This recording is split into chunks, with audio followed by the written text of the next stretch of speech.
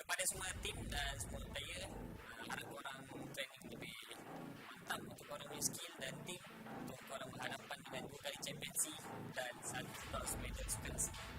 Korang boleh cabar saya so, sini saya akan mengkalkan title kalau berani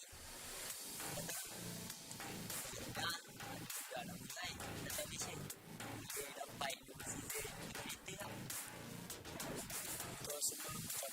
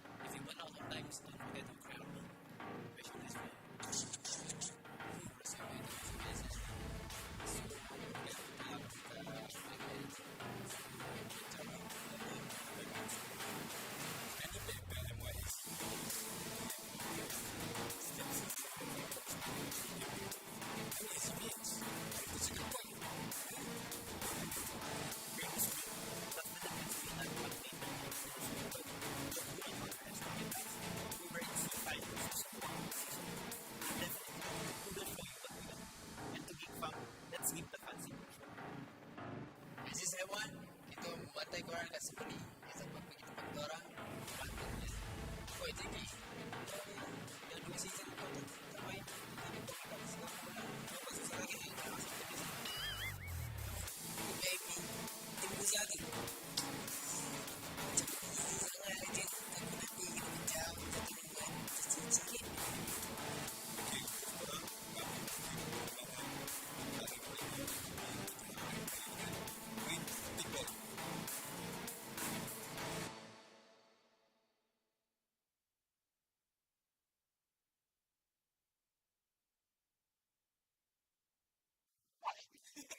Sus.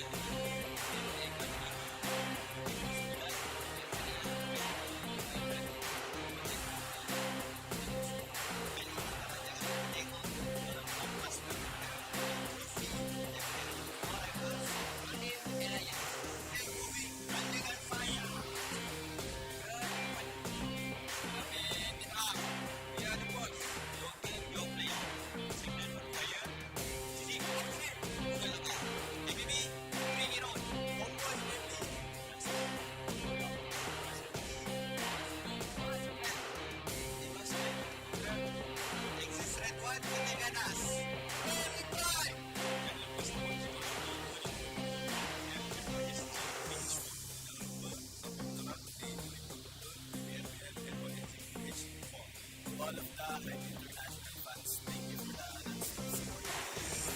Guys, that was pero isa si Kyle, hindi mo na yung MPL MY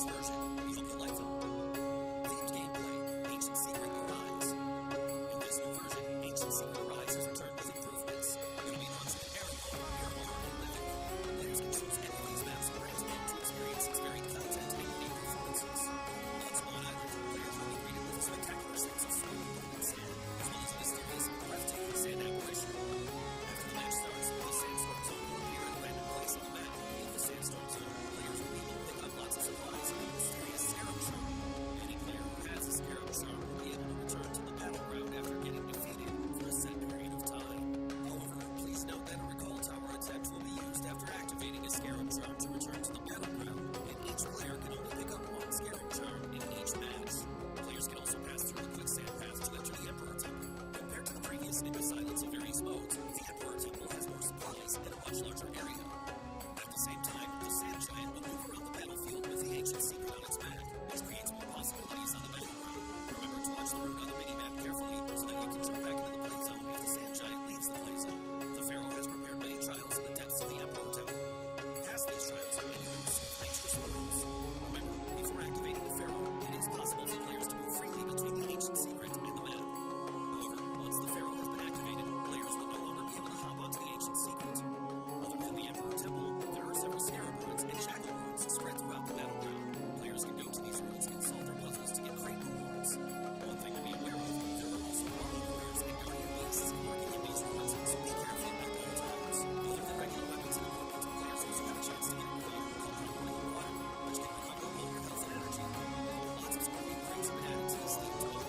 Defeat the normal scorpions guarding the crates, and you will be able to get the valuable supplies hidden within. The new desert merchant is also a good place to get supplies. Save up shop tokens to buy combat supplies from the merchant, and there's even the chance of getting random discounts on items. Basic experience improvements. Besides the ammo, we've also made firearm improvements. We've slightly reduced the damage output from the infected vector, slightly increased the fire spread and the area from the fire, and slightly nerfed the effects of the laser sight attachment. We also raised the base damage of the Thompson SMG. At the same time, we've slightly increased its bullet speed. As for the PP-19 Bison, we've slightly increased its rate of fire to improve weapon efficiency. In the case of assault rifles, we raised the load damage of the AK and slightly improved its aim assist. We've also reduced the recoil of the Scar Gun and slightly increased the base damage and damage drop-off at longer distance than other weapons. This version also introduced the AO and powerful sniper rifle that can do damage to enemies through vehicles and do basic damage to vehicles. It takes explosive 50-pound rounds that are capable of striking players or vehicles. Such updates. Second Fire officially started the major version update. C3 has 7 seconds, C3 has 7 parachute, and we are legendary rifles will be added to the season bonus pack. In the new season, we've also added a season bonus point card and radio protection card that can only be used during the season to help everyone climb the ranks even faster. Individual training rules, cell location training. In the new version, we've added a cell location training system to the training grounds. Players can use this to train their ability to look at enemies by listening to gunshot sounds and footstep sounds, which will help players become more aware of their surroundings during the match. Other updates. Other key updates mentioned above, the PUBG Mobile X Blackpink collaboration has prepared a virtual concert for everyone. Let's all have lots of fun in the game this summer. That's all for this video. We hope that version 2.1 will give everyone a better gaming experience. For more details, feel free to follow the official PUBG Mobile community. See you next time.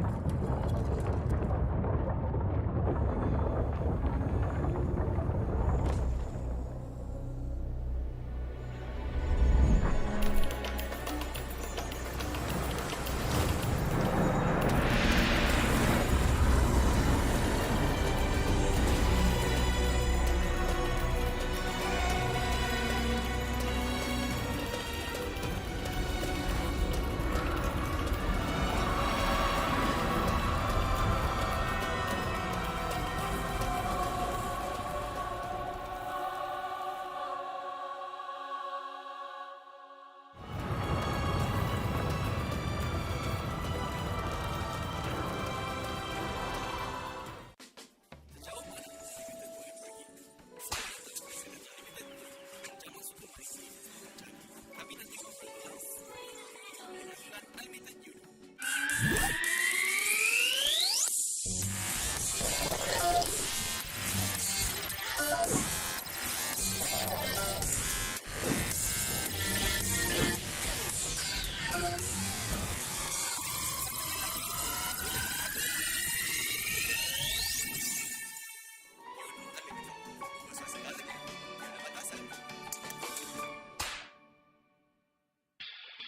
Yoodo.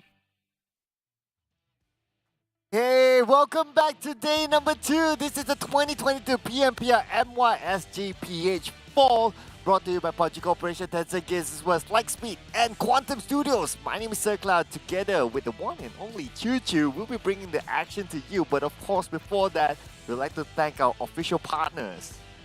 Yep. Which one is that? So many, because right now we're having one of the best season ever, especially our official smartphone partner, which is going to be Realme. This is the latest GT Neo 3, also with the latest chipset of MediaTek Dimensity 8100 5G. Definitely will be upgrading your playstyle, and definitely you'll be one of the pros one day if you're using this smartphone. Also, thank you so much to our official digital tackle partner, which is going to be Yoodo. You know best for yourself, so you can customize with Yoodo and play PUBG Mobile for free, and it's going to be unlimited data for your PUBG Mobile. And also, thank you so much for our official live stream partner, which is going to be TikTok. Don't forget to hashtag be the one with our recent TikTok challenge. Update us with your latest creative content, and don't forget to follow our official PUBG Mobile TikTok, which is going to be PUBG Mobile MY official, PUBG Mobile Esports.sg, and PUBG Mobile official PH. Now we're down to day number 2. There's no warming up to do for this, guys. The format is really hard and really brutal. Speaking of day number 1, Team Secret coming in very late, but still getting that number 1 spot. Yeah, it doesn't matter how you start, right? It matters how you end the other day. So, Team Secret currently at number 1. They open up a 12-point gap with the number 2 spot. But then again, let's not also forget teams like GEEK Fam. They started off well. Their second half not so, but they're still in the podium spot at this moment, I'd say. Now, some of the teams that we also talked about, like we're waiting for them to come up and show their stuff, and maybe, day 1 is like a warm-up day. It's like 4 rivals, for example, or even Genexus. They had a good record last season, but so far day 1 wasn't their day. But hey, like what all gamers say, it's warm-up round, right? And the thing is, with this new format system coming from last season, it's not really that, how I say, pleasure for these guys to actually have a bit of ease into it and just warming up, because they do know that by the end of this week they don't have that much time, and just like what is it, like 5 days of playing non-stop, and then they will be graded based on their entire week performance. Then only they get to see the points that will actually drag them into the grand finals. Yeah, so that is definitely the risk, and because of current format of like having the weekly bonus points and so on and so forth, we've seen whatever happened last season. You start off late and that's it. It doesn't matter anymore. So it really forces the teams to play consistently from the start, from the get-go. But at least I would say that if it's like day 1 up until maybe the 5th day, it is still kind of okay, but it's still within the same week, it is fine. But if you bring that sort of inconsistency towards week 2 and week 3, then there's a problem. But we're going to have to wait and see later on who will perform today, as we're going to jump straight into the format. In case you guys haven't got a clue what happened yesterday, we're going to recap later on. But for the schedule and the format, we're starting off with yesterday, which was the first Wednesday on the 20th of July. And we're playing the Country League up till the 7th of August, which starting yesterday up to August, and from Wednesday up to Sunday from 5 matches per day. And then we're gonna jump over to country finals. I think this is where only 16 teams will actually qualify, if not, I'm not mistaken. Which is gonna be 26 to 28 of August with 6 matches per day. Then we're gonna have the top 4 going for the PMPL Championship, while the rest 5 to 7 will have to play the play-in first. Correct, and only top 3 from the play-in will move on to C Championship. And for the point system, same. It's going to be first place, winner, chicken dinner. Every round will receive 15 points. Second place, 12 points.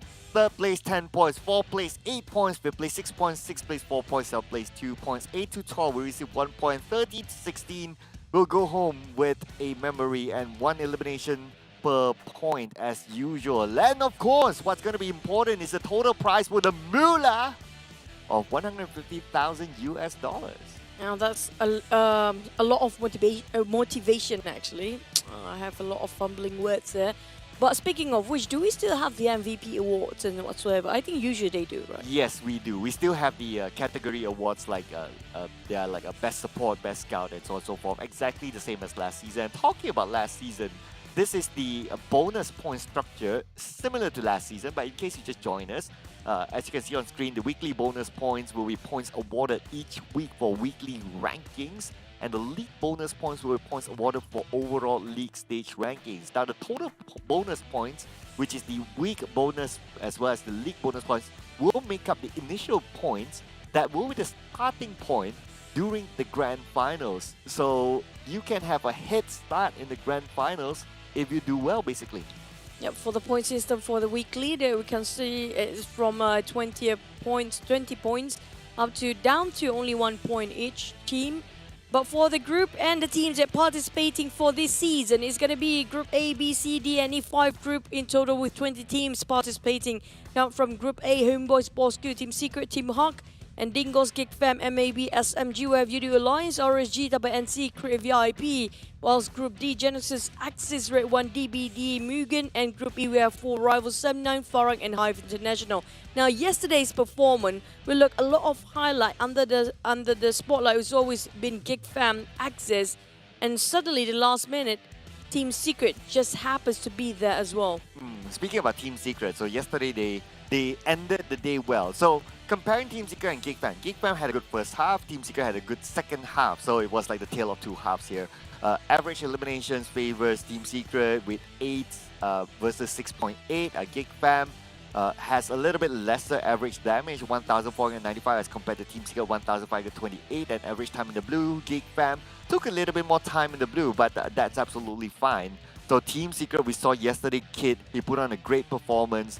In the final round in Miramar himself, he got 7 elimination points, and that's almost half the team's eliminations. And just to recap a little bit of the highlight yesterday, the first half dominance from GEEK.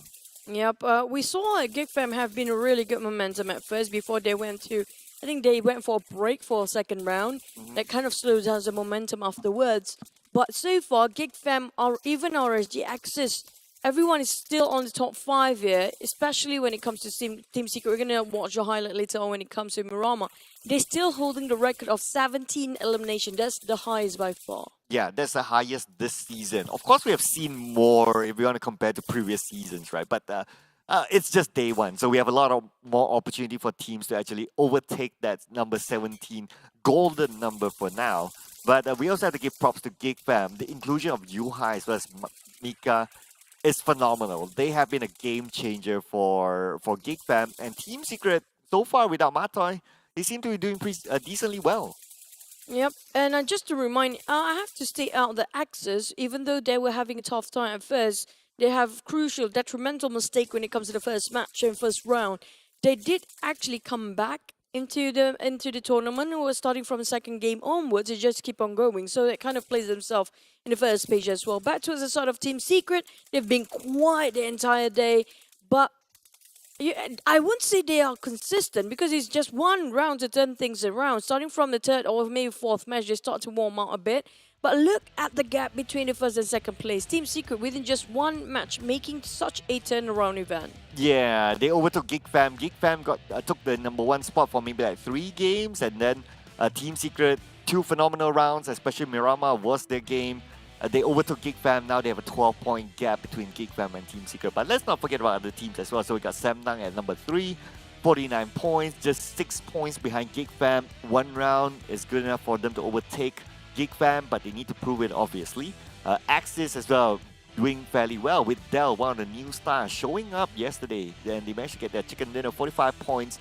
MAB, no chicken, no problem for them. Still able to match up with the total amount, the same total amount of points as Axis. So we can see here some new names, some old names coming back as well. Yeah, before today's matches, as usual, we're going to drop by Sunhawk first, then going to be double Wrangles and double Miramar. But the group will be not the same every single match. We're starting off with A, B, D, and E. So C group will not be participating for the first match, where Yoodo Alliance, RSG, Tabah NSEA, and Crave VIP won't be playing the first Sanhok for today. But for the rest of them, for A, B, D, and E, they have to be really ready. Now, speaking of MAB included, we have to put in our minds that Iftar yesterday, his performance, many times that he popped himself up as the MVP. It's not the number one spot, it's always the second, third spot, but almost every round there's Iftar for MAB in there. Yeah, it almost feels like he inherited the strength of what used to be John towards the end of last season, that he bring up like this MVP-ness performance. And I think Iftar, even last season as well, he has been a little bit under the radar too. He did show up a little bit in terms of like some of the top stats, top fraggers, or even like damage dealers. And it's nice to see him starting off well for day number 1. MAB, I can say that they are one of the underdog teams that people don't really pay too much attention to. People normally pay like, your typical 4 rivals or your Team Secret Sem9, but MAB showing a good strength on the day 1. Well, it's not really day 1 for the watch party going on, because we have mentioned since yesterday for you guys who happens to be in Selangor, Johor, Perak or Sabah, do drop by with the selected date 23rd to 24th July for Selangor Paradigm Mall, 29th to 30th July in Johor Paradigm Mall, while 6th to 7th August will be in Ipoh Parade, Perak, while 13th to 14th August will be in Suria Sabah for PMPL watch party, and also the PM City on ground. We do know there's a lot of roadmap coming up to reach up to the PMPL levels, like including PMCT. Yeah, PMCT is definitely one of it. Of course, do stay tuned to the PMCT as well, and you will know what will be the next step. I believe after that will be PMNC from PMCT, but of course that will be a different conversation. We'll be talking about the PMPL, of course, and our predictions for game number 1 would be, of course, I have to say that they are bringing the momentum now. Team Secret stands a good chance in Sanhok. Well, we're gonna have to wait and see. There's a lot of miracle plays done by like last season, but for this season, maybe we can see something. Seems Team Secret looking very strong, but for me, it's gonna be Team Hawk, because you know what?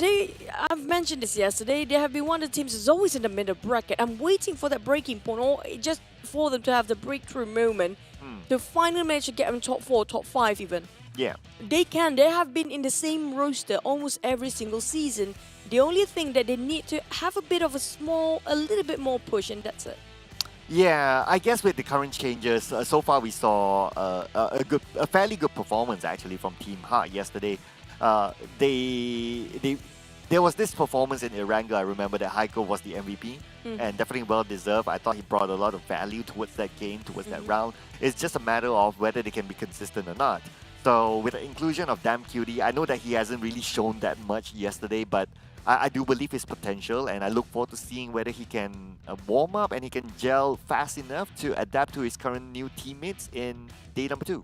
That's true, but don't forget about GEEK Fam yesterday. Their performance is just sublime. I'm talking about Snipes, and also the entire team, the entirety of GEEK Fam just know how to work around themselves. Like, if they've been cornered, they've been how do I say, literally being covered by all the other teams surrounding them, but they still managed to survive. Same goes for Team Secret. Now they're going stronger for this season. Definitely we saw a bit of a change, but that change impacted the entirety of their roster when it comes to the dynamics of plays.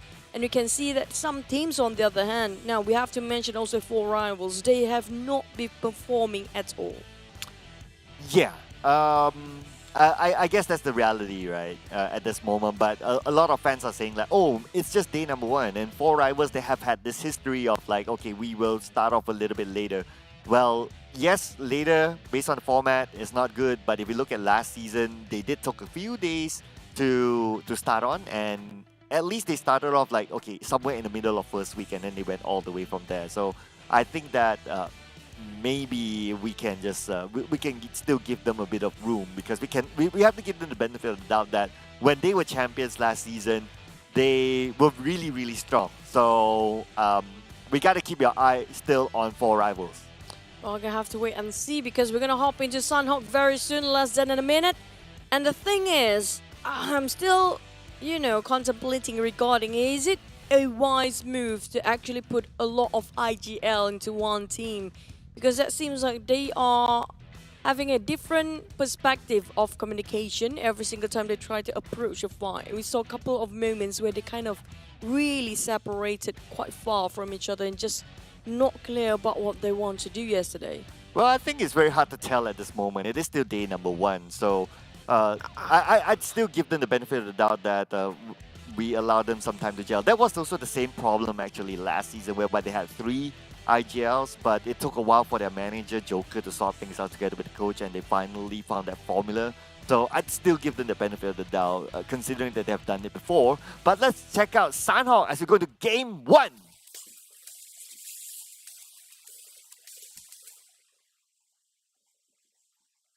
Now flying over Sanhok for first match of week 1, day number 2. Are you guys ready for the fights here? Because we do know Sanhok is the smallest map that is. Yesterday, starting off really brutal for most of the teams. Some of them didn't have any points, but hopefully everyone at least get 1 point eliminations for this round so they don't go empty-handed. Coming out all the way, cutting across the map.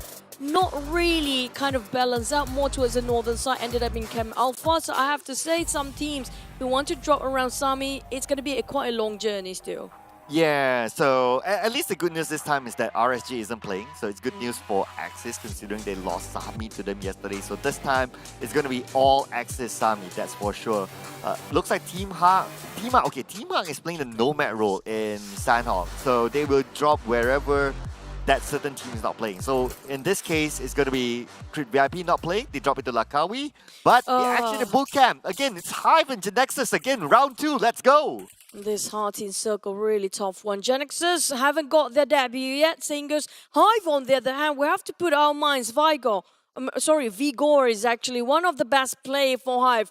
Fearless, reckless, you call it, but he knows what he's doing. And if even it's 1v4 against DBD yesterday, he did what a wonderful performance. So hopefully today he got himself that same momentum, that same cylinders engines out.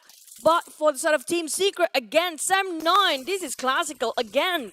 So many times Team Secret were actually fighting and always been fighting Sam9 here. Well, very interesting. Team Secret for this season, they changed their draw slot towards Camp Alpha. And Sam9, they seem to open up, they stretch up their territory towards Camp Alpha. And that's where Izane became the victim of that stretch. But now we move back over to Bootcamp. Vigor knows exactly where his opponents are at with the shotgun in hand. Long on the other side has an AK, and Xiao Boy as well is currently in the lineup. So HYVE has one down, 3v4 at this moment. In the CQC, shotgun always will be a big advantage for them. Hardly miss. All you need to do is just pull the trigger for once. But for Lungho with the AKM, kind of hard to control the recoil this side. And there you go, found out Vigor. That's going to be the most important person coming out from HYVE. And HYVE, boy oh boy, decimated in the hands of Genexus, the first one to be eliminated. But at least they got themselves 1 elimination point. Still managed to redeem themselves with 1 person of Genexus going down. A bit of casualty coming out from Genexus, but seems like they're going to be okay. Yeah, the rivalry from Scrims carried over onto the actual tournament, the rivalry for Bootcamp, the battle for Bootcamp. So far, as what we can see, it seems to favor Genexus. Yesterday it was kind of like a stalemate. Both teams left Bootcamp at some point, but now Genexus has shown that okay, Bootcamp is ours. I'm curious to know whether Day 3, are they still going to contest it or not? I just need to look at the groupings later on. But for now, Genexus 1 and HYVE 0. Yep, at least 1 for 1 elimination points. They didn't go empty-handed, right? So it's not so bad. But for the side of HYVE, we're looking for their performance, really. But Genexus, if you compare with all the other teams, they're really good when it comes to CQC. It's kind of hard to find a very short range or close quarter compound fight against Genexus. That's where they perform the best. But when it comes to their migration and rotation, transition into the circle, it just didn't work out quite well yet for the side of Genexus. Yeah, yesterday they were trying to find this their spot or wherever they want to stop at, but unfortunately they couldn't do so. But if it was funny yesterday that if it was the Genexus that we know of last season, whoever who's right in front of them, they would just bang into the compound and they would just take it over. But yesterday, it was a fairly passive kind of gameplay coming from Genexus. They went to a certain compound, they scouted, they know that someone's there, but they retreated.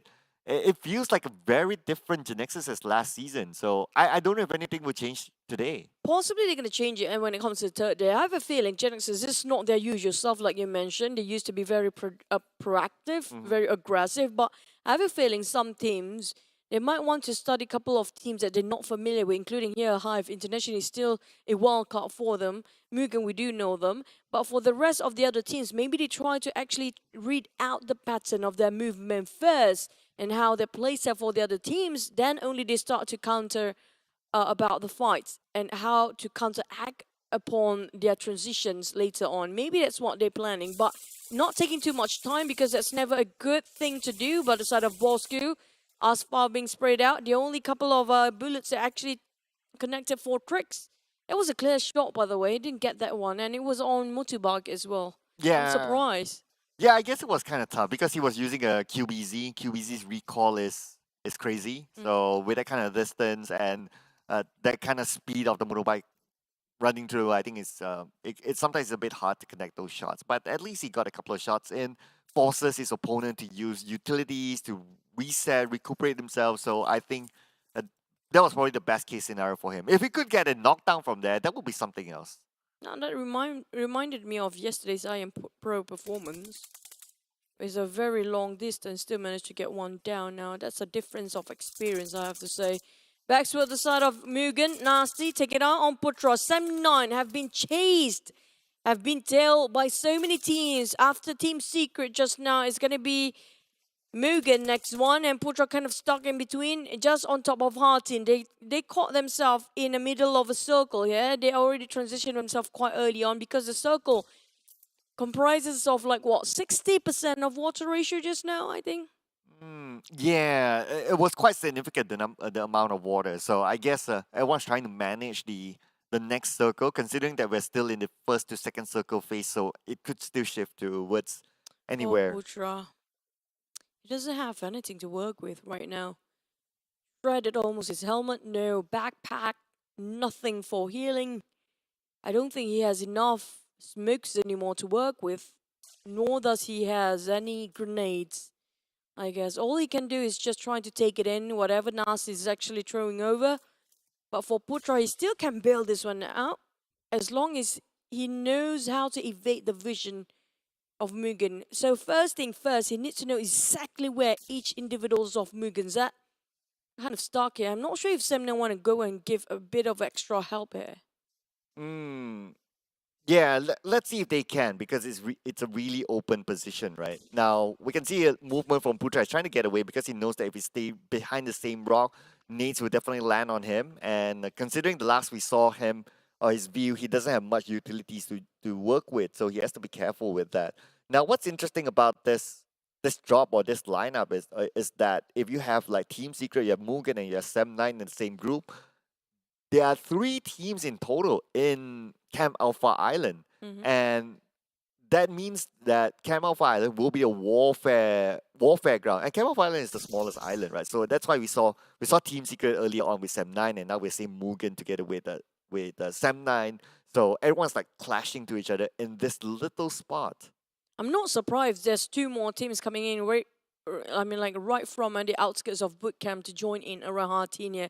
Because based on the last circle just now, it was quite apparent that we're going to have an Hartin circle all the way. But some of them are smart enough to actually tank the blue, but taking a bit of a cruise with their ship here, with a motorboat coming up from MAB, tanking out the blue. Same goes for Axis and Farang Guerilla. So these teams, they're taking their own sweet time, not rushing, as long as they get that safe. Now, we did mention about yesterday regarding the teams that rotating, not too late yet, not too early, just in between, managed to get away with chicken dinner. A lot of the case is there. So that's sort of the same pattern we might be witnessing for today.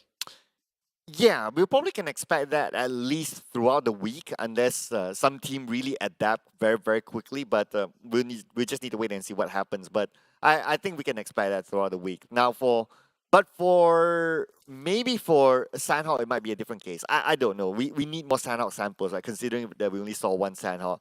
But I'm also interested to see that how many teams are going to play the healing game. Are we going to see new teams playing the healing game? Now, Axis, definitely one of them. For the rest of, I would say, Farang Guerilla is definitely one of them. We saw them doing that last season. Now, I wonder if any new teams would want to join this fray. Well, definitely Dingoz already start to drop their first 8 kits to one particular player, so we might have one more team joining in the healing game here. And for Axis, Genexus, I'm not sure if he even planned to get out from it. All he needs to actually just walk out, but he tried to collect himself as much first aid as possible. So the healing game will commence for day number 2 here, definitely.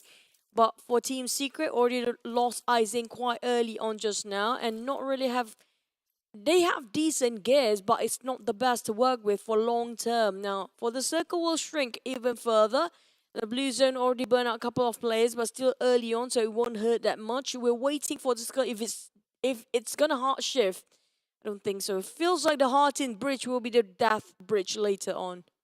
Now, there's a reason why everyone's more on the Camp Alpha Islands as compared to the main peninsula side. It's because of, even if the circle goes the other way, they can still swim across. They can still make it. That's why they're playing by the edge. But let's say if the circle goes towards Camp Alpha Island, then the Camp Alpha here will be a winning or prime position spot. So hence we can see that most of the teams, they are ready in that area. So they will race towards the hilltop the moment they get the signal. Now, this is exactly what HomeBois is currently doing. They have this kind of split whereby they send 2 players down and they have 2 players on top because they know they have done it before. They have been in that situation where if you are on the Camp Alpha hill or mountain, chicken dinner is definitely yours. Yep. We can see everybody trying to fight for the prime spot here when it comes to Camp Alpha, but the circle just now feels like it's going to go north all the way. I'm surprised that Putra still survived after such a long time and Mugen's not taking a step forward. They have everything that they need to. The fact that Putra is not retaliating, it just shows that he doesn't have enough. But Mugen's being so cautious. They have been waiting so much time and resources just to get that one particular player coming up from Sem 9. I'm not sure if the rest of the team are gonna actually hand out a couple of backups for the side of Putra or just leave him be. Because he really needs some work, or he really needs some extra help there. We saw last time, I don't think he got himself a couple of loots during the waiting. But for the side of Genexus, they won themselves a first team fight just now, and 4 rivals just arrived. Yeah, 4 rivals is coming towards Genexus, so 2 teams with a lot of firepower in them. But Genexus, unfortunately, they'll be playing with 3 team members. So it's going to be 3v4. Let's go as Cellboy is waiting for the right moment. View gets one over from Buru, long over Appy, and it's falling apart for 4 rivals. Hope you know exactly where they will be coming from. The entry point and another team fallen in the hands of Genexus. With a lot of points being garnered by the side of Genexus for now.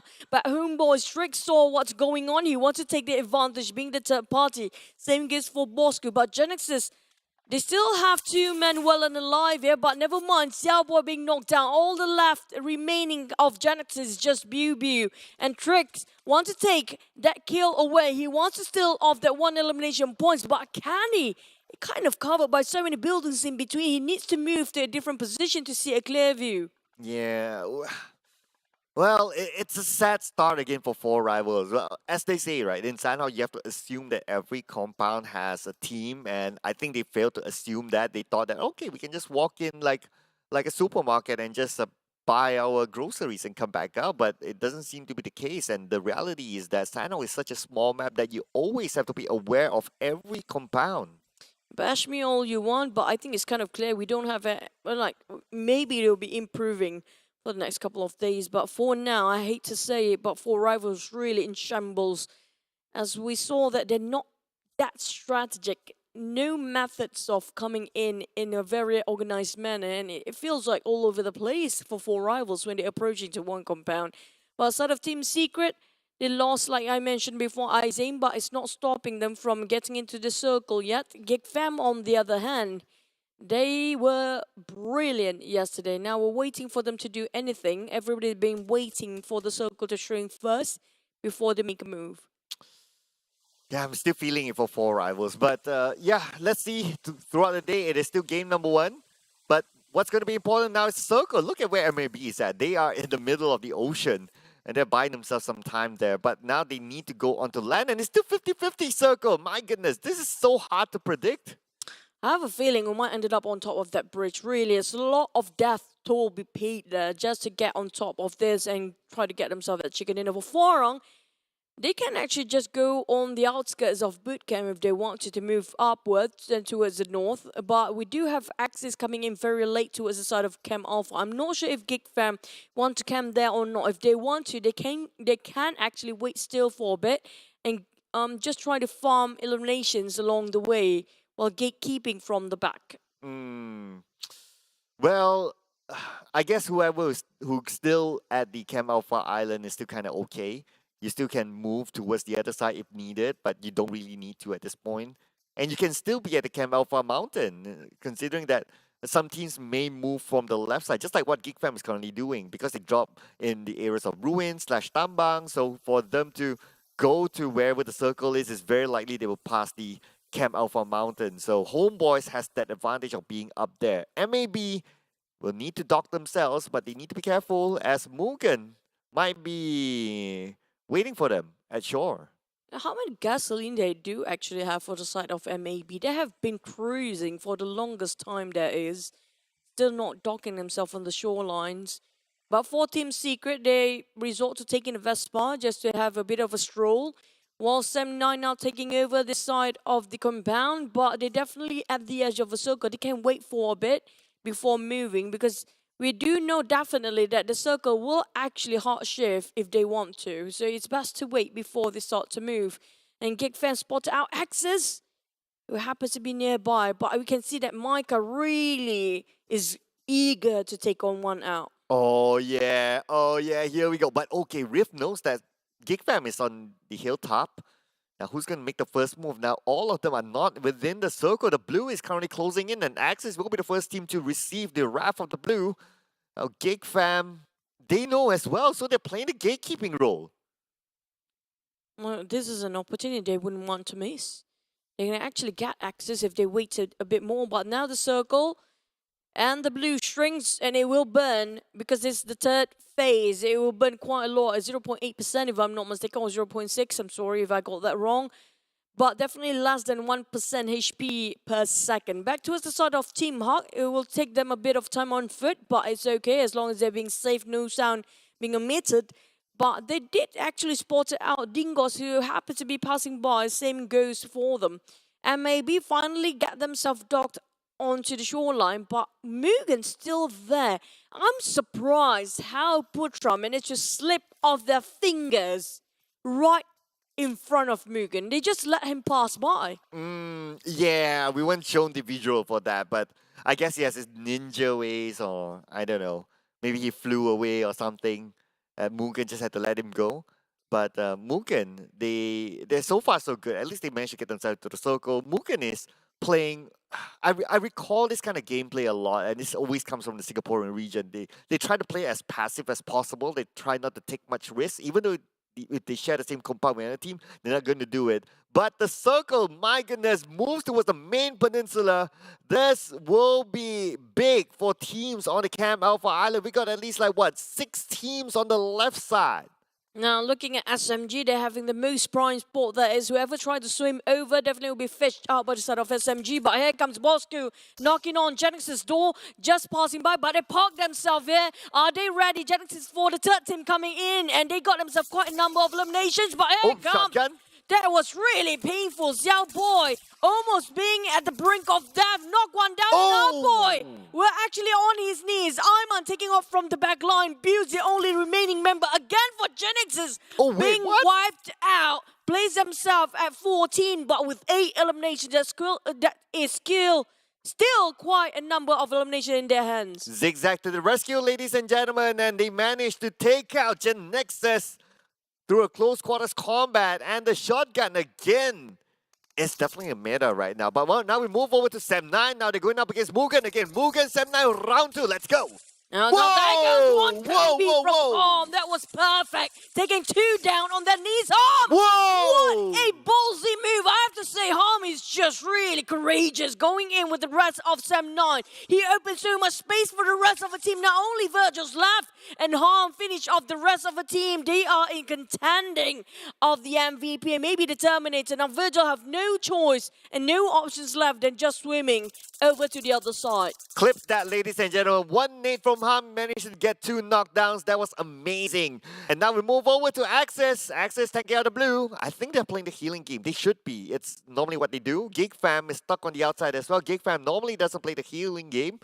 Now Snipes is down together with Micah. So now it's going to be Damru together with Yuhai. Damru. Oh, Damru 18. First aid. So he's going to play the healing game too. Yuhai tried to actually gain as much eliminations as possible. We do have Axis Dell on the other side. Now, this is another Wonder Boy we talked about yesterday. Here comes another MVP of MAB Iftar. An M416 running over. Level 3 of Vest and level 2 of Helmet will really fare him quite well. Not really. That was a really long shot coming up from Zix. Yeah, it came from the other end there. And maybe now having trouble to get into the circle as they're tanking on the blue. But MUGEN looks like they're out. Number 13, 0 elimination points for them. That means no points in this round. 5 eliminations already for Sam9 as they're dominating this round. Now Zix trying to find another victim on top of his crosshair. Getting one within a very long range. Definitely a fruitful patience been waiting all this while. With Team Secret, they're being actually stabbed from the back. Same goes for HomeBois. Now they're being closed out by the blue. They need to actually move forward. But how to actually pop their hats right from this bridge? Like we mentioned, this is going to be the bridge of death. But Kit will be finished off by the side of HomeBois. But they are burning themselves quite a lot here. Only a couple of med kits to be worked with. First aid's gone, first aid's done, but the circle ended up in no man's land, except for Farang, who's not been challenged at all since the start. Ooh, it's an insanely tough circle here. We can see that Ham is taking out the blue together with Asfa from Bosskurr. And on the other end, it's very, very tiny, very small, but there's someone else as well still on the blue. Monkey from MAB together with Calamity, finding it hard to get inside. 6 now goes up against Team Secret. Fredo gets one to Zigzag as Iron Pro tries to secure those elimination points. Oh, Iron Pro got one. Team Secret in a turmoil, but saved by the side of SMG. Oh, SMG just opened a pathway for Team Secret to climb up before they actually start to move. But Sam9 spotted out on the side of Team Secret. Now they're trying to swim over, but iShot being spotted out by Harm. Now Harm doesn't have any first aid. He got himself. That Band-Aid won't work, but that's going to be the last of Sam9 remains, and it's going to be them placing themselves at 11th. But Ham still had his highlight. But now we move over to Fredo from Team Secret swimming. And this is hard. This is hard. If you're swimming and you're in the blue at this point, pretty much gone. You can't heal in the water, so that's going to be tough for him. But for Farang, looks like an easy circle for them as the circle favors towards Farang Guerilla. This is a bizarre circle, just showing a lot of river instead of land ratio. We're definitely making it so hard for the players not to just swim over, to place themselves in which part of very small land. And we're looking over, only a couple of teams managed to squeeze in there, and the rest of them have to cross and swim over, and they just kind of regret it. They're taking Cam Alpha or even staying in the hard team for too long. Back to the side of SMG, they're just at the shoreline, found it out by the side of Team Huck. But DBD finished off by the side of Playzone. MAB on the other hand, he's playing the healing game for sure now. Definitely no way out too far off from the circle. He's just going to buy himself a bit more time to place a very good position. And maybe resorting to the healing game, that's their last option. Team Huck, on the other hand, they need to find a way to get onto the other side. But SMG has a compound and they have this circle locked in. Team Huck finding it difficult. The moment they show themselves on the road, that's it. The road is super. Even if you pop smokes, they can just randomly shoot and it could still land those shots onto Team Huck. Side of GEEK Fam, Yuhai trying to buy as much time possible, waiting and swimming with one first aid. Damroot we saw with the most first aid before already finished off. And Yuhai being fished out. It's going to be on the side of Farang. He heard the movement. He wanted to finish him off. The last member of GEEK Fam now at the hail at the mercy of Molix of Farang, and he will not let him off easily. Yuhai have no way to climb up, but SMG might just buy a bit more time for Yuhai as they distracted Farang to give their full attention to the side. And somehow Yuhai is still alive, but the name on the Shinzi almost taking him out. And SMG, they need to defend this location against Farah. Yuhai has nowhere to go, and GEEK fam will be out. And that's going to be Farang Guerilla against SMG. The circle still favors SMG. Yep, just at the rim of it, Oh, Stone? touching, and now Farang. Farang, Stone jumped down just now, eager, too greedy to get Yuhai. It cost him his life, definitely being punished entirely for Kacang Susu. That's a long shot from the side of SMG. Shinzi see through everything and everything. Same goes for Johnny here. SMG, they are conquering the circle right now. They had the circle locked in, and teams on the other side finding it hard to get across. MAB number 5, 3 elimination points for them. And looks like Bosskurr is playing the healing game. We can see that Asfa is currently doing it. And a Farang Guerilla down to Minz and Team Hawk on the other side. But the moment the circle closes in, it's going to be hard. It's definitely champions now. It's definitely chicken dinner for SMG. That's true. For sure. But the thing is, will make a difference for the other teams. Who will go down first? Farang Minz is burned off by the blue. He doesn't have a choice and just move forward and stand up for a bit. That definitely will expose himself. Shinzi also being clipped down, but it's going to be SMG with second place taken by Farang. I have to say, they played healing game, and that's what's worthy. And that was fruitful for them. For the side of SMG, they got themselves not a double-digit elimination, but definitely will push them quite a lot with that chicken dinner. SMG made the choice of not crossing over their regular draws for it's in boot camp, and not too far of a rotation for them, and it kind of makes sense why they don't move over to Camp Alpha Island immediately, because the circle is still not that far away from them. And they reap the benefits of waiting and patiently in their own main peninsula, and at the end of the day, the circle shifted towards that side. Hence, SMG, they got this chicken dinner. But Sanhok is this kind of map where it's very, very circle dependent. If you happen to drop around there, and the circle favors you, you're pretty much secure the chicken dinner. It is that hard in Sanhok. But nevertheless, congratulations to SMG, their first chicken dinner this season, and so far, Choo, all chicken dinners are all different teams. That's true, and so far we haven't got ourselves a double chicken dinner for any team just yet. And this is actually a good sign for most of the teams out there, and also for our scene of MYSGPH. It just shows that these guys have improved tremendously from last season. From the start, we're looking over Genexus have been trying to defend as long as they can for this compound on top of bootcamp. 3 teams coming in, knocking on Genexus' door. And they just have to defend, but it's just too much sometimes. When the side of 4 rivals arrive, it's just too much for them to handle. The firepower is not enough on their side. Only remains with Xiaobo and BB till the end. But for the rest of the other teams, we learned something since yesterday, is that not too hasty when it comes to making a decision to transition themselves into the circle. Because so far we saw when it comes to the 4th or the 3rd circle, then only you start to realize that, okay, we get to go this part of circle.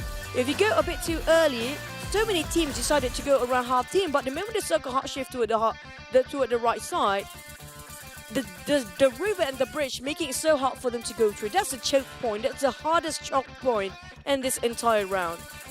Although I think that it's a 50-50 decision, right? Can you imagine, let's say, if the circle went to Hatin, went to Camp Alpha Island, then it will be a totally different story, because even for SMG, who's on the main peninsula, wants to swim over. When they swim, it will be the same case as everyone else earlier on. Like they will be fishers, and everyone will be fishing for them. That is just how cool this kind of map is, and this kind of circle is, especially if it's divided 50-50 towards the end. But again, congrats to Team SMG for netting this chicken dinner, and also for the other teams as well for getting into the top 4. Yep, for SMG and Farang, I have to say Farang bought so much time for the rest of the team. They've been playing a bit of healing here and there. Same goes for Bosskurr. Team Huck, on the other hand, have been very consistent since day 1 now. This is a team they should watch out for, because Team Huck, no matter what, they still managed to squeeze in the top 10 in the very last minute. We mentioned about this. No chicken, no problem. You don't have that much elimination points, no problem. As long as you have the consistency to remain as a top 5 or even top 8 survivor till the end of the time. But for the side of SMG, congratulations for this chicken dinner. With not that much amount of throws being used, we're looking over the most used and the most distance travel. It's going to be from Team Hawk. They've been traveling quite a lot. Now, I do want to know how much traveling distance for MAB because they've been on the boat all the time. Oh, yeah. MAB might be the travel winners because they drop into the port area, the dock area, and then they took a boat, so they went like probably from the southern side all the way up, so that's a ton of travel distance. But looking at the numbers here, so 7 elimination points for Team SMG, bringing them to a total of 22 points, and Farang Guerilla 15 points, Bosskurr 14 points, Team Hawk 10 points, and then it's going to be MAB 9 points, Genexus, depending on 8 elimination points only, they managed to get 8 no placement points for them. Axis tried to play the healing game, didn't really work out for them. 6 points for Axis and Sem9 6 points as well. Team Secret, who was hot yesterday, managed to only get 5 points in this round. DBD as well as HomeBois both sharing 4 points each. GEEK fam, the hard team yesterday too, 3 points only, but our MVP comes from Sem9. I'm surprised at MUGEN. I'm a bit disappointed by the side of MUGEN, who actually managed to lock down on Putro quite early on when he was literally having nothing to work with. But this guy just managed to squeeze himself out of the predicament and managed to survive almost at the end of the game and still managed to get himself this MVP. He didn't have any utilities to work with, 1 elimination on his side, but for the overall scoreboard for now, still holding up the top 3. It's going to be Team Secret, GEEK fam and Sem9. But look at the points coming up. Team Secret, you said they just gained 5 points just now, but still an open huge gap between the first, second places. 72 points for Team Secret and GEEK fam still at 58 points. I must say a piece about the MVP because I felt that Harm deserves the MVP because of that one Nate getting 2. Yeah. And then after that, he still managed to get another elimination after that. So, well, I hope that at least gets into a special highlight for Harm because I think that deserves a special mention. But coming back to the board, so it's like what you mentioned, Team Secret opened up a gap here. It's going to be 14 points gap. Is it 14 points or 24 points, is it? No, it's 14 points. 14 points gap between them as well as GEEK fam. But then again, to be fair as well, there are some other teams that have yet to play today, especially when it comes to Group C. So we'll see whether that changes the overall scores later on or not. But yep, currently Team Secret still at #1 spot. Yep, and just widening up the gap even further, where GEEK fam, even though they kind of decimated quite early on, but they're still going to play the next round. If I'm not mistaken, for a wrangle later, we won't be having only Group E, which is going to be 4 rivals, Sem9, Farang Guerilla and HYVE International. But let's recap about what really happened for the side of SMG. Now, I do remember SMG, they are quite segregated at first, like how we saw just now. They have one scouter just to see the perimeters if there's anybody approaching. But this is where it gets really tricky. Do they actually go to Heartin or do they not? But they are not that reckless or hasty about making the decision. They're taking their own sweet time to really discuss it within the roster. And they decided to stay for a bit at the outskirts of Paradise Resort Bridge.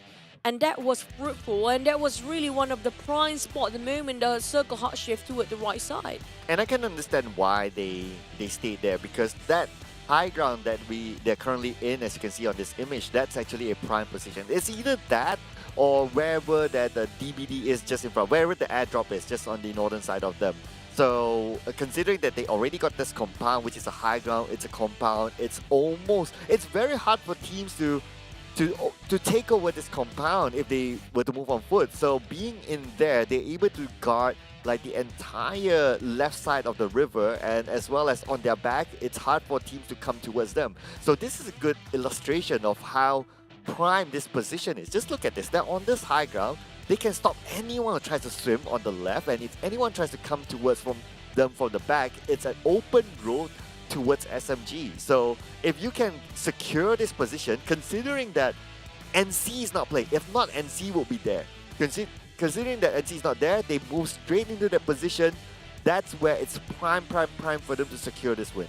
It's a vintage point definitely for SMG, but for the others though, Team Hawk coming in very late in the back line. a lot of players and teams actually being taken down the moment they try to cross over back from the side of Hearteen. And we saw the moment even the side of GEEK fam will try to swim over with the last remaining member, which is going to be HYVE at that time. Definitely have no room to dock himself. Same goes for side of Farang here, who Stone was too eager and greedy to chase over HYVE, already being shot down or finished off by the zone. He still jumps down anyway, caught himself in a trap. Therefore, SMG, I'm loving the fact they are separating into 2-2 formation where another two is covers on the other side because of the slope between the hills here. So definitely they need more eyes towards the one that coming in to dock themselves swimming over. So they're really conquering the circle all around for SMG. They have been thinking it through and they definitely would deserve this win. Yeah, definitely. Talking about thinking, I totally agree that they put a lot of thought into their strategy. They have studied the grouping, they studied the drop spots, and they know that NC is not playing. Hence, the moment they finish up their loot, they see this kind of circle, go straight to take that high ground where NC would have been at, and that's what secured their chicken dinner. And of course, the rest of it is like, you just need to win your fights, and you just need to have a little bit of luck of the circle, and it's all in. But you know what else is all in? Our official smartphone partner is in. Yeah, with the GT Neo 3, the Neo Speeds awaken with the latest chipset of MediaTek Dimensity 8100 5G. Definitely, you have to switch over to this phone right now because it's gonna give you more immersive, more upgraded version of PUBG Mobile that you can feel like you are in the game when you're playing. Yeah, and of course, we also have to thank our official digital telco partner, and that's gotta be Yoodo. So you guys can switch over to Yoodo today and play PUBG Mobile for free. All you need to do is scan this QR code and it will lead you to a Yoodo app. From there on, you can switch over to Yoodo, get the app, all the instructions are there, and so on and so forth. But also, not to forget as well, our official live stream partner that's going to be TikTok. But ladies and gentlemen, we'll be taking a little bit of a break before we head on to game number 2 that's going to be happening in Erangel. So my name is Sir Cloud, together with Choo Choo. We'll be seeing you after this.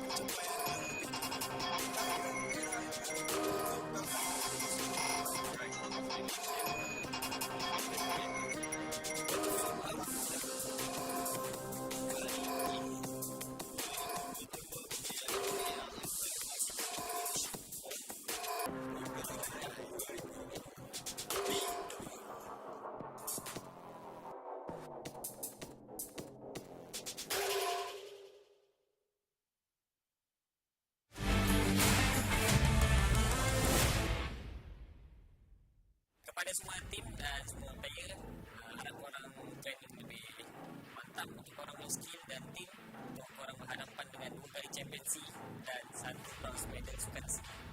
Korang boleh cabar saya memang. So, jadi saya akan mengkalkan title champion saya. Kalau berani, datang. Kita ada anak mulai datang mission. Boleh dapat 2 season 2 liter lah. Untuk semua bocah-bocah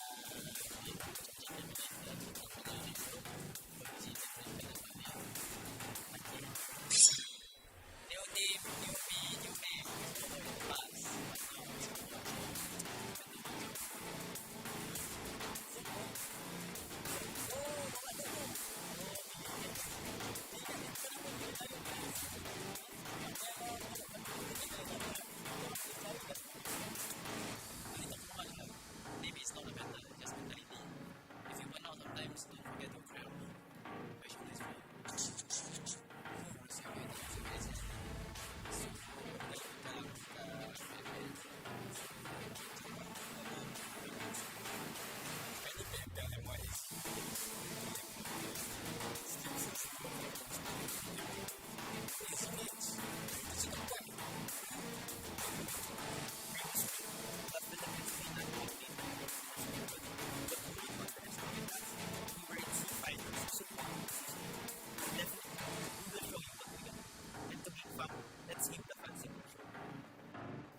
Lemon, kita membantai korang dekat server ni. Yang satu pergi tempat korang.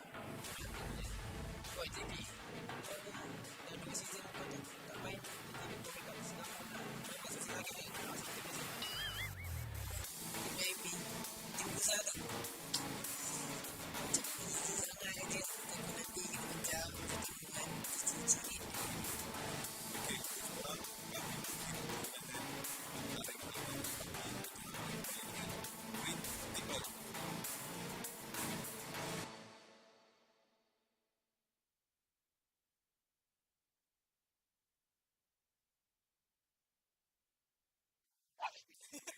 Sus.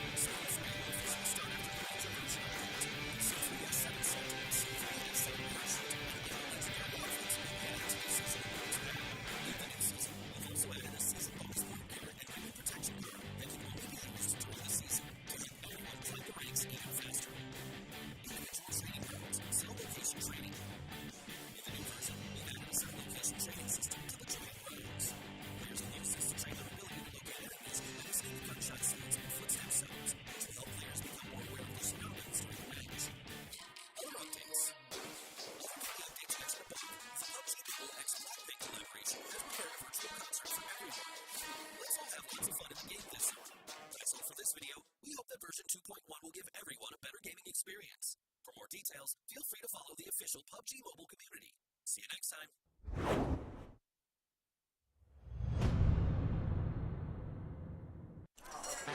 You've changed.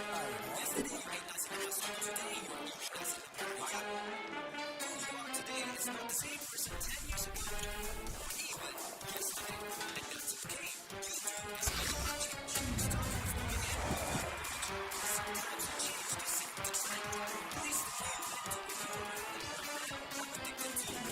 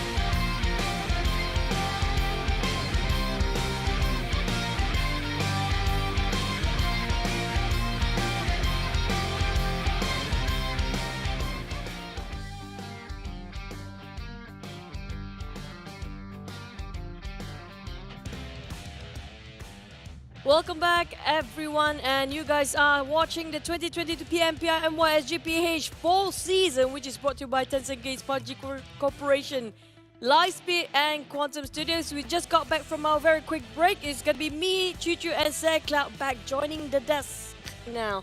We're done with Sunhawk just now. Yeah, and you know what else is joining us today is of course our official smartphone partner. That's going to be Realme. This beautiful phone right for of us is called the GT Neo 3 and is equipped with the dual chip gaming level flagship type of performance, and it also includes a MediaTek Dimensity 8100 5G chipset as well inside of this. And of course, we'd also like to thank our official digital telco partner. That's going to be Yoodo. You guys can switch over to Yoodo today to play PUBG Mobile for free. And not to forget as well, our official live stream partner, that's going to be TikTok. Hashtag be the one TikTok challenge and follow our official PUBG Mobile TikToks. There's going to be PUBG Mobile MY official, PUBG Mobile Esports.sg, as well as PUBG Mobile official PH. And talking about follow, we're going to follow our players going into Erangel after this. Yep, the only team or the only group that's not playing right now is going to be just Group E, which are for Rivals 79, Farang Guerilla, HYVE International. So these 4 teams will not be playing for a bit. So far, 79 just got themselves. Is it a trend now? Every single time a team got themselves a chicken, they won't be playing for the next round. Right, I guess it just so happened, right? Yeah, but maybe that's a clue towards our next chicken dinner. But before we talk about our next chicken dinner, let's talk about our previous game, just to sum things up. A lot of work done by Sem9 there, 1,506 damage, but only managed to get 5 eliminations. A lot of eyes watching where they're actually aiming at. Definitely a lot of third party coming in where Sem9 was before, and we saw how they were fighting against Team Secret quite early on. So it doesn't reflect when it comes to the numbers, but for number 1, Sem9 Putra, that's why he's deserving of that MVP as well as the most damage. Same goes for Harm. Harm definitely, with that 1 nade, 2 birds with 1 stone, there you go. 2 birds with 1 stone coming up from Harm. Definitely it was such a big moment for the rest of Sem9, giving them so much space to push in. Yeah, 2 Mugens with 1 nade. That's whatever came out of Harm earlier on. That definitely deserves a highlight on its own. So hopefully someone clip that, or maybe to clip that later on. But here is the next match, which will be played in Erangel. So it's going to be A, B, C, and D. So Group E is going to take a break for rivals Sem9, Farang Guerilla, as well as HYVE International. They're going to chill out in the next round, and we're going to see the debut for today for Yoodo Alliance, RSG, Tabah NSEA, as well as Crit VIP in Erangel. Now, we did mention previously, speaking of the breaks in between, or not every single group will be playing since we have 20 teams in total. Is it safe to say that for the third match, D group won't be playing? So is it going to be chicken coming out from D group later? Well, okay, so we got 4 teams, like Genexus, Don't Break Dreams, Axis Red 1, and MUGEN. So, let's see. It's hard to tell right now, but okay, if it was D, right, which one would it be for you? Putting aside the predictions. Between 2, either Genexus or Axis. At this point, I'm probably going to choose Axis over Genexus because Genexus is just not performing yet. They're being very quiet, like we mentioned before. Yeah, it's very different for them. But I'll put a DBD out of this. But what else that we'll put is, we'll put out a concert for you guys. There will be a virtual concert happening here with this Blackpink collaboration. Blinks, we call them. Blackpink. The Blinks Oh, the for Blink? the community, yeah. They call it the Blink? Yeah, the Blinks. I learned something new. Yeah. The Blinks, this is where you get united, where you can get yourself a ticket concert, which is going to be virtual. And definitely there's only certain date you can get yourself up to the 31st of July. If not, it's going to be gone. And that's it. I'm going to tell you right now, if you want to actually attend the Blinks, definitely all entire world, don't forget to join in the virtual concert. Also, we have the boss, the big boss of the Ancient Secret of Rise. Challenge the boss with your friends. And you guys saw the footage earlier where we saw the gameplay of the Ancient Secret of Rise. It was really magnificent. It feels like the Ancient the Mummy for me. Yeah. The feeling. I know, right? Like, you need to band together with your friends to actually take that down, and you get a feeling of fighting a really, really big boss. But who else is a big boss? It's the Gangster Street. This is, of course, the collaboration with a local or Malaysian film called the KL Gangster movie. They actually had part 1, so I think the part 2 is coming up soon. So get your Malik and Shark voice pack, which is the two main characters of this movie, for free by logging into PUBG Mobile. Search for Gangster Street at in-game events and complete the Malik and Shark mission for you to claim it. Of course, you must complete it within 10 days of this mission to unlock all of that. We're not on Wednesday right now. You guys missed it yesterday. So we have 2 more Wednesday for you for Rabu Padu segment. And this is going to be only for 3 Wednesdays that you have to gain yourself 3 chicken tokens. So if you got yourself that 3 chicken tokens, you can redeem yourself a Lilac attack suit for free. So don't miss any single Wednesday because this is only for Wednesdays. Yes, every Wednesday only. So yesterday was a Wednesday, so the next one will be next week, obviously.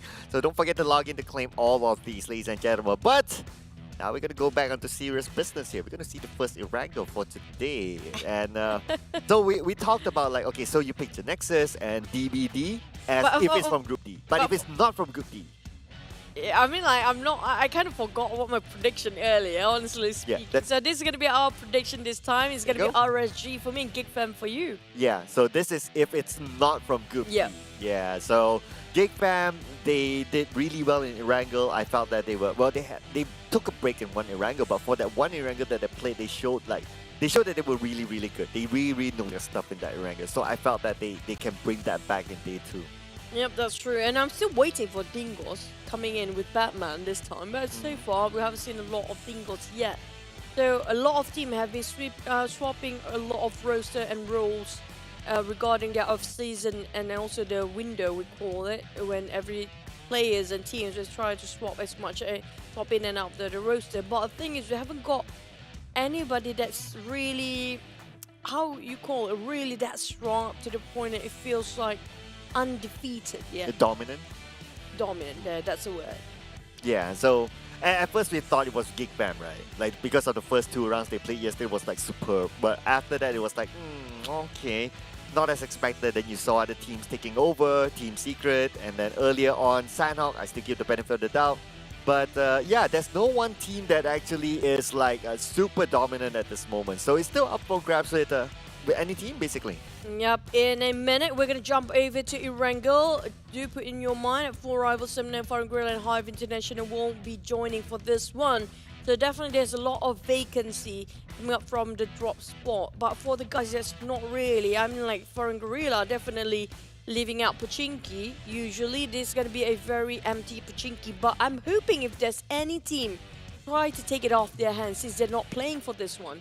So will there be any team try to get Pachinki? Because we saw yesterday, Pachinki was one of the circles that quite centralized around it.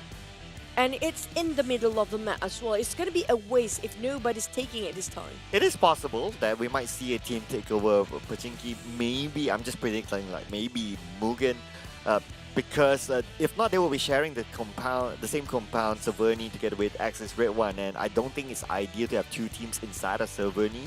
So if they did their homework, they might consider to drop into Pachinki. Most flight paths are able to go there. But let's be sure, in Erangel.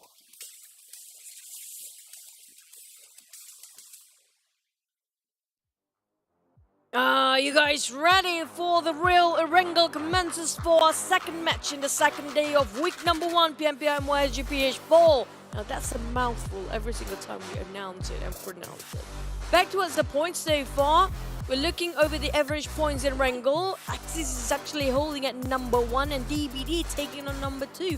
High chances DBD might get a chicken dinner if they want to here right now. Since we talked about a team will go on a break for the next round, possibly a high possibility they will take themselves that chicken dinner. I thought you said Axis. Yeah, for you. I mean like... For you. You're rooting for my...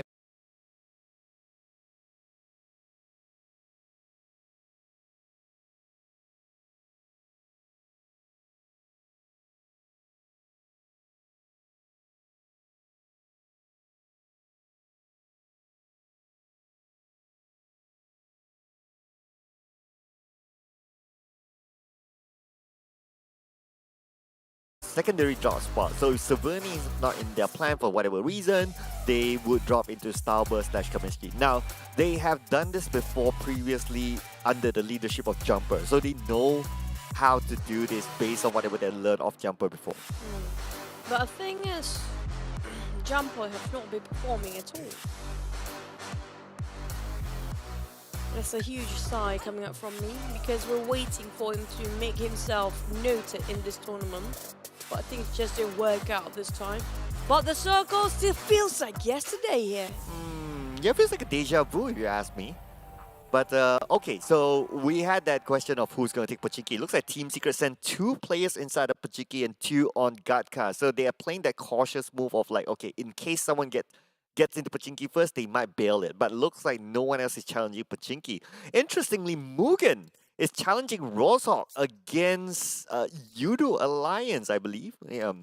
Oh no, okay, so let's see. 4 rivals ain't playing as well. So Rozhok is available, hence hence MUGEN choose to drop into Rozhok instead. So that's kind of okay. Now, this is the one that we talked about yesterday. Remember about who's dominating, I mean, like the play that they preferred more towards the side of certain map. Definitely Leto is mostly be played in Sunhawk now. That's kind of answer a question. And Kajasusu will be actually playing a lot of Erangel.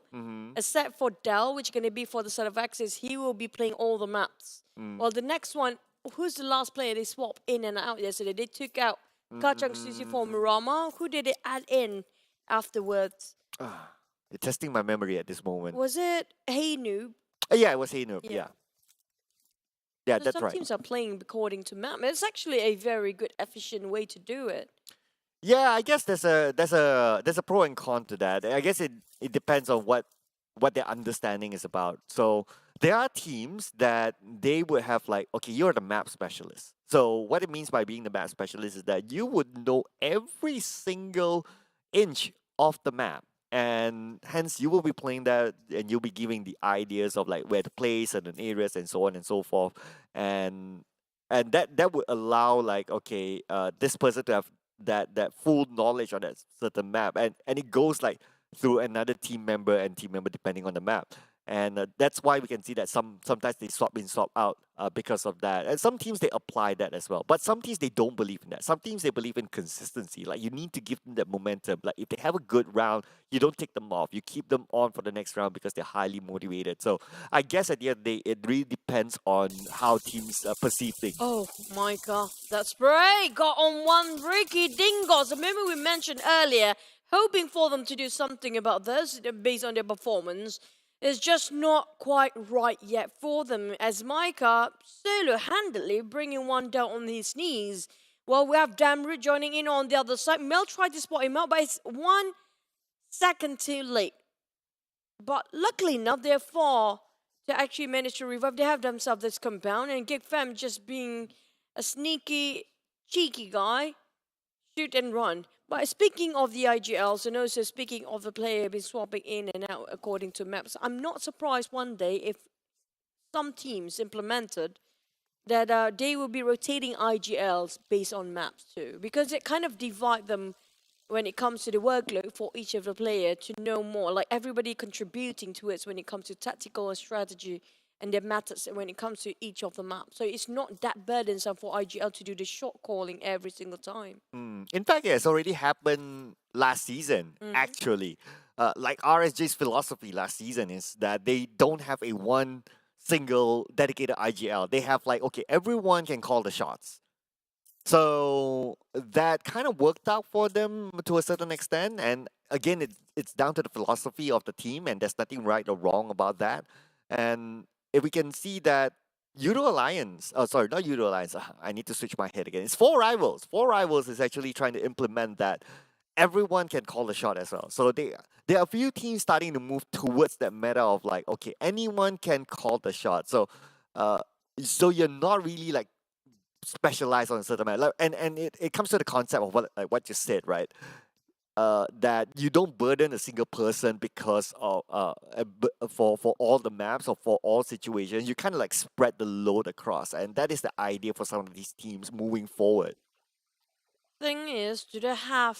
I mean, like, respect is one thing to be earned, but they need to, actually obey the judgment call for each of the player. Can they actually do Oh, that? Kuza's playing. Oh, it's been a while. The longest time ever. We haven't seen Kuza for the longest time there is. I'm surprised he's showing himself here. It has been a long, long time. since we saw him on the scene. Oh, okay. And I the mean, moment Kuza plays, a lot of things happening. Yeah. yeah, they're like, Oh, okay. okay. Is this a way to reserve fuel? I don't know. As I can imagine Kuza saying behind the scenes like, "Tak serious though." I was like, not serious, something like that. But lucky enough, there's nobody actually surrounding them. If not, they're probably going to have to face themselves a lot of teams that try to take advantage of the situation just now. Well, we're looking over GEEK Fam, who actually taking Mount Gaka, because we mentioned this circle feels like yesterday, a bit of a deja vu, but chances are it might not be the same. Might be similar at first, but it might hard shift later. So GEEK Fam learned from yesterday. It's really crucial to get the Mount Gaka vintage point first. So they're parking themselves there the moment they got themselves the loot. For the rest of the other teams, they got decent loot to work with. Talking about Magics, where there's a sniper rifle, but still okay for level 2 of everything. But I'm not sure when it comes to utility-wise, do they have enough when it comes to the grenades, the smokes, example? Yeah, I guess we'll know that if the observers pan in into a single player. That's one of the recent updates within PUBG Mobile's observing features as well, that we're able to see those utilities down to the ground. But now we move on to Genexus, a team that's kind of struggling, and they seem to be struggling again as Zigzag might get one over Genexus. 20% of health left, almost became the victim on the other end. Our school is quite crowded with students right now as Bosskurr, Genexus, and one more team around the corner. They have to be extra vigilant and extra careful for most teams if they want to fire, because they will expose themselves, the positions, the moment there's sounds coming up from their snipers and also their weapons and rifles. Back towards the side of Axis, going towards the side of Shelter. We did mention Axis might be one of the team that seems like really performing in Erangel so far. Yeah, and Dell was a star player yesterday in Erangel games. Despite them not getting one of the chicken dinners, but overall they're kind of fine. As we can see, their average points collected is like 20 points, so they definitely know their stuff in Erangel. But it's only day one with only 2 Erangels passed. So I look forward to seeing more of Dell. Can he continue to be consistent? I think that this guy, based on what we saw on day number 1, seems to have a lot of potential. He could be like the next prodigy superstar. And we always have that every season, right? So it could be Dell's season this time. Yeah, a previous season, I think it's a lot of addict look moment. But here comes Gaka Field. Definitely feels like the old times of Pachinki / Erangel Circle. But we do have Tabah NSEA still crossing that bridge. Nobody's actually on the southern part of the map here, so no commentary base quite vacant. But if the circle happens to hard shift there now, that's really going to be a wonky circle, isn't it? But back towards the side of Tabah NSEA, they are bridge camping for now. RSG seems like they're crossing path with another team, with Team Hawk actually. Rex taken down by Damn QT from quite a distance, not too far yet, not too short. Now, Damn QT playing very safe, even though they already got one knocked down. They're taking a safety measure to have a bit of rotation, then just move in straight into their victims. Oh, sorry, into, the enemy's team. In this specifically, it's going to be Rex. Interesting. I wonder what was Rex doing at the end of the bridge. Normally what RSG would do is that, okay, they would like be at that bridge and bridge camp because they know that Team Hawk will move over. For sure. Very, very likely. 90% chance. But they normally do it in a group. And surprising for me is that Rex is all alone there, probably trying to gather information, but what's the point of getting that information? At the end of the day, it will not be a big factor to RSG. So I think that if they want to do it, they should do it, all 4 of them, bridge camping. If they don't want to do it, they just fall back and just plan the next move ahead. Maybe he wasn't expecting it would be that too early for the rest of the side of Team Hawk actually have been there. So he was trying to scout for a bit, but got caught in the process. But he was, sometimes Rex do love to play a bit more with his vehicles, just playing ring around with Rosie there. Caught him right in the center of it. But back towards Yoodo Alliance. Now we have 3 teams hovering around the same compound. Back towards Team Hawk now, who just finished off Rex from RSG. Happens to be visited by Bosskurr, who's being chucked down by the blue. Now, Bosskurr, last time we saw them in Sun, they were playing the healing game, right? Aspar, was it? I think so. I think it was Aswa. Yeah. He was definitely one of the last ones to stay alive. But this time it won't work like that when it comes to Erangel, I guess. Yeah, normally in Erangel, people don't really play the Nobody plays healing game. Yeah, it's very very hard. I think that besides Sandhawk, the map that still can players can play the healing game is Vikendi, but Vikendi is not in the official tournament, so For we're how never many gonna years? see that. I guess it's been like what 2 years? 2 years. 2 years ish. 2 years. Yeah, 4 thereabouts. seasons. Mm. It's been a while. I miss Vikendi, honestly speaking, I especially the don't. maze part, the dino park. We don't have that much of an amusement park when it comes to Erangel or even Mirama, but hopefully we get to see one day Vikendi back with us. On the side of Mugen, well, you can see very contradicting of how Mugen actually plays a game if you compare even to Team Hawk. Look how daring they are for Team Hawk. Mugen have so many compounds. These guys, they don't have that much compounds to work with, but they are happily exposing themselves in an open field. But Mugen, they have so many compounds, but they prefer to stick to one corner for each of the players. Yeah, I guess because it's the reserved sort of play style, and this has been the thing about the Singaporean region. Most of them like to play that really, really reserved gameplay. So they tend to like stick very close to each other. Of course, there's nothing wrong with that, but in order to adjust with the meta of everyone else, you gotta be versatile. But the gameplay has always been like that same style, irregardless of whichever team. So I think it could be like a region sort of culture sort of thing when it comes to the game.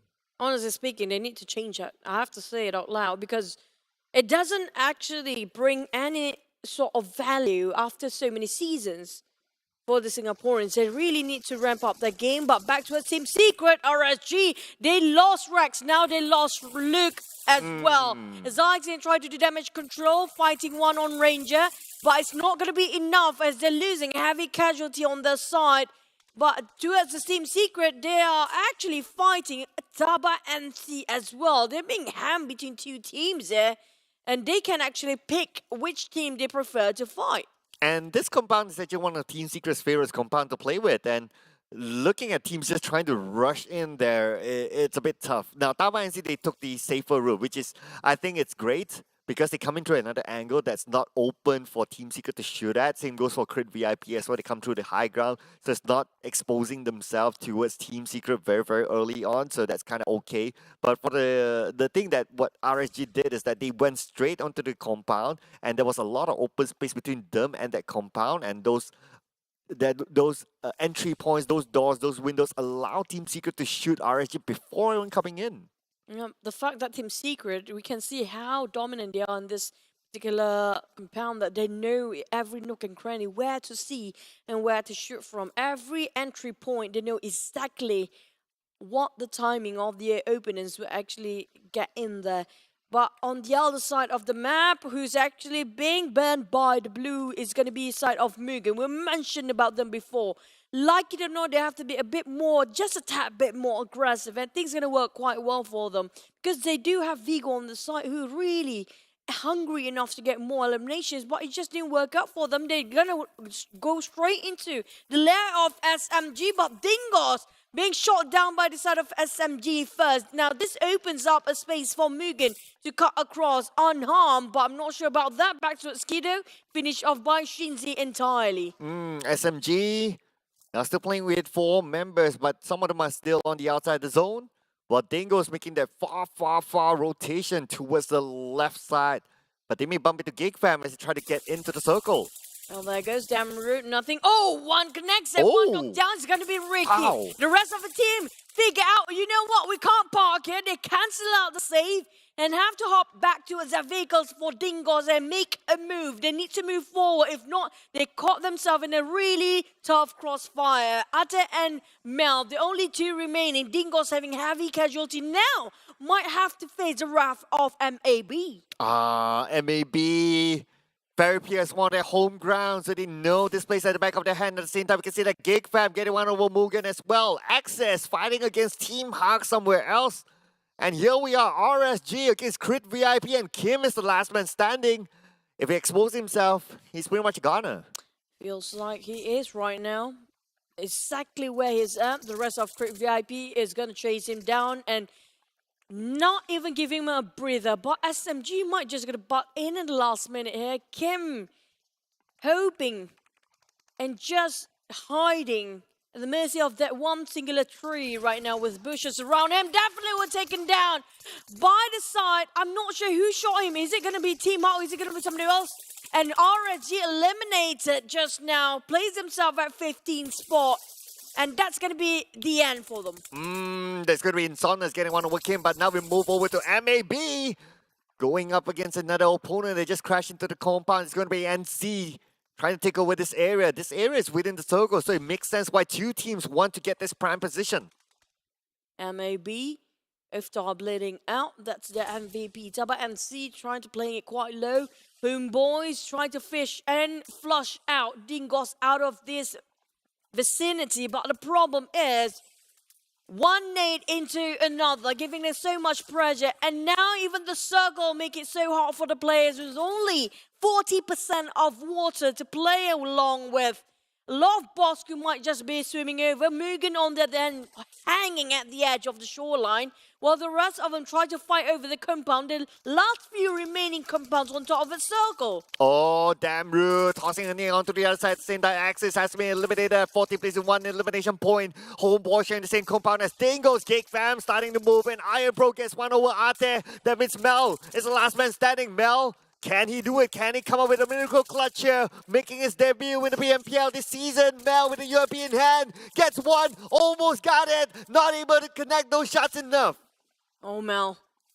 He doesn't have enough. He got himself a couple of smokes to work with, but GEEK fam coming out from the outskirts and just going to enter into the fray as well. HomeBois, they got trapped by the rest of GEEK fam. We tried to corner them all around. There goes Knife, even tossed out so many smokes, so many nades, and tap on the ground. UI put out a big Kobe on top of that, and now they're trying to go in for the flush, and now dominating is going to be GEEK fam with 5 eliminations by far. Where would Mel go? The HomeBois got stuck in between, and now all that's left is just Mel. Oh, Mel. No way out. No way out. There's nothing much you can do about that. And looks like it's going to be two teams being eliminated by GEEK fam back to back. Now we move on to Team Secret with iShots being the last man standing, still playing on the outside of the circle. And look who's in front of him. It's going to be Yoodo Alliance. It's going to be tough for him to get in. No beacon for iShots. iShots will be shot at 10% of health left, and he doesn't have to circle the zone. Will put pressure on the iShots. iShots has nowhere to go as Olio being gunned down by Kuza from afar, and iShots somehow still survives. And look, spotted iShot along the process of him trying to migrate into the circle. He managed to heal himself once, but that's going to be its finish off. Team Secret plays himself at 11th with only 2 eliminations. We're down to 10 teams only. Oh, here we have it. Crit VIP. They do have the circle. They play by the edge of it. Looks like they play the gatekeeping role against Yoodo Alliance. Could this be the Kuza factor that we're talking about here, ladies and gentlemen? But we move on to the other side. GEEK fam fighting their way through. It's going to be Team SMG in front of them. Oh, UI overexposed himself, too eager to take up all the kills there. GEEK fam on the rampage, I have to say, but at the same time, being too reckless cost him quite a lot here. Too many resources without anything to replenish. It's going to be costing the entire team to go down. Genexus, on the other hand, start to move forward here, trying to gatekeep those coming up from behind as well. Therapy is a very busy spot right now. Oh, we have Cell Boy trying to check his flanks, trying to keep teams out, but Crit VIP will be going against Yoodo Alliance. It's going to be 3v3. They're trying to take over this compound. Adeluk starts to go in. Adeluk exposes that they know exactly where it is. Insomnia's right in front of him. Kuza in another angle. Adeluk cooks up his nade. He knows that Insomnia is outside, but the nade tosses it to the side of Adeluk. Will not connect enough to knock him out. But enough to actually bring him quite low there. For Yoodo Alliance, they tried to actually get out from this compound, tried to get out from the building, and at the same time, try to spot out all the Crit VIP members, but Insomnia's caught in a fire. Insomnia's, there's no help, but Team Huck might be the third party. Damn cutie giving all the information back to us, the team, while Yoodo Alliance taking down on Insomnia's on his knees, bleeding out. Crit VIP.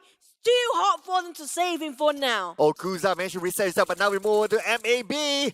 Yeah, winning this fight, and MAB clearing up another team. It's going to be 2 eliminations now for the MAB. But Crit VIP versus Yoodo Alliance. Sam is still in this. Sam, one of the top Terminators around. Sam tosses out Nate onto the other side. Sam, will his Nate connect? Kuza is still alive. Kuza has 3 elimination points for now. Nate onto Adeluk. Damages Adeluk down to 50% of health. MAB has been eliminated somehow with 2 elimination points in this round. Number 10.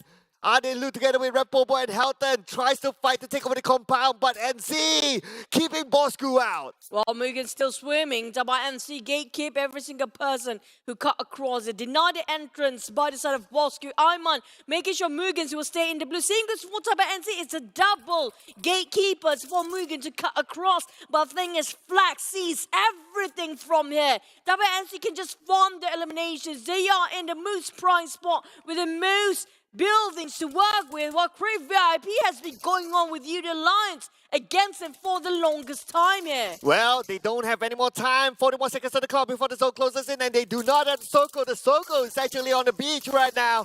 And Yoodo Alliance fighting up with Crit VIP. Insomnus gets one over Helton. It's time for them to move. redONE goes down. Seth takes him out. And there's Luke, the last man standing. They're all going in for him. Luke will need to fight 1v3. Cannot underestimate Luke. Finish off.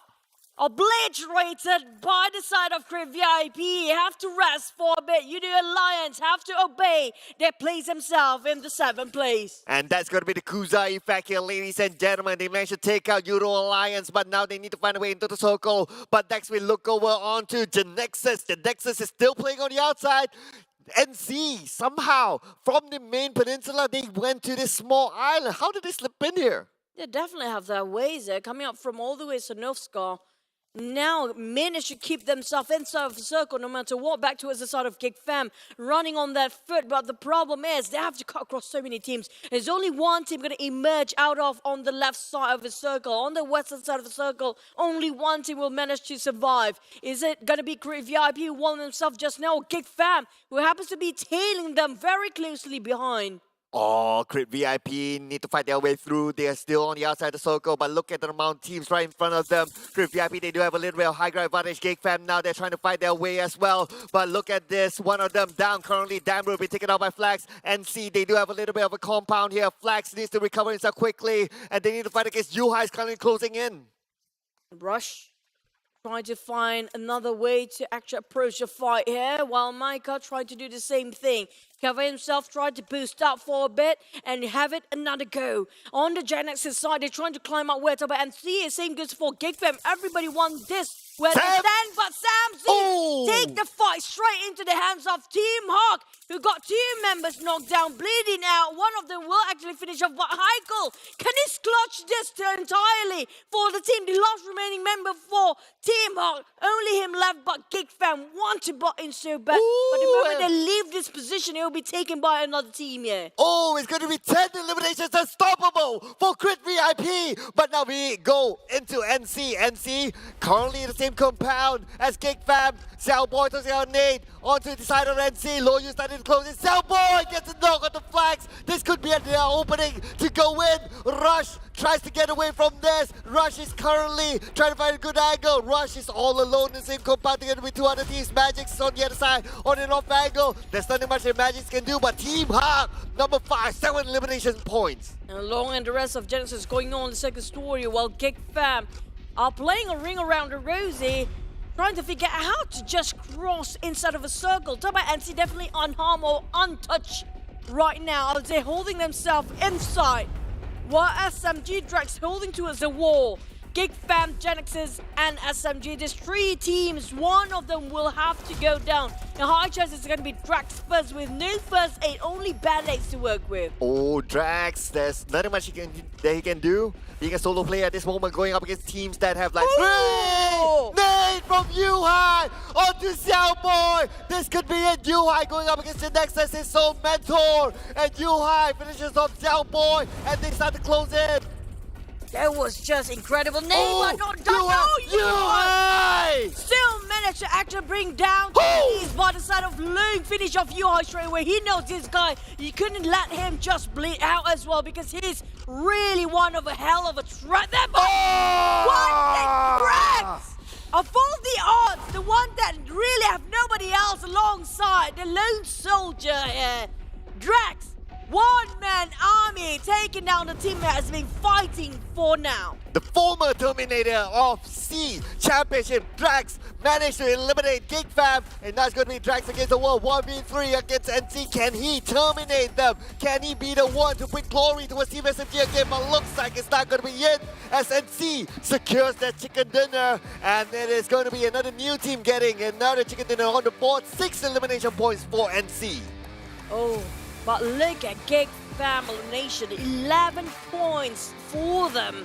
They don't need a chicken dinner. It's enough for them to get themselves a top 5 and get the double-digit eliminations. But for Tabah NSEA, this is their first chicken dinner in this season. Congratulations for them. Definitely, how did they sneak in from the southern part island up to us, where the last circle at, unharmed, unseen? What a ninja skill they actually possess. Yeah, I don't know what sort of invisibility spell did they cast it on themselves, because they were in the main peninsula. They were at the Ferry Pier house, but somehow they managed to slip their way through the beach that's super open and get themselves into that small island whereby they can wait for all other teams to finish up their fight, and they move in to do that cleanup work against Drax that was the last man standing for SMG. Drax.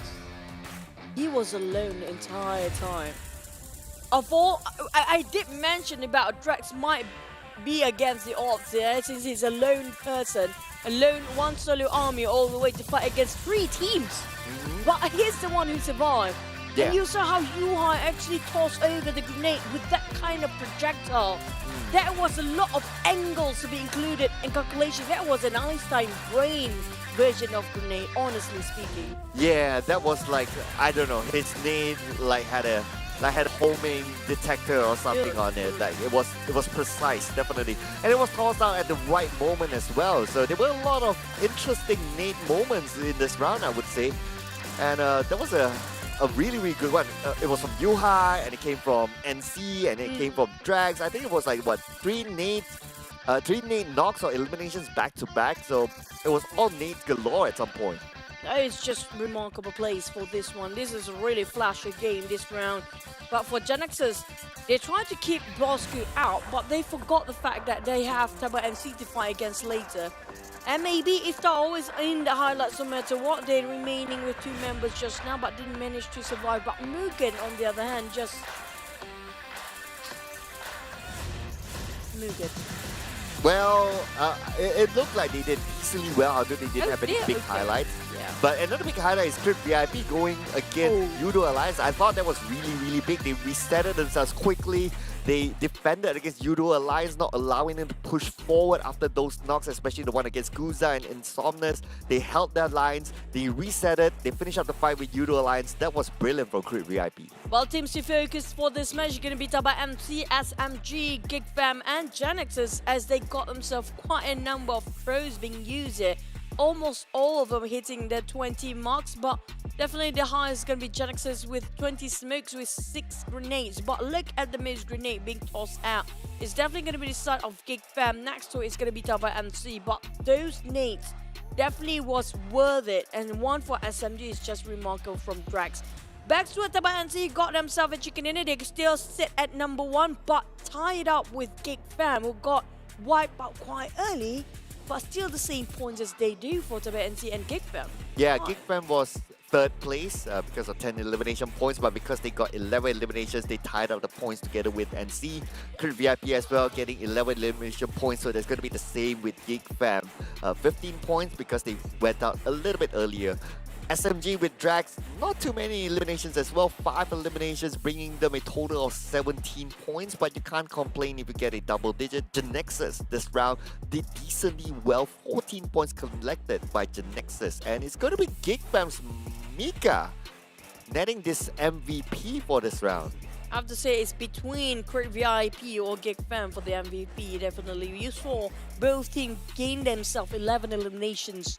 And that's going to be the Kuza's effect. Honestly speaking, the Kuza's already strong with that run for Crypt VIP. But for this time, the MVP, Mika, for GEEK Fam, almost every single player is actually the MVP. But I still have to give it a go for Yuhai just now. It was incredible plays for him. Yeah, he definitely did some standout moves. So now looking at the overall charts, So it's going to be GEEK Fam again at number 1 spot. Team Secret dropped down to number 2. 4 points difference between the both of them. But look at the gap between Team Secret as well as Team HYVE. It's like what, a 16-point gap between number 2 and number 3. And followed by MAB is still somewhere on top, not moving yet, 57 points. But looking at the other end as well, so we got Dingoz at the other end. This is not the same Dingoz that we've seen last season. It used to be the king of Narama, they were. For 4 rivals, it's unusual for them to sit at the bottom 20 here, 19th place. A lot of teams being pushed down, the moment Team HYVE being consistent. Now, this is what I mentioned about Team HYVE. They are not flashy, they are not the teams that got themselves like a hell lot of number of elimination, but they're always there in the last few minutes, always there in the last few circles. Every single time they place themselves in the top 10 or at least top 5. And that kind of pushed them quite a lot. It's just the consistency they have in the middle bracket stays. I think what they did differently as compared to previous seasons with the Boyka DNA or the RF DNA is that they play a little bit more intelligent this time around. They don't go just shooting whoever's in front of them. They decide on the fights they want to take and the fights they don't want to take, and hence it brings it brings fruit towards their efforts, and you got to give it to them as well that they adjust as time goes by. But we have to give the highlight to NC. So this is their moment where they got that chicken dinner. Of course, they started off from military base, they move up onto the lighthouse, and they played around that area from there. They just stay there, they camped there for quite the longest time. We saw how Magic's been trying to give so much information for the rest of the teams. The moment he spot out for HomeBois, and the teams are actually fighting on the right side of this bridge. They actually loot up from Sonom's military base and they got their loot, they just stay there, they just camp the entire time. They're not taking unnecessary fight at all. And the side of MAB, also almost the same similarity as Team HYVE, I would say. They're always consistent, they always pop themselves in the last few circles. But for Tabah NSEA, like I mentioned before, they just stay where they need to, because all the other teams are too busy fighting against each other. Nobody actually spotting them out. So they only take the fight. That's where when they actually decided okay, this is the chicken dinner fight, we need to take it anyway. Yeah, they definitely pick their battles for sure. What's interesting about this view is that look at where NC is at this moment. They're all in the main peninsula at this point, and they are being locked down. They're being locked down also by MAB because they're sharing the same compound pretty much. SMGs on the other side as well, probably could get a good view onto them. So the fact that they could still slip away from these teams, from teams like Team HYVE who's behind them, SNG in front of them, Genexus at some point in front of them, and still move themselves to that small island, park themselves and wait for the right moment to show themselves again. It is crazy. I want to have some of that invisibility spell. I mean, it's because of a fight in between GEEK Fam and Genexus were too heated up. There's so many noise there, it attracted all the attention towards that side instead of giving a bit of attention towards Tabah NSEA. Because of the gun sound, because of the fight, the grenade being tossed over towards the fight towards this side that we're looking over, nobody actually spotted any of Tabah NSEA. Everybody thought that's all the team there. Nobody's actually where other than this. Who have thought that small island, that isolated island? It's not even an island to start with. There's literally one team standing there waiting the right time to butt in. Yeah, I guess the distraction definitely helps, and they were well aware of the distraction that's happening, all the fights, the big fights, and I guess it's all just about game sense that, okay, a lot's happening on that compound, so they're kind of distracted. No one's going to look out the window on the other side. Ain't nobody got time for that, as they say. And they took that advantage and they went to that, well, we wouldn't even call it an island. It's like a small patch of land at just the southern side of Ferry Pier. And they stood there and it gave them the right moment to come back in, and they finished up the game and they got their chicken dinner. Sometimes it's good to think out of the box sometimes. You know, that's what happened in yesterday's matches as well, where the teams are actually not expected to take a spot there. There's actually people there. That's what they've been doing since yesterday, to be thinking outside of the box. But this one we're going to look over for the overall stats in the recent match to week 1 day 2. 60 elimination, definitely all the players being finished off by the other players and other teams that are finished off by the play zone only. And that's kind of a good number for now. Hang on, how many did NC still maintain 4 towards the end?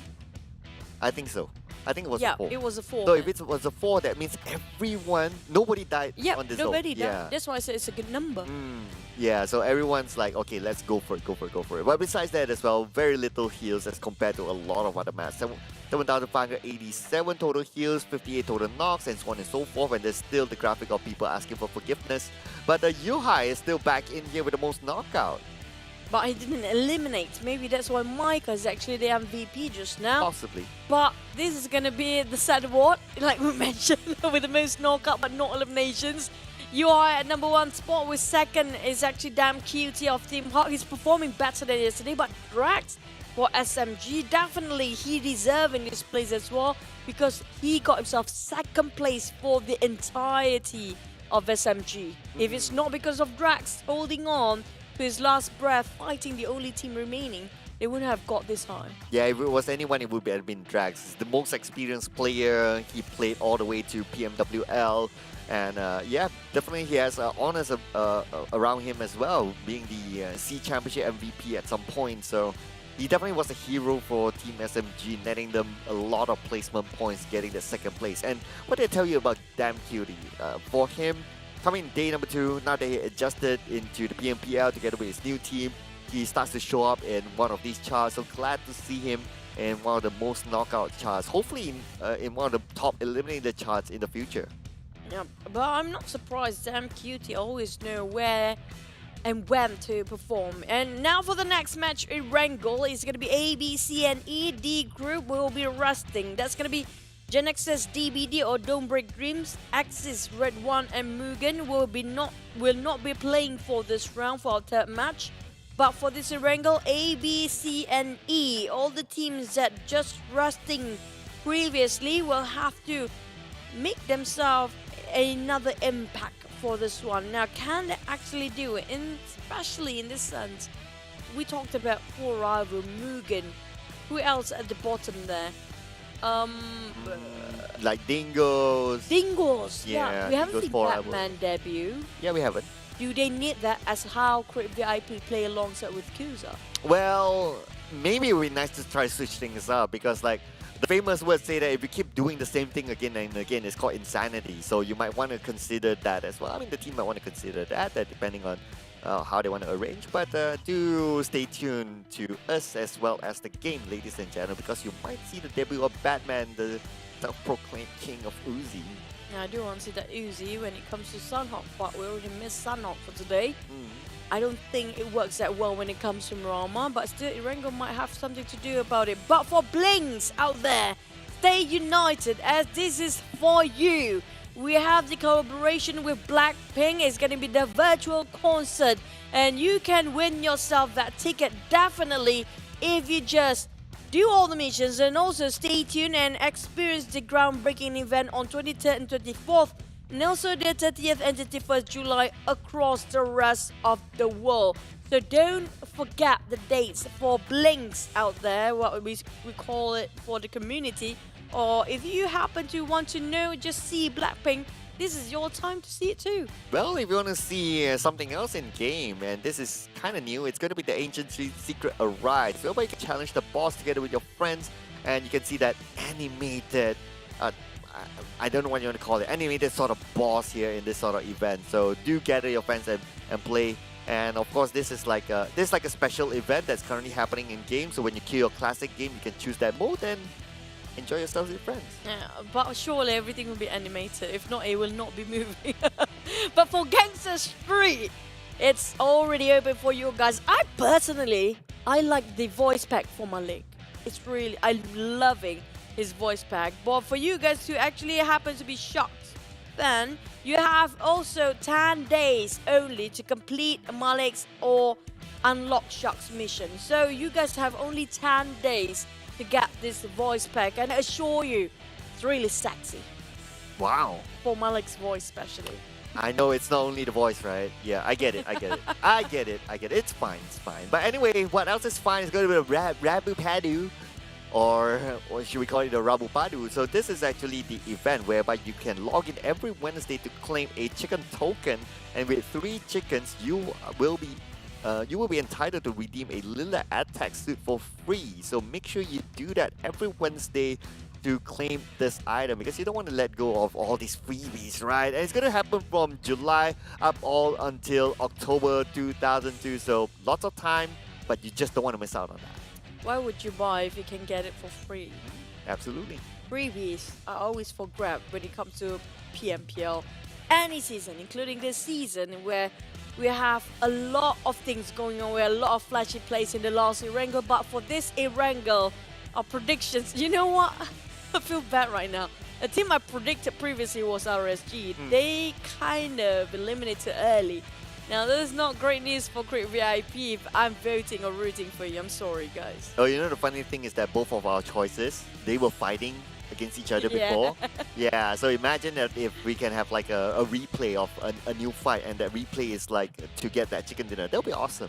I mean, like, imagine if these two teams remaining in the last few ones, and only the last remaining two teams, you're probably gonna fist fight here between us two to get our predictions right between the casters. But do they really want to go that far? I mean, like, do they have the need or the drive here for both teams? For VIP, we saw additional of Kuza just now definitely brings up the morale of the entire team. They played better, even though they were having so much fun at first. Remember the car flip moment? And yeah, saving fuel, that's it.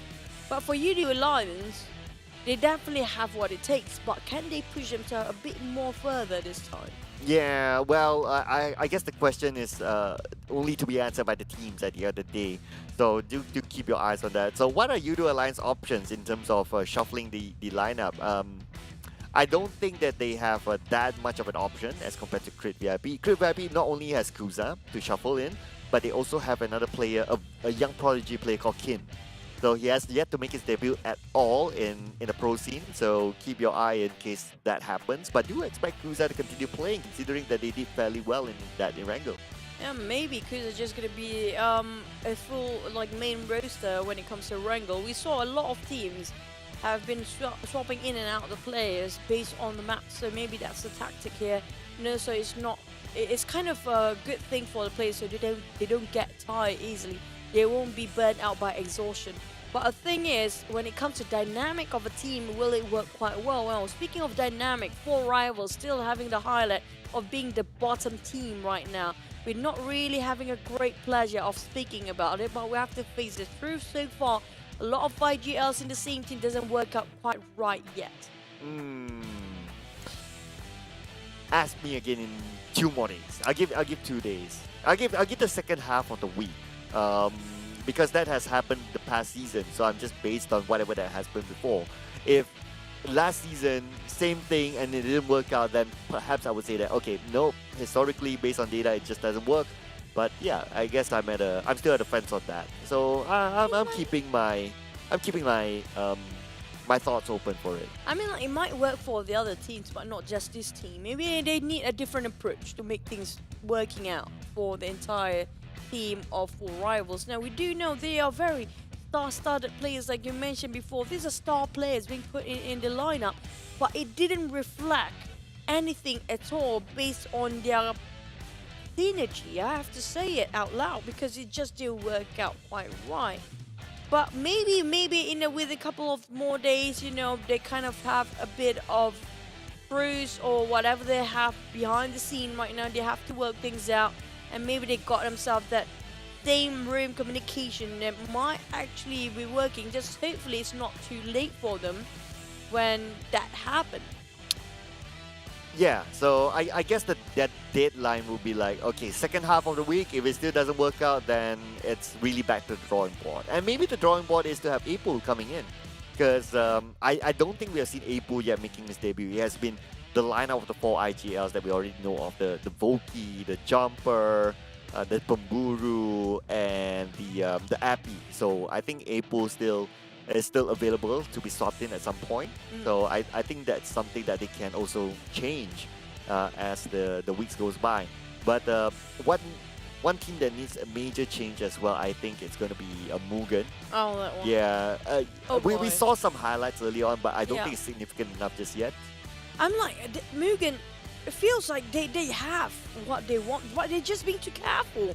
honestly speaking, they can't every single time. Everything will fallen down on their lap. Like the players, exactly like the case of Sem9 Putra previously, it's already in their lap. All they need to do is just grab it. But they were too worried, too being overthinkers. They didn't make a move at all, and that just waste of resources of time.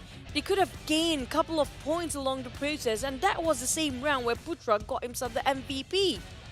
The whole game will change if they just shut down Sem9 Putra earlier. Imagine if that could have happened, and they already got that in the grasp.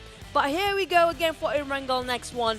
We did mention our predictions, but the thing is, our predictions never right so far. Yeah, I know, right? I guess the moment we got a right prediction, we should pop the soda or something. But yeah, I wonder when that's going to happen. The good news is that we do have soda just on the outside. I like to see Mugen. Yeah, I didn't know that. yeah, that soda. But I'd like to see Mugen feel tricky for once, just to change things up. Because so far we haven't seen him yet tricky. He has played in the PMPL before. He probably brings a different dynamic. So I'd like to see that change if it's possible. But before that, let's jump into Erangel number 2.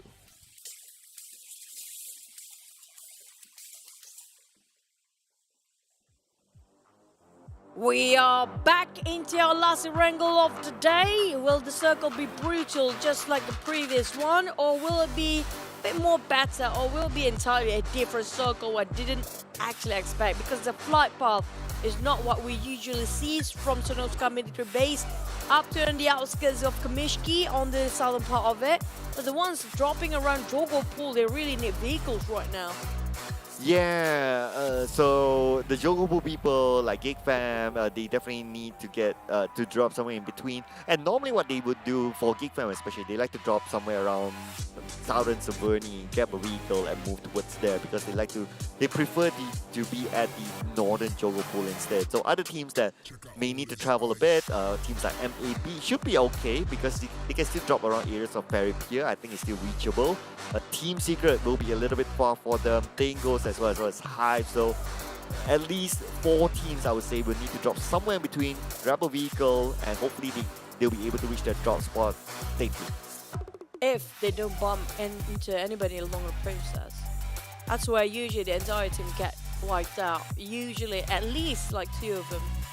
When they happen to want to get into the drop spot, but they couldn't find any vehicle, being snatched by another team and being run down or being fired upon. But this is going to be a very generous circle here, Glau.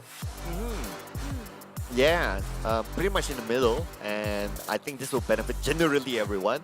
Even if you drop into Jogopool or Hospital or even Quarry, it's not that far, so it's kind of okay. Yep, this is what I mentioned earlier. That's the process that we talked about before. Try to grab the vehicle or the buggy in this case for Dingoz. Definitely he got run down by it, but it's good they'll try to help. I don't think they can actually help. Dingoz, they already had a good start, a bad start today, but definitely it's not getting any better for them. Everything just going downhill as they're losing. I think 2 men right now, as one of them still bleeding out.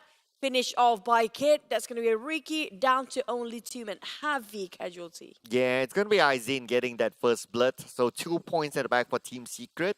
And that's going to be a good start for them heading into Gatka. And that shouldn't be a big problem for them to get into the circle, because it's just not that far away. While we observe HYVE, I think they have a change of a drop spot here. And not only a change of drop spot, or at least a starting point, but 4th row gets into the game in the substitution of Tyra. Oh, well. I love Tyra's hair, but you know, 4th row not bad either. It's okay as long as it's the same kind of glorious hair. But definitely their aiming is going to be glorious as well. I particularly like Vigo's fan right now. All they need to do is having the same mindset to move forward together. But all we can see is just Vigo always the one going for the front line, gun blazing, going bizarre. But the rest of the team just nowhere to be seen. Back to the side of GEEK fam, they taking the what you call this again? The underground thing. I forgot the word now. Like a bunker? That bunker. There you go. Kind of lost it. I think it's Or shelter. It's we'll call it as a bunker. Okay. Yeah, bunker. Yeah, that works too. Yeah, I got a bit of brain lag after pandemic, by the way. Mm. It is really bad. We call it brain fog in the medical field. Brain fog. Yeah, it's like your brain is foggy, everything is loading, Mm-hmm. but it just won't come out. Like your brain is exceptionally slow for a certain amount of time. So what can you do? Oh, As in, like, what do you do to get rid of the fog? I'll Like, try do to play you as turn on much the game. fan or something? No, I wish I can do that, but it didn't work out like that though. So I guess we need to have more games or play more PUBG. Hmm. Get our brains more active. That's what it actually does. Okay, back about the game. No That's some more advice. no more brain fog moment. Dingoz. We haven't seen Batman plays. Lost 2 men. Things didn't work out. What else can go wrong, right? Hmm. So there's this saying of like, how low can you go? No, no. How low can you fall? Or maybe something like how low can you go? It's like, you know, people that's a mean thing to say. No, so hear me out here, right? So how low can you go we must know, okay, what's the objective here? The objective is to be the top 16 into the country finals, right? So currently they are like what? Number 15, at least from here, but maybe in the overall, we need to I revisit think that it was again. around 17 for them. So they are Yeah. outside of the top 16, right? Yeah. So what can be the worst thing that happen? You will still be out if you don't make any change. So you might as well just, you know, take a little bit of risk, play Batman, change your style totally, and try this and see what comes up from there. Because at the end of the day, if you still try to do the same thing, expecting the same results or expecting different results, uh, what's the worst thing that can happen at the end of the day? You will still be out, or you can try something else and try to push it into the top 16. Now I'm gonna debate with you for that reason and for that point only, because when I mentioned that regarding 4 rivals, you disagree with me strongly. And for the sake of Dingoz, you tell them to change like as fast as they can because of the performance. Don't 4 rivals have to do something about that as well? Since they Now- are in the same boat though. Now, to counter the debate, historically, 4 Rivals has done that change internally before, and I'm not talking about like, okay, you swap players, you make a big change and all that. Yeah, you deal with the fact that you have multiple IGL hits, and it worked out for them last season. So that was based on that historical, and it didn't happen just off the bat. It took them like a couple of days for them to do that, and they just went all the way from there. Whereas for Dingoz, they were consistent pretty much throughout the entire season last round, and by doing whatever they did. So they didn't really resort to like major changes or so. Hence, bringing that same thing into this season, looking at if they're applying whatever that they have learned or whatever they've done last season into this season, the same thing, and this time it's not working out. So the difference that they might need they might need to change whatever that they are currently doing. No, the reason I said 4 rivals have to do the same thing, where I was hoping they're gonna swap over April, because of what? Yes, previously they have a couple of IGLs already working out together, but this time they have another additional one, and this guy's personality is huge. We're talking about a lot of big personalities, not as in their name, as in, you know, their character as being. We're talking about Pamburi, Vokian, and Jumper. All these 3 guys, sometimes they're a bit hot-headed, or sometimes they're a bit reckless in making decisions. Previously, it's not that much. Maybe there's no Jumper that still can equalize things, but now Jumper also a very strong voice coming in. It causes a bit of a torn in between for the teams. Like, which one do we want to go for? Yeah, I 'Cause mean, all of them having quite a loud voice there. yeah, I mean that's fine. I think at the end of the day, all these are subjective. So whether it's this or whether it's that, there's nothing right or wrong to that debate. At the end of the day, it's they themselves know what exactly is happening internally. Like for us, we'll be able to just theorize based on like, okay, how their Yeah. characters are and what we see on screen. But at the back in their own gaming house at this moment. Like only they would know that what exactly is happening. So I do hope that to clear the air between that for that debate, right? Is that if we were to be able to get an interview from them, it'll be Yeah, perfect. I would right? want that. Yeah. Absolutely. So Mr. Production, just saying. You know, in case if we get an interview with four rivals, I like to have that. Yeah, we want to have that, especially when we have so many questions to ask regarding who really called each shot for each certain map, because things have not been working. Are they alternating when it comes to calling shot? But the circle pops again. This is gonna be an all-time sweetheart Carfield circle, where we're looking over Pochinki in the center with Team Secret inside of it. Used to be the Pochinki Kings. But Team Secret nowadays making a second check or third, fourth checkpoints, and they don't really want to leave for now. On top of the abandoned church, aside of Dingoz, we mentioned about them remaining with 2 players. They are playing this very late. Have to. Yeah, because there are only 2 players. Yeah. So the thing about losing players very very early on is that after that, there's nothing much you can do except just to survive. And you cannot take fights, you cannot force fights and do all those sexy stuff. So you need to play it very, very safely. But what's not going to be safe is going to be HomeBois against RSG. They're trading it out one by one as Luke finishes off Iron Pro and also 6. Well, seems like RSG, they are fighting this, and another team just happened to pass by. It's going to be Sam9. It's going to be Pochinki on the outskirts of the hill. Putra, the MVP for the last few ones. And Harm. Remember how harmful his nades are. They try to actually divide and conquer right now as Harm try to relocate himself in a better position to see things more clearly. And they are going for 2-2 formation, approaching RSG, who's still too busy fighting against another team. But seems like they're having a truce for a bit. So looks like the Potato Hill really, really popular with these few teams. HomeBois, unfortunately, not able to defend the Potato Hill.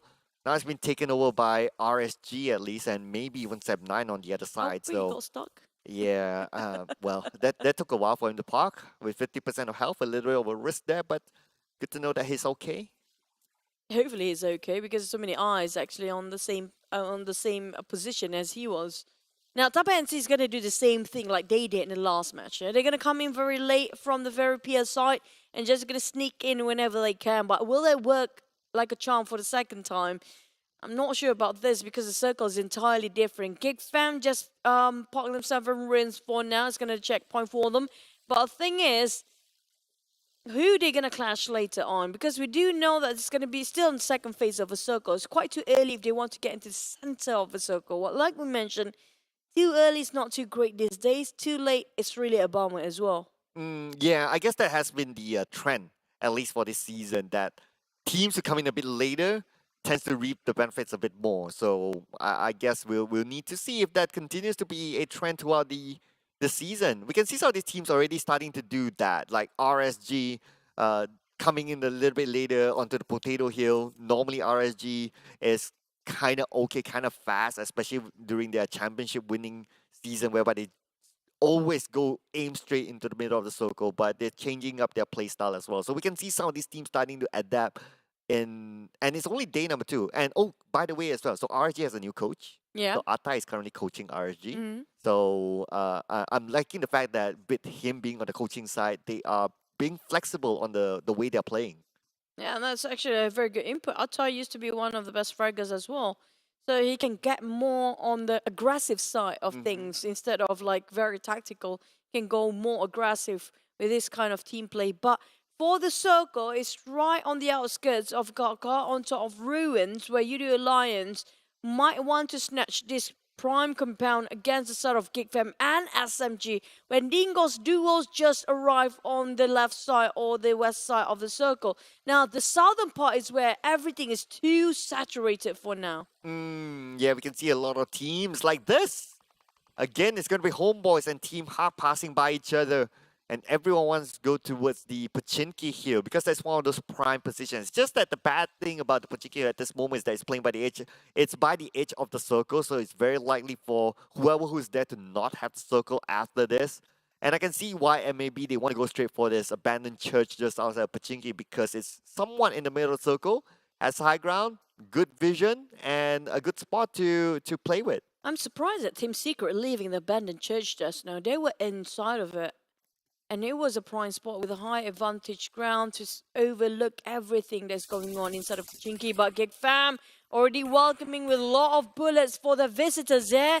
And now Yuhai, a bit too exposed, too far from the rest of the team, taken down from the wrath of RSG. And now they're going to push forward to finish off this man from GEEK Fam. And now remaining with 3. RSG going really aggressive, not stopping. They keep on moving and trying to find for more. Look at that. They just take their own respective car vehicles and going for another wall. And with Yuhai being taken out at the third phase of the circle, it's not going to benefit GEEK Fam. Yuhai is most effective from the 4th, 5th circle onwards. And without him towards the end of this round, it's not going to be good news for GEEK Fam. No, Farang is around the corner as well. Sam9 taking even HYVE. Wow, Sam9 really on fire these days. Edo10 tried to heal up with only a couple of first aid behind the 3. But Edo10 now having another go the moment he managed to reset himself. Whilst for Farang, they being visited or welcoming Sam9 possibly. While Farang is too busy still taking a fight against HYVE. They have to be mindful that one more team behind them is just arriving. HYVE, not a good start for them as they're down to only Edo10, and if they go out, it's going to be 0 placement points for HYVE and possibly even 0 points at all. And with only 1 player left, it's going to be hard for him to collect elimination points, but we change our view over to Team Hawk playing by the edge of the circle, and it's very likely they will not have the circle as the circle will move very, very soon. It's going to be now. Yeah, Team Secret right on top of it with MAB. GEEK Fam and Crit VIP is right inside of it as well as Farang touching at the rim right side. And also Tabah NSEA again happens to be out of nowhere, popping their heads inside the last minute. Team Hawk coming in from the southern part. But the thing is, there's so many teams they have to cut across. And there will be a lot of crossfire here. 4 rivals, Jumper trying to save. Now, we mentioned about 4 rivals. This is their time to shine. Can they show us what they are made of? Bosskurr doesn't have the circle. 4 rivals currently gatekeeping Bosskurr.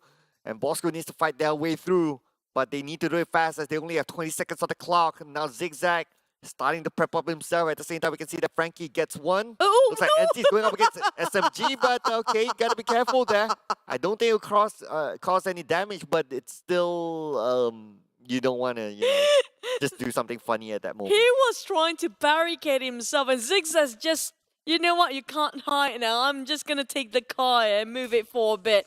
Back to what sort of GEEK Fam. They're going to cook up the nade. Rex coming in. He's not wasting any more time. You're cooking up the nade. That's going to take a couple of seconds. But for Micah being spotted out when he's tossing over the Molotov, couple of them trying to actually flush them out and not even making an entrance there. But GEEK Fam seems like they are losing because RSG is just going rampage. Oh, RSG. They always like to play the active role and they're starting to do it again. 4v3. So there's an advantage for RSG. They do have an M249 as well. Damroot on the outside. Damroot will be taken out. Looks like there's a little bit of a trade there as Luke will finish off Damroot. And that is it. GEEK Fam, they are in trouble. But Micah gets 1.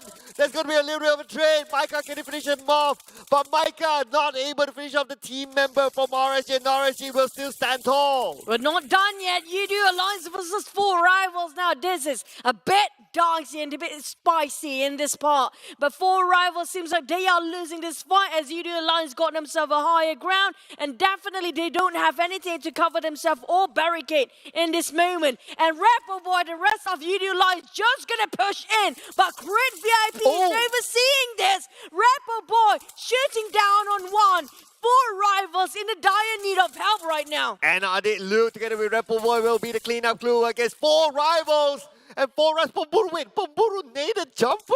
And Pamburu naded himself. What just happened there? What just happened? I want an explanation from 4 rivals. But Yoodo Alliance still on the outside now has Bosskurr to deal with.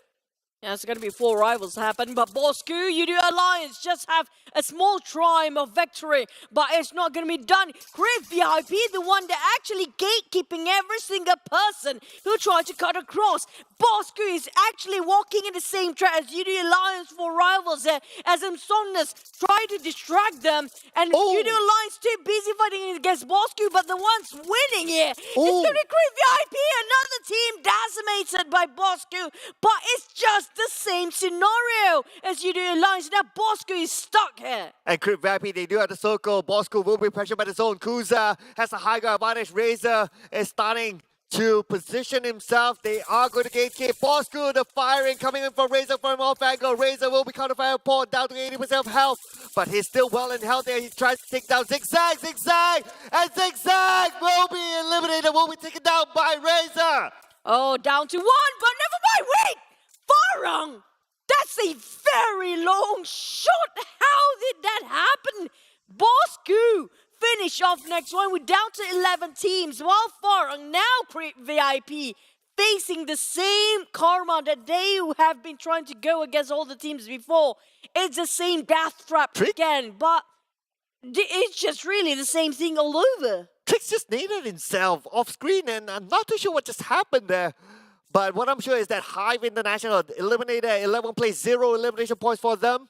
MAB playing by the edge of the circle, They do have this high ground, this old church just outside of Pachinki. It's going to be their fortress now as they try to stop teams from coming out of Pachinki. That's going to be HomeBois as well as Sam9. Again, Team Secret and MAB holding on to the circle as long as they can.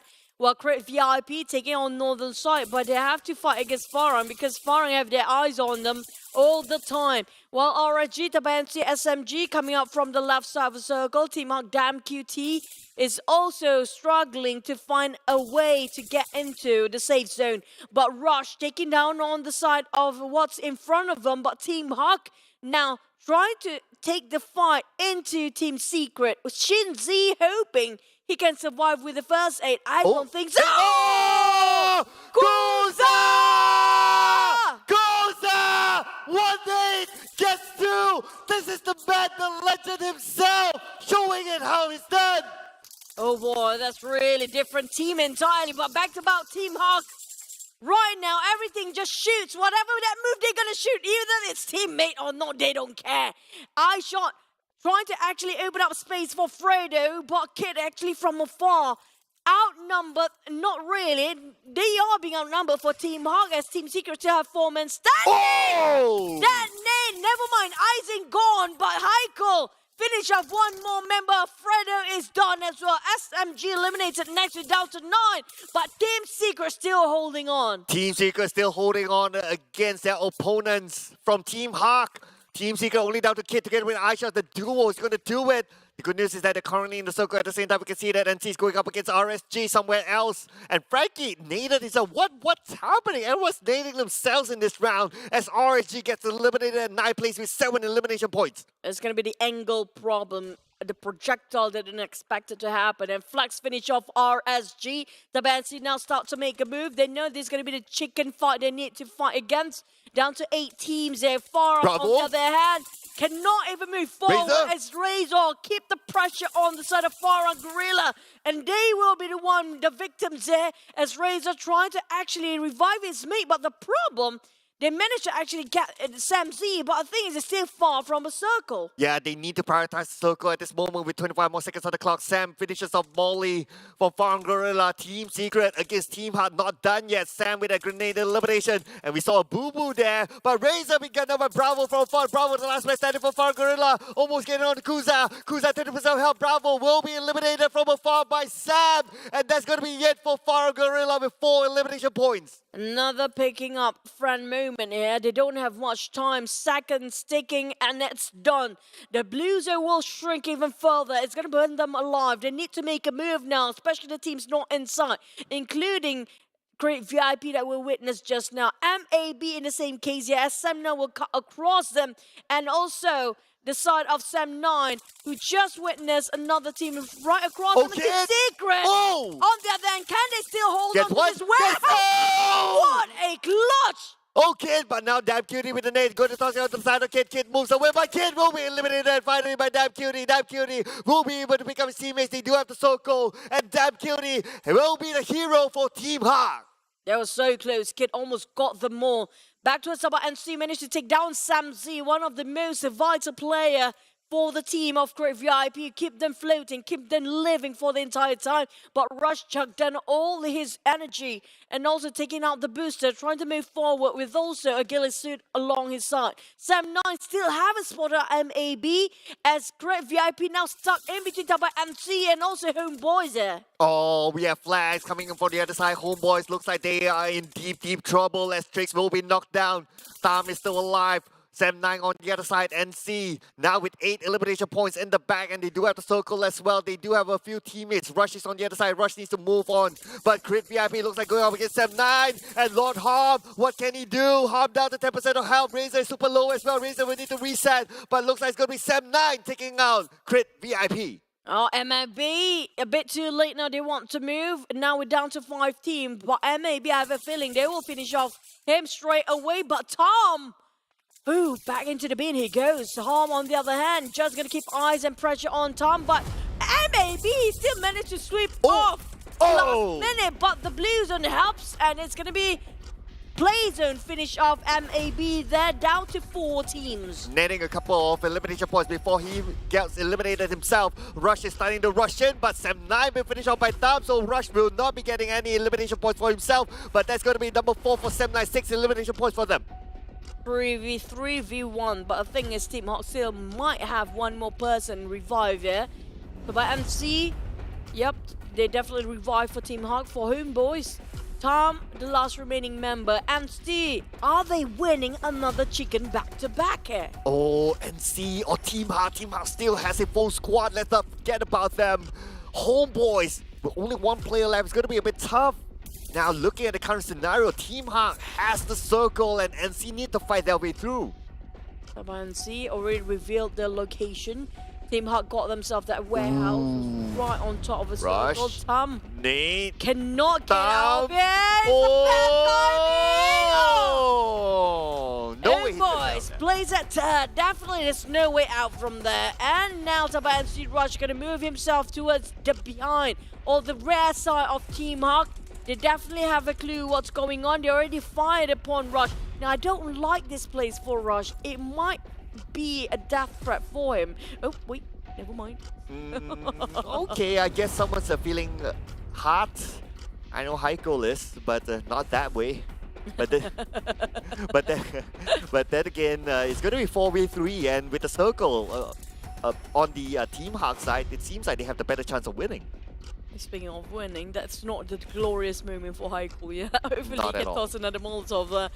On Rush's side, he needs to get out from this bin or get out from this truck. He needs to get himself on the blind side of Team Hawk, and that's what he's doing. Never mind, he got it back in there as Flax trying to move forward. Damn cute, and the rest of Team Hawk will never give them any space to move at all. They don't have covers, and it's going to be one more person all down to Rush here.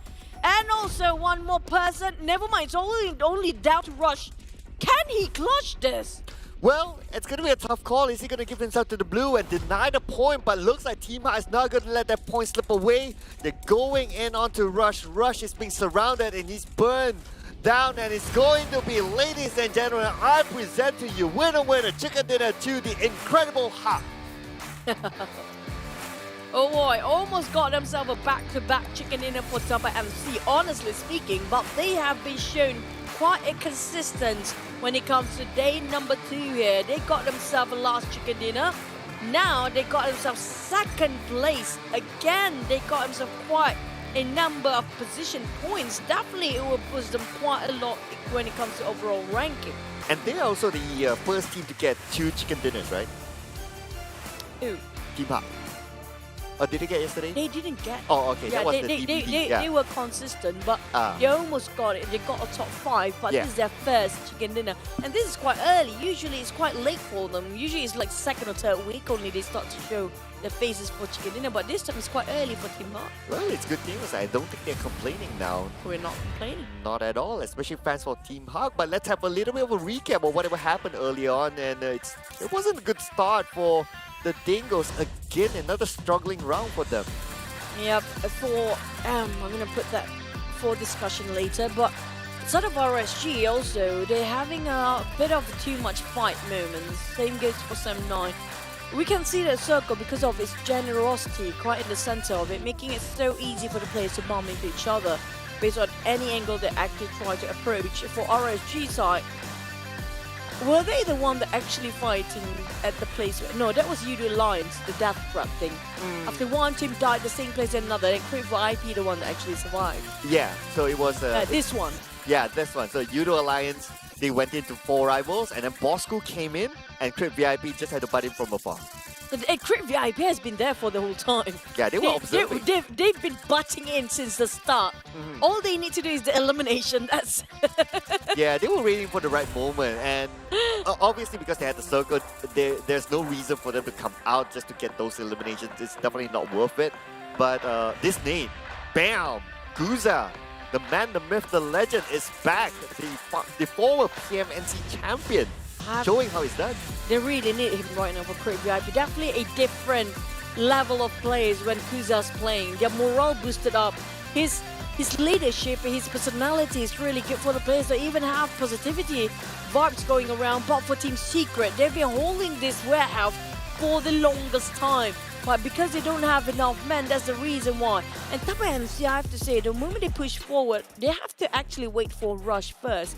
But the thing is, Rush kind of go back U-turn in last minute. Team stay focused this time. It's going to Team Hawk, Tabah NSEA and HomeBois 79. Back to the side of Tabah NSEA. At the same time, when he actually made a big U-turn there, right? And the blue closes in. As I think that's why it forces Tabah NSEA to move forward no matter what. But the thing is, it's nothing to cover themselves with. It's quite a straightforward thing that they're going on. Yeah, I guess they did the best out of the worst scenario, right? So if they were to go straight into the warehouse, they will be making the same mistake as RSG versus Team Secret in the previous Erangel, whereby there's a lot of open space between them and the warehouse can freely shoot as they are incoming. So they would lose out anyway. So they might as well make the best out of the worst scenario by trying to hang on as long as possible and maybe getting a couple more points. But wait, Tabah NSEA seems like very quiet. We saw how they're playing the same game like the last Erangel. But this time they get more elimination and they are placing themselves at first place with 1 point difference of Team Hawk, even though Team Hawk got themselves at chicken dinner. So where would they stand in overall rankings right now for Tabah NSEA? I wonder. MAB is consistent as well. Look at that. They're still in the top 5. MAB's there, Sem9's there as well. Team Hawk's there. So expect them to be on top later on. But who's on top of the world right now? It's going to be Flax, and with 6 elimination points, 710 damage. And not only that, there's a 165 longest elimination distance. This guy is starting to be the star player for NC. Yep, we're just waiting for him to get more heated up. This is just, we call it the warm-up week. It's still the first week. Only on the second day, these guys have performed so well. Especially the nades today has been crazy, insane plays. I can tell you how good this guy is. Yeah. This guy is good enough to get. I remember Axis. There was a rumor that Axis wanted him during the transfer window, but he obviously stayed with NC, and right now he's just proving why other teams want him. Because of why? Look at this. They shoot up to 4th place for Tabah NSEA, but Team Hawk taking the crown right now with 1 point difference between GEEK from 1 point only. We're starting today with what? 20-ish or 11, 12 points at first. GEEK Fam and Team Secret at a tie right now. Even up to 6th place and maybe being pushed down, but it's not too far off for them to follow. Yeah, it's really, really close at the top at this moment. Like 1 point, 2 points difference between the few of them. So one round could change it. And also to consider that some teams will be taking a break after this. So Yeah. a lot could still change. So let's hang on to our horses first and let's not get overly excited for some of these results. But we have to be excited for some of these teams who are consistent. Like Team Hawk. I mean, like last season they were like somewhere at the bottom. They didn't even make it to the country finals. But now they are showing that they are back with a bang. Oh, bigger bang. I have to say they're really going all out for this season. They have been in the middle bracket all the way. I mentioned earlier, even yesterday, I really want to see them going one of the best teams out there. But next one, we won't be having Group A playing HomeBois, Team Secret, Bosskurr, and also Team Hawk. We mentioned before the teams that want to go for a break for the next one will get that chicken. This happens again. Yeah. So who is going to go break during the final game? Let's see the grouping again. It's gonna be a C. Sorry, Is B. B. for So the last one. so that means the first Miramar, it will be either Dingoz, GEEK Fam, and maybe Team SMG. Wow, aluminium. Maybe GEEK Fam, maybe MAB. MAB is so close of Yeah. getting that chicken every single time. I will pick Dingoz MAB. yeah, Team Hawk, they were so close every single time yesterday. And today they got themselves chicken. MAB might be the case here today as well. Yeah, I will pick MAB within Group B. That is. MAB has the highest possibility based on how they're performing right now. Even GEEK Fam is like they had a really good start yesterday, but end of second half yesterday, and then today is like it's. They kind of have yeah. their bullseye being aimed by all the rest of the teams. You've noticed today, right? I guess that's what happens if you're like, you know, that top team very early on. Like everyone wants to take you out, right? Everyone like GEEK Fam is like the trophy. Like everyone goes for GEEK Fam. You don't go for Dingoz this one. Considering how they're playing, no. I didn't say that. Yeah, I mean this is a very honest fact, right? Considering Yeah, that we're how they're very playing, honest no. people here, guys. Team SMG as well. I mean, despite them getting that the second place finish with Drax, right? But I don't think as a team they still warrant themselves just yet. To me, MAB warrant themselves off a chicken dinner. It's just a matter of time that they will get themselves You're one. that close, you're that close. Yeah. SMG got himself already chicken today, so we're not gonna vote for SMG because they already brushed off that sparkles of chicken before the break thing. Maybe if GEEK Fam happens to land another one, they'll be the first team to get a double chicken in this league. So they might get that. But the thing is, there's too many targets behind their back. And they had a very poor record in Miramar as well. So the stats doesn't back GEEK Fam. But the So stats we're do gonna go back for maybe MAB. for once we go for an agreement, we will go for MAB. Yeah, okay, so we'll settle with MAB. Like, yeah. Me agree with Buchu. I try MAB. Why is Buchu? Because there's no MAC. So if it's MAC, then me agree with Chuchu. Then yeah, maybe. I don't it's think that me agree with works. Buchu. Yeah, that's the best I can do. Sometimes I question your logic and sense sometimes. I question But my logic as well. I have none. I think that's why we partner up together because your sense doesn't make any sense and my Nope. logic doesn't make your logic. So it's Not at like all. we're being paired up every single season.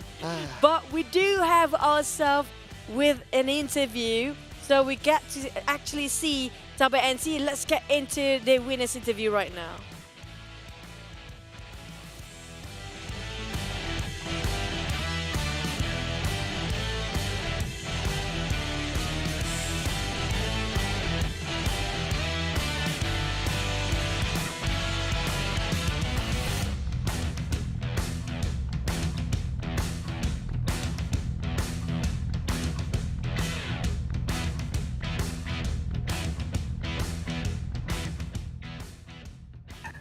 Hello, one of the three Adukas in esports Malaysia at least. How are you, Aduka? Hello, Cloud. Hello, Chuchu. I'm fine. Thank you. All right, so Aduka doing so far so good for Tabah NSEA. So can you tell us like the experience of working with Jumper during the SEA Games, and now obviously you're not having Jumper in your team. What has he thought, or what have you learned from having Jumper around you guys? Okay, for having Jumper, actually there is a lot of things we learn from him.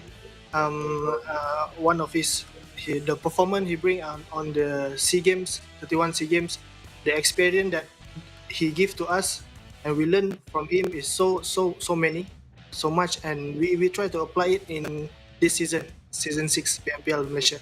Can you give us some MYSG. example what you learned from Jumper? One of the example is the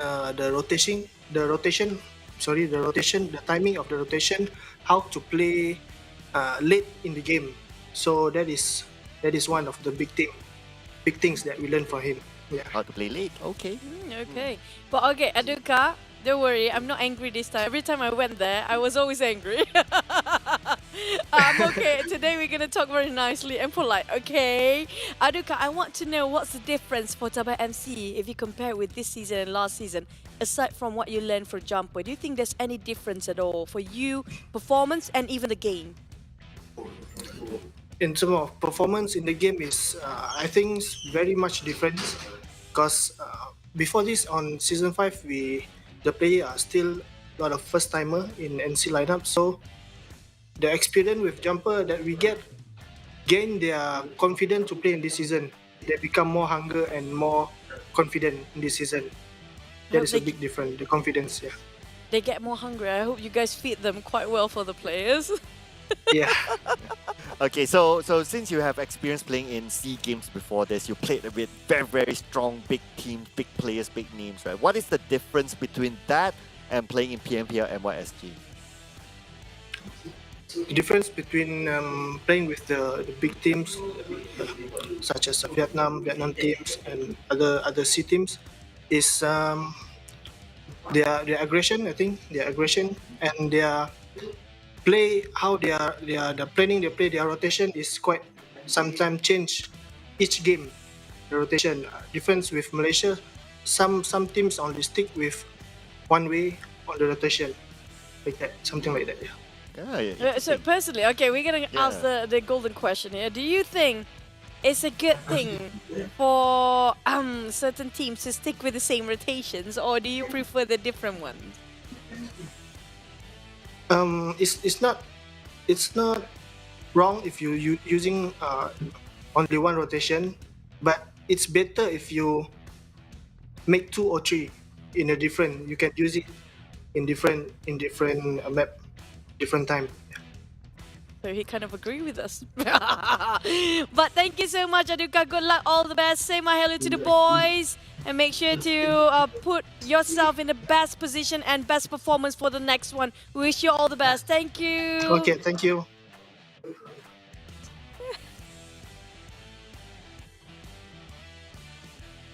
You know what? I have to mention that I'm not angry because every time I went to the gaming house, I was there to, whack them like, you guys are sleeping or something like that. That's why I mentioned it. I'm not angry this time. No wonder when I go there, they're very happy to see me. Yeah. Like, oh, finally, someone who's not angry. Oh, yeah, angry by default is here. Okay. Angry by default. Yeah, by default, right? But I like what he said about like it's actually the same thing like what Yuhai said. Yeah, exactly the same thing actually. Yuhai also said that Malaysian teams like to do the same thing, only a few like to change, and it's the same with Indonesia, so on and so forth and so on. And it's an interesting point that both of them point out the same thing. So I think this is something that the teams in the PMPL MYSGPH can try to adapt to. Yeah, and also it's a good thing as in terms of the local scene and the whole community as MYSGPH to actually adapt themselves to, because the journey won't be just here, because we do know there will be more for South Asia later and those 4 globals, so they need to adapt starting from now. But we're gonna recap a bit what really happened for the side of Team Huck. Apparently, both Erangles won by a lot of Sonoska military bases team. Previously, it was Tabah NSEA. Yeah, before that was them dropping into military base and then Team Huck into Novo. So they had the right timing of rotating into the circle because it was obviously a main peninsula circle. They just had RSG to deal with, and I kind of questioned what Rex was doing at some point. So that just happened, but that's okay. I mean, pass is pass. But just look at their playstyle. So where are they right now? Okay, so we can see that they're outside. They're still on the outside of the circle. So they don't go straight in the middle. This is the trend we talked about before. If you and your team are still secure enough not to be chucked off by the blue and there's nobody else behind, you don't have to put yourself in a boat or in the position where you're being surrounded by unnecessary fights, plus the blue zone being the one pressuring you from behind. So we mentioned about not too late yet, not too early kind of rotation. This again, another team doing the same thing. It's all about the timing, that they got themselves right where they need to at the exact moment and not attracting way too much attention where they're at. Yeah, so They're not even here. Yeah, they're not even here. So they're off screen somewhere. And I guess that's really the trend. So interesting. But if you kind of think about it, right, if everyone starts to say that, hey, let's play that kind of play style, then it will be the counter of what we see right now is that, everyone starts to crowd on the outside. Yeah. So it depends whether you want to think 2 steps ahead or you want to try to take that sort of risk. So it'll be interesting to see the trend as we move day after day. Now, this is going back to us, the way we mentioned about the interview yesterday and today from Yuhai and also from the side of Aduka, where, you know, it's a good thing to have a variety of transitioning towards the circle, the position and the movement, the rotation itself. Because in case that happens, where everybody start to think the same way as your team does, that's where the time you need to, okay, let's switch off this plan and we're going to turn on the other plan. That's why they need a variety of transitioning movement to get into the circle to make things right. But Team Hawk, definitely, they secured the only compound that is inside of circle. We saw this coming, the fact that this warehouse, Flax, is the only one that can push forward. They were waiting for Rush just now for Tabah NSEA to go on the flank side, but Rush was a bit hesitant, you saw it. Well, I think there was no option for Rush because the moment he shows himself out of that, what do you call that? The bin. Yeah, that bin. He's gone. There's no way for him to survive that. So I think, like what I said, that he, in my opinion, he did the best out of the worst situation, which is just to be there, be a distraction, and that's pretty much it. But what's not only it is, of course, our official smartphone partner that's going to be Realme. Yep, GT Neo 3 just awaken your speed. With the Neo Speed Awakens, definitely with the latest MediaTek chipset of Dimensity 8100 5G, you guys can upgrade your playstyle and also your gaming in PUBG Mobile. And definitely you can be a pro as long as you're willing to play every day with the latest data of Yoodo. You can play PUBG Mobile for free. So you got a phone, you got unlimited data for playing PUBG for free. What else do you want?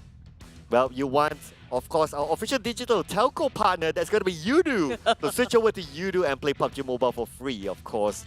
And we have to thank our official livestream partner, that's going to be TikTok. Hashtag be the one TikTok challenge and follow our official PUBG Mobile TikTok. There's going to be PUBG Mobile MY official, PUBG Mobile Esports.sg, as well as PUBG Mobile official PH. So you don't want to miss out on all these clips. And I believe that in those TikToks, there will be those clips and highlight moments of the game as well. So you don't want to miss out on that. But ladies and gentlemen, after this, we will be taking a little bit of a short break. And when we're back, we're going to go into Miramar. But for now, we'll be taking a break and we'll be seeing you after this.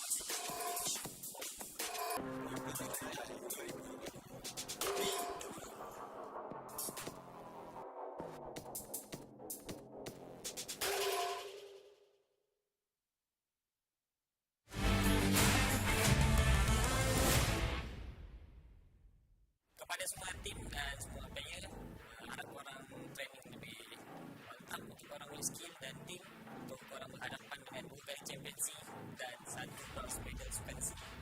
Korang boleh sama saya juga.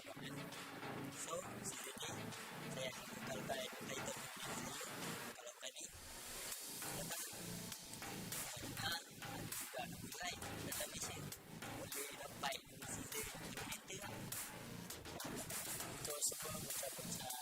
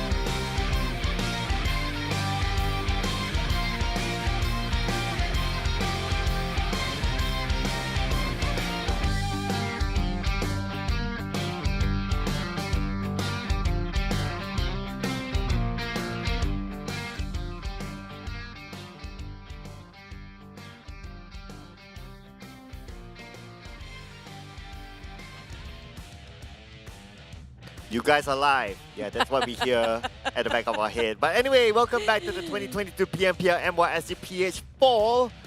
And thank you so much to PUBG Corporation, Dingoz as well as Lightspeed and Quantum Studios for having this tournament for us. My name is Sir Cloud together with a wonderful Choo Choo. And we would also like to thank our official smartphone partner that's going to be Realme. It's really real, guys. Real right in front of us. We're Realme GT Neo 3. Also, the Awaken of the Speed, we call it. What? Something's awakened with it. With MediaTek Dimensity 8100 5G, latest chipset. Definitely your experience in PUBG Mobile Battlefield will be as real as it gets. And also, don't forget, you got a good phone, you're definitely getting yourself a good data, which is going to be coming out from official digital telco partner, which none other than Yoodo, where Yoodo best, switch over to Yoodo, and also you can play PUBG Mobile for free. You saw the ads before, it's going to be unlimited how many hours you've been playing. And also don't forget to upload all your creative contents in TikTok, because hashtag be the one for our TikTok challenge in official PUBG Mobile TikToks. And also we're just going to recap what really happened in the third game just now. Flax, OP and Rush got themselves in first and third place when it comes to the most damage, but HomeBois Tom, the solo man just now who survived so long for HomeBois. And I realized that they have a similar collar style. Almost there, almost there. But they went to the same manufacturer. well, maybe I don't know. Maybe. I'm sorry I said that. Yeah, at least Luke has a different type of collar. So is it really? Oh yeah, it's a V. Yeah, it's a V neck. It's a double V, right? Okay, there's one V and then there's another V. Okay. But anyway, it's going to be the most eliminations. So Flax actually not only the most eliminations but also the most damage. So it's going to be 6 here. He's at #1 spot. But we're just going to move along because we can't wait for the action. And we're going to jump into our first Miramar. And Group A, HomeBois, Team Secret, Team Bosskurr, so it's Team Hawk. They're going to take a break. Yeah, the team that just got themselves that chicken in the last one, Team Hut, is gonna be on break as well. And Tabah NSEA, they're very close to getting themselves a last chicken dinner, but they are still playing. And we saw how the numbers when it comes to overall rank quite change. And it's interchangeable every single game as well. So nobody's actually for certain. Or we haven't got any team that actually dominating for day number 2. Yesterday, GEEK Fam was a lot of #1 in the last minute. Team Secret pushed them down. So where are they right now? Yeah, we see a lot of swapping. So, but that's also good, right? Like for us as viewers, as casters, we get to see something different, and it's unpredictable every round. But what is predictable is, what do you call this again? Blinks. Blinks. Yeah, man, I'm just too old for this. We're wearing black purple. It's very close to black pink. Oh yeah. So yeah. All right. We're yes. collabing with them. All right. Collabing with them. So don't forget to watch out for Blackpink virtual concert, which you guys can actually be in the groundbreaking event on the 23rd to 24th and 30th and 31st of July. Only just 4 dates across the world will have the virtual concert, which is going to be the virtual, they called it. So you guys can actually win this ticket, and make sure you guys join in the mission and done all the in-game stuff that you need to do, because Blinks, this is your time to shine. And speaking about in-game, there's also this in-game event that's currently happening. That is the Ancient Secret Arise. So this is where you gather your friends and challenge the boss in there and celebrate, do screenshots, and also you can also record whatever that you do in there with this event and put it up on TikTok. You know, put it up as the hashtag Be The One challenge. Why not? Yeah. But we're not done with our ads yet, like usual. We have Gangster Street already open for you guys. Like me, I love the Malik voice pack, but you guys can actually complete the 10 days of Malik mission in order to unlock the shark mission. I almost mentioned another thing, stock, but yeah, shark mission. Just make sure that you guys actually log in and complete within the 10 days, and you get yourself the Gangster Street voice pack. And here's the Rabu Padu. That's going to be happening from July onto October. The Rabu Padu, basically it's every Wednesday. Rabu literally translates as Wednesday for our international audience. Every Wednesday, log into the game to claim your chicken token. And with 3 chickens, you can redeem a Lila attack suit for free. So of course, everyone loves free things. So don't miss out on a Wednesday login. The next one is obviously next week, since today is a Thursday. So, yep, grab your freebies. in the game. This one, another thing that's going on, quite a magnificent set, I have to say, the Bramble Overlord set. You guys watch the animation early on when we haven't started the show before. It was really nice. And the Bramble Overlord also hails from a Tawny Kingdom, its backstory, and said to be the nature spirit ultimate hero. So if you want to be a hero, you gotta have this set. You be the Bramble hero. At least be a hero something. Well, I would want to, but I guess leaving the hero work is to our players. I want to see who's going to be that next hero. Just like how Drax is, in that Erangel. But maybe the team that we think that's going to be the heroic team next round is going to be this. Mine is going to be Genexus. It's about time, Genexus. Ah, boy. For me, we did mention about the next team will be having a break. So it's gonna be, I mean, like, for me, B group, GEEK fam, and also non-B group, still gonna be GEEK fam. So it's still gonna be GEEK fam, no, irregardless. But the thing is, they have a lot of target behind there, but it feels like it's a bit hard for them to get that chicken dinner now. Well, yeah, I guess we have like two different kind of predictions, right? One is based on whatever that's happening as we go, and one is, something that we foresee a little bit further. So the one that's happening as we go is probably MAB, like what we talked about earlier on, and my Genexus and your GEEK fam was like, okay, your based Genexus. based on the longer term. Yeah, my Genexus. Yeah, Genexus though, they have a bit of a problem during the transitioning. They are really strong when it comes to CQC, but when it comes to going outside of a compound or outside of a building fight, they're just having a hard time to have a grasp of it. Yeah, I don't know. It's a very different Genexus. I mean, they can't seem to win their compound fights even. So it's a very unusual Genexus. And considering that they have Small Boy in it, I would expect them to beef up their firepower, but instead it's going the other way around. So I really don't know at this point. Being extra careful, maybe overthinking is the reason why. Like, we saw how many teams are doing overthinking, including 4 rivals here. I'm not sure if that's actually a good thing or a bad thing in the future. We'll have to wait and see by the end of the day, as we're down to the first Miramar match of day number 2.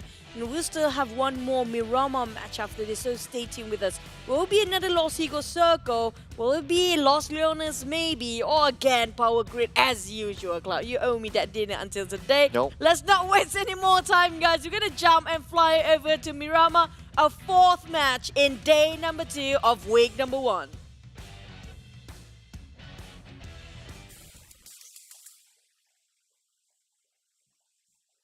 So here we go, Miramar, our first Miramar today, and the third Miramar of the PMPL so far. So we're going to have Group A taking a backseat in this round. So it's going to be HomeBois, Team Secret, Team Bosskurr, as well as Team Hard. They're going to chill. The flight path is going to start from Torre Achumada down all the way to the southern side of Los Leones. So teams who like to drop on the left may find it a little bit challenging to get to their original drop spot. So it's going to be teams like GEEK fam, possibly even Genexus, or maybe even Tabah NSEA may find it a little bit difficult, including HYVE International as well. So let's see how they will adapt to this kind of drop spot. It's a good news for those actually around Capital Manila, which is going to be MAB, your team. The team that I'm actually looking out for, because they're so close of getting that chicken. Will they finally get one in Miramar? Erangel seems like tough for them, but it's a different story now. It's a different map entirely. Now, speaking of teams that's playing, right? Do put your do watch out for the teams that's swapping out in and out for their players. It's gonna be Axis mainly. So yesterday they put in who was it again? We mentioned that earlier today. They put out Hey Noob to put in, was it Kachang again? Yes, I think it was Kachang.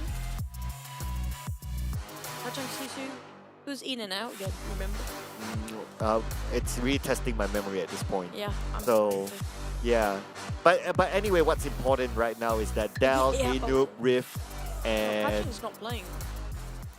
So. Okay, yeah, we need to pan over later on just to be just to confirm whatever who's playing at this point. But I think that so far, you kind of think about it, Axis isn't doing that bad, especially with Dell being one of the new prodigies that seems to be showing up. You know, the fact that they change a lot of play, like one play every single map that is based on the map, but they still can maintain the dynamics within the team. That's already a great. There's already something to actually compliment about. It's something to be praised here because it's not easy to maintain that sort of dynamic, that sort of aggression, the proactivity within the same team, but you keep swapping in and out of a player, even though it's just one person.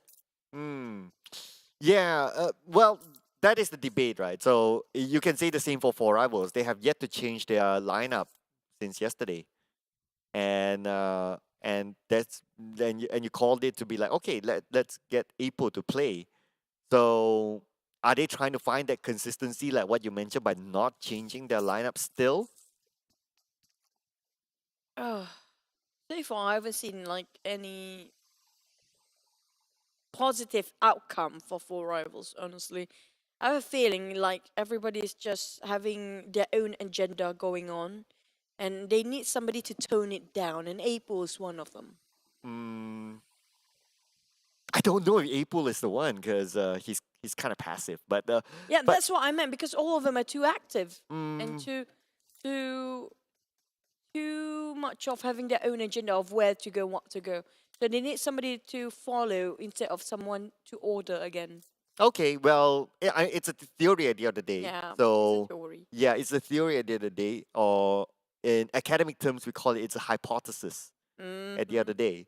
So to prove that hypothesis, at least is to get an interview together with Four Rivals. Just The saying, just saying. only, For now. the only answer that we can actually get out of them is just getting that, like you mentioned, interview. But Tabah NSEA, so they're having a same set of players for RSG. RSG, how do I say this?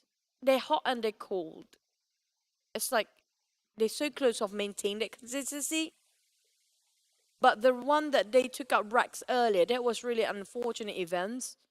And it kind of caused the entirety of the team, honestly speaking, I have to say. Even though it doesn't look that much of an impact, it actually does. Because like we do know that Rex feels like he's really good when it comes to the late phases of the game, where he actually performed way better and brilliantly when it comes to the fourth circle and so on.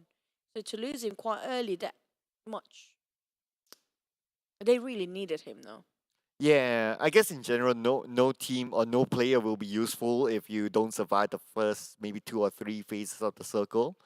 By the time you have yet to do pretty much anything significant. So including like Rex, I guess like what you will try to point out is that why Rex especially is because his role is a fragger. Yeah. And if he doesn't survive till like maybe the 4th or the 5th circle onwards, he basically doesn't have a big role to play. So they need to keep him alive, especially like maybe you can lose the support, but you can't lose a fragger super early. Yeah, it's just gonna tone down when it comes to their performance later on. What they really need that time already lacking. For Farang side, well, this is their Farang Guerilla that we talked and we've seen. And so far, they're doing okay, I have to say. There's sometimes a bit of a whoopsie moment, but not most of the time. Now, this is a team that we need someone to push them forward. Like, just get out there and shoot something, you know? Because they're being too careful, honestly, for MUGEN. They have so much potential. We've seen it many seasons before as a previous different team entirely. But it's just, why is it they're being too careful? Well, only they can answer, I guess, at the end of the day. But my theory is that it's a regional thing. That's how historically the Singaporean region has been playing. A little bit more safe, passive, and that has been their gameplay. So I guess it's more of adapting. And the fact that they have Tricky in the lineup together with Amir, who is also a substitute, I think that at some point they should be given the opportunity to play, considering like not only statistically how they've been playing, obviously they're at the bottom right now, but also qualitatively how they've been playing is really passive. So by including someone like Tricky, I don't know, I can't guarantee whether things will change, but it's worthwhile to try. Like they are at the position of what can go worse than the current situation. And like it's worth a shot for them to actually swap out just to give a different vibe. But now, finally, we're Okay. looking over. The moment we talked about them, they're taking the fight against Craig VIP, taking one on Razor. Amir actually shot him down from afar. But Razor, they definitely have a couple of smokes to work out and we're going to build the bridge towards Insomnus. And he even blasted out that vehicle to make a barricade for the side of Insomnus. He's going to help Operator, but Nasty got shot down almost entirely by Samzy. Oh, Insomnus is still alive. At least that's the good news, but he needs to reset himself to get with his teammate, Razor. At the same time, cover 5 are coming for Kuza. Kuza, the legend, going in for the flanks, and he's all alone. Kuza is going to take on the entire Mugen by himself. And looks like it's working out so far, but it's going to be Mika from GEEK Fam actually helping out Kuza, but Kuza will secure that elimination point. It's going to be first blood for the man, the myth, the legend himself. This is crazy for Kuza, but it's not just going to be that. Snipes even spotted out him from the back line. Now Mugen switch over the attention towards the side of GEEK Fam. Now there's going to be a leeway to run for the side of Kuza. He actually did so much for the team. He went back together around with the rest of his roster. But for Mugen, they're still going at it against GEEK Fam. Well, Crit VIP have GEEK Fam to thank for, as now they are distracting Mugen. And Crit VIP can reset. GEEK Fam may take advantage of the situation. Micah gonna shoot from the side. Almost getting Virgil down to 40% of health. Prepping up a nade, and looks like GEEK Fam is gonna go for it. They're gonna go for it. They don't care. You are gonna go for the flank side, while Micah keep on run and gun forward. You already reach over to their side flanks there. And UI, he's just gonna try to spot on one out. Virgil's right across him. The moment he pops out, never mind. He's too exposed for UI. Now Virgil cooking up the nade. Got 2 hand grenade in him. And it's going to be the first one to be tossed out UI. It's a bit too long for Virgil to cook that up. It was mid-air explosion. Oh, and Snipes is going in for the flank on the left, whereby 2 team members from GEEK Fam is going to go on the right. Looks like they're going to spread out. They're going to divide and conquer their opponent. And GEEK Fam, they're starting to close in. They still have the circle, so they still have time to play with. Now, there's going to be Chumacera Circle for now. While the rest of GEEK Fam, they try to bail this one out. We're looking the northern side, just on the outskirts of La Bendita and on top of Los Leones. This is too saturated. The pool is just having too much players. And Tabah NSEA again, coming up from Minas de Val. It's not news for us, but they are the only team that coming up from the southern part. Yeah, because their natural draw spot is around the areas of that area on the southern part. Despite their flight path is far, but shouldn't be a problem for them to go there.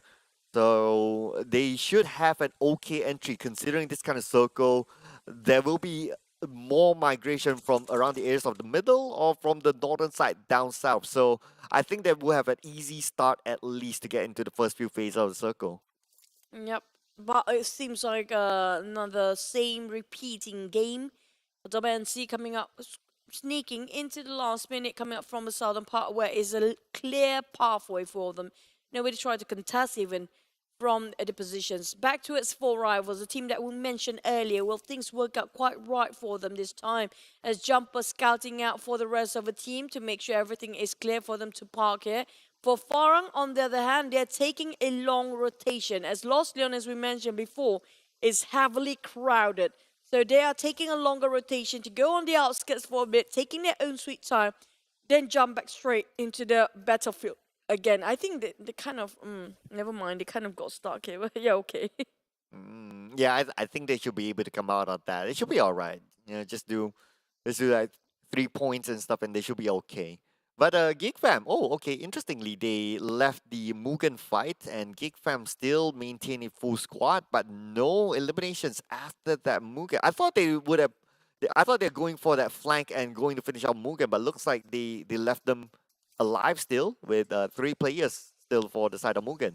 And that's where the circle pops before this. So they decided that we need to go to Los Leones as soon as possible for GEEK Fam, because the fact that if they came in late, you know how Los Leones heavily with a lot of compound, a lot of buildings there. You don't want to be gatekept by so many teams. For RSG, I'm not sure who fought them before, but definitely they're having a tough time here. Managed to revive one of the fragger, Kim. Is it Mugen who actually shot against them? Yeah, Mugen who's the one who shot. They're very RSG. aggressive this time. I would say that Mugen focuses on long range, and also this has been the thing with the Singaporean region as well. They like to take those long range shots. Remember that micro Uzi long range back in season 1 or 2, either one. It's the same thing. It still shows a very reserved sort of gameplay. Okay, so you get one knock. What are you gonna do after that? You don't push. You just leave it as it is. And yes, you may deplete or you may force your enemies to use their utilities, but that's about it. You still don't gain any points. For me, if you can't finish it, don't start it at first because it's going to be a lot of a waste resources along the process. The moment you're being ambushed by another team, like example here in the case of Access versus Farang, maybe. There you go with M16 there. It's going to be Olio with a minivan, and that's a clear shot for Tel. But oh, he forced Olio to jump down from there, but still didn't manage to get them one out. Now, this is a risky fight for both teams because they're really quite close to the blue zone, and they have less than 40 seconds before the blue shrinks even further. Yeah, and look at how far it is. Well, it's not that far actually for Axis. They could just move straight up to the high ground and they'll be in the circle, so it should be okay for them. But they have the advantage of playing the gatekeeping role against at least 2 players from Farang. So why not? If you can get some points, you take advantage of your current situation. Now, where will the circle fare? Is it going to be right on top of Los Lunas? Is it that one will be really tricky to play? But we've ended up on the southern part of Los Lunas. Now, that's going to be interesting. The terrain that's really hard to play and tricky. And not just, there's a lot of valleys in between. SMG, they already secured themselves 1 chicken for the first match of today, day number 2. But that was Sunhawk. This is a totally different map. The biggest that is, we're only 1 player being eliminated. It's going to be on MUGEN side. We're already on the 3rd phase here. This is going a bit slower than we expected to be, even though we heard gunshots straight from the beginning. Looks like Kuza has been gunned down. Jenny from SMG as well, gunned down by Loyu. A lot of fights happening everywhere. Shinzi will be taken out by Long. So it's going to be Genexus against SMG as Loyu secures the point against Jenny as well as Long against Shinzi. Now, Rapper Boy, he just going straight towards the warehouse. Yoodo Alliance fighting against, if I'm not mistaken, that's RSG. 1 knockdown and bleeding out for RSG. Luke almost got knocked out. Olio cooking up the nade. Top here, but Kim is being on his knees. Saying goes for Luke. Now that's remaining. It's going to be Rex. Going to be found out. He hurt the bandits just now. Olio tried to find him. And where would they actually toss over a grenade? Rex found it out. Rex. No way out. Oh, brutal. Looks like the first team to be out is going to be RSG and no eliminations. That means no points in this Mirama for RSG. Definitely not the news that they want to hear. And Yoodo Alliance, they managed to get 4 elimination points out of RSG. And this is the aggression that we have known Yoodo Alliance to be able to play. And I'm very glad to see this kind of gameplay. And it's working out for them. This is the type of gameplay that they should continue to play. Fast, aggressive, taking out their opponents quickly, resetting, and planning their next move into the circle. Look at how proactive they are for the Yoodo Alliance. Definitely they are more comfortable when it comes to this map, this bigger map of Mirama. But Yuhai just now being spotted out by Adik Luke across a very small window right on top of this warehouse. And GEEK fam have to be extra careful about how they approach this fight because we have more than 2 teams here. Definitely 5 teams in total in the same spot where they're standing. Genexus already got themselves inside a circle, saying goes for Sam 9. Tabah NSEA definitely, but will be visited by DBD. They're not alone anymore for the southern part of the circle. Just look at the amount of teams on the right side that needs to rotate into the circle. It's going to be warfare there. And on the northern side, on the eastern side, we can see MUGEN may have an okay entry in. Only Sam9 to deal with. Crit VIP on the other hand might have an easy entry. Only maybe Genexus to deal with, but there's good enough distance between the both of them. Keep your eye on Axis as they move towards Dingoz on the southern side. But they actually might fight against DBD if they want to, if they're going towards more on the western side. But the first one definitely is going to be Dingoz. Dingoz already aware that they will be visited by one whole team here. It's key they will relay back the information towards the rest of the roster. And now how they will approach this. We saw 4 rivals are not challenging. They are bowing out from this fight as they try to relocate themselves in a better position. HYVE International, on the other hand, that's not a great spot they want to be in because Bravo can see through and through, and it's a clear pathway for him to actually just shoot them down. Well, HYVE International currently I would say that they're in a better position than Farang Guerilla because Farang Guerilla is playing on the outer side. So the team that will be forced to move first will be Farang Guerilla, and HYVE International, they can play the gatekeeping role. They can if they want to, but the thing is, do they have enough utilities when it comes to doing that? because we haven't seen them having a lot of fights recently. So I'm not sure when it comes to their utility and resources, they have enough. MAB now going straight into the side of 4 rivals. The same goes what we mentioned before. Those actually not inside of circle, it's going to be a painful one as 1% HP per second will be deducted. Now, I thought being shot down at the same time, was it? I'm not sure if it's just a blue zone. Yeah, it's just a blue zone. But definitely Farang knows that somebody following their tails there. MAB, can they secure the chicken that we mentioned before? Oh, never mind, Morky. Well, yeah, accidents do happen. But unfortunately, it's on the outside of the circle as Farang Guerilla puts pressure onto Iftar. Iftar now not able to find his way into the circle. It's still quite a distance away, but talking of finding a way into the circle, 4 rivals will be shot down by GEEK. GEEK knows exactly where they are. And Genexus is on the other side, the same compound as the rest of team members from 4 rivals as Volky goes down. And UI giving so much hand grenades to every single way on. It's actually the smokes. Just to make sure he builds up the bridge for the rest of the team to move forward towards the circle. But thing is, can they get in safely? Snipes managed to do so. Save and Sam for now. Here comes Helton. Spotted out, sniped. Oh, he's just tossing on the other way around. He's spotted Helton for now. But it's going to be UI. Spotted out Helton at first. There you go. Oh, he managed to save one. And that's going to be 1 versus 2. And Yuhai didn't actually pick up his teammate just now. Oh, he needs to clear out his opponents because it's just too open for him. Now, Yuhai put a focus on to Yoodo Alliance, I believe. HYVE International, number 15, 1 elimination point for them. And GEEK as well, out at number 14, 2 elimination points. Mirama, just not GEEK map. It's not great for GEEK. Definitely will hurt them when it comes to overall ranks. Facts were accessed. We mentioned this boy will be their Wonder Boy or the Miracle Boy in the season if things goes right for him. Farang on the other hand, driving to get into the circle, but so many teams have to cut across just to get to the safe zone. But those actually on a different part of the circle, it's not inside of it. Also, Yoodo Alliance have 4 rivals. Yoodo Alliance, 3 team members still active and the zone starting to close in onto Yoodo Alliance. They'll be pressured by the blue, but they need to finish off Jumper. Jumper is actually waiting by the corner. Jumper, probably the last man standing for 4 rivals, trying to get as much as he can out of other opponents. But we move over onto the other side, whereby we can see DBD putting pressure to Axis.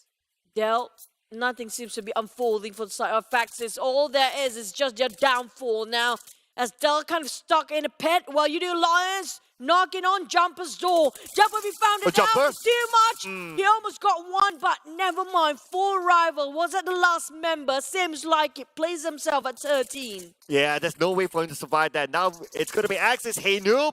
But he'll be finished off by Farang Guerilla as Bravo, the last man standing, secures another elimination point for their team. Number 12 for Axis with 2 elimination points. Bravo now super low, 10% of health. Bravo may be taken down, and Bravo will be taken down by Jimmy from DBD. DBD still going strong as a 4. Now Echo shooting against some 9.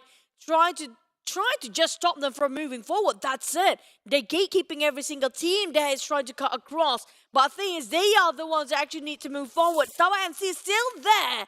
But Tabah NSEA already noted that DBD will have to pass them first. But which fight will they pick for Flex? He's considering whether to shoot on DBD or actually going for Sem 9 straight. Oh, DBD, they're playing this split right now. Towards the left, 2 of them.